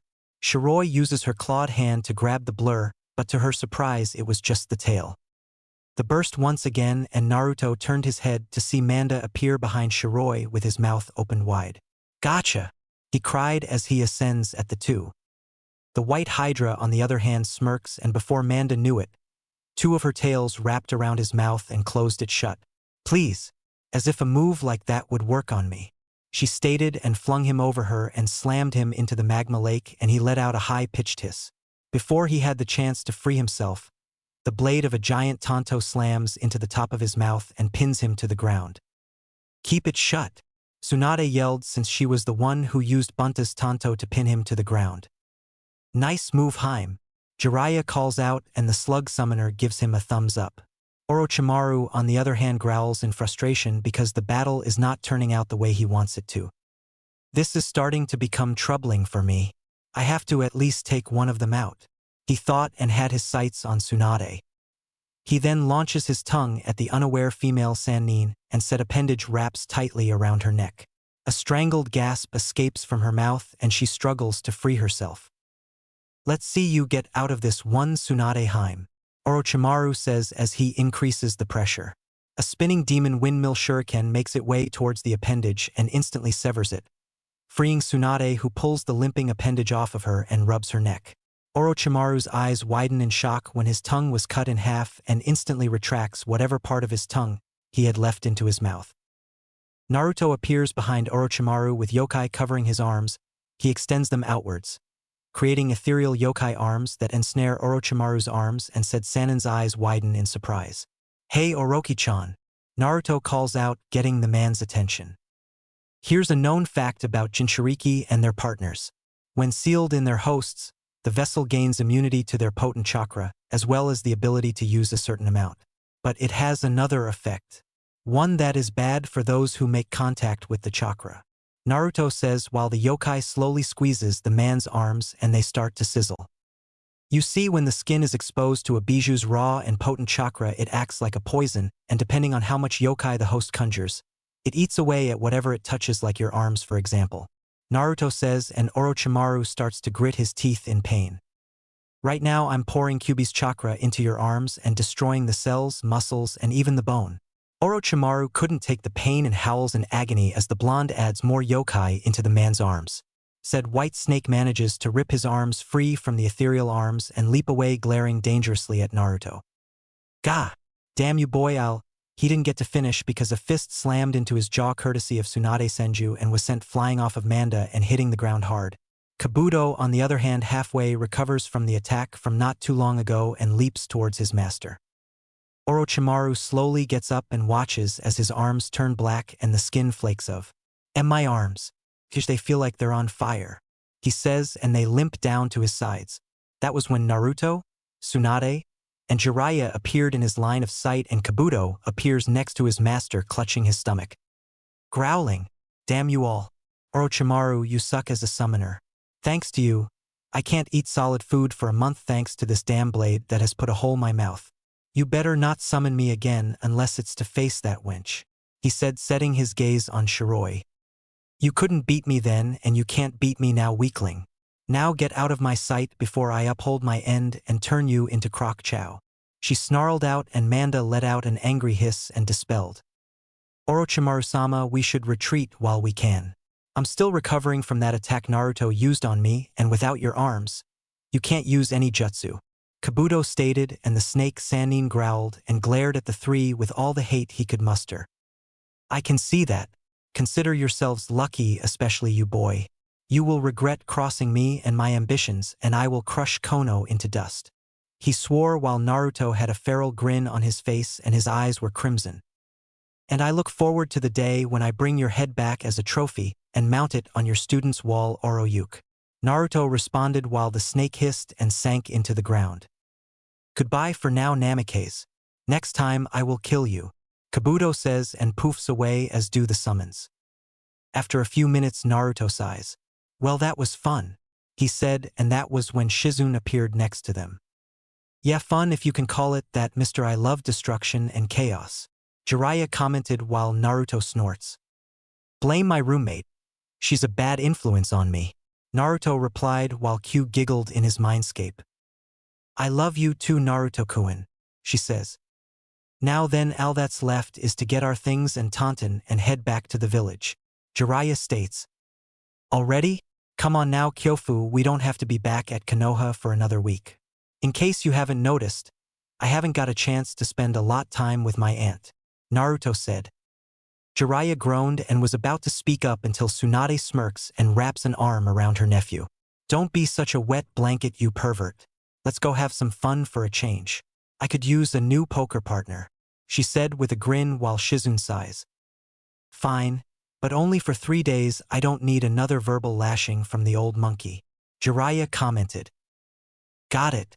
Oh, and Oba-chan, you owe me 14 years worth of birthday and Christmas presents, he said, and she fell over while he walked away with his hands in his pockets grinning.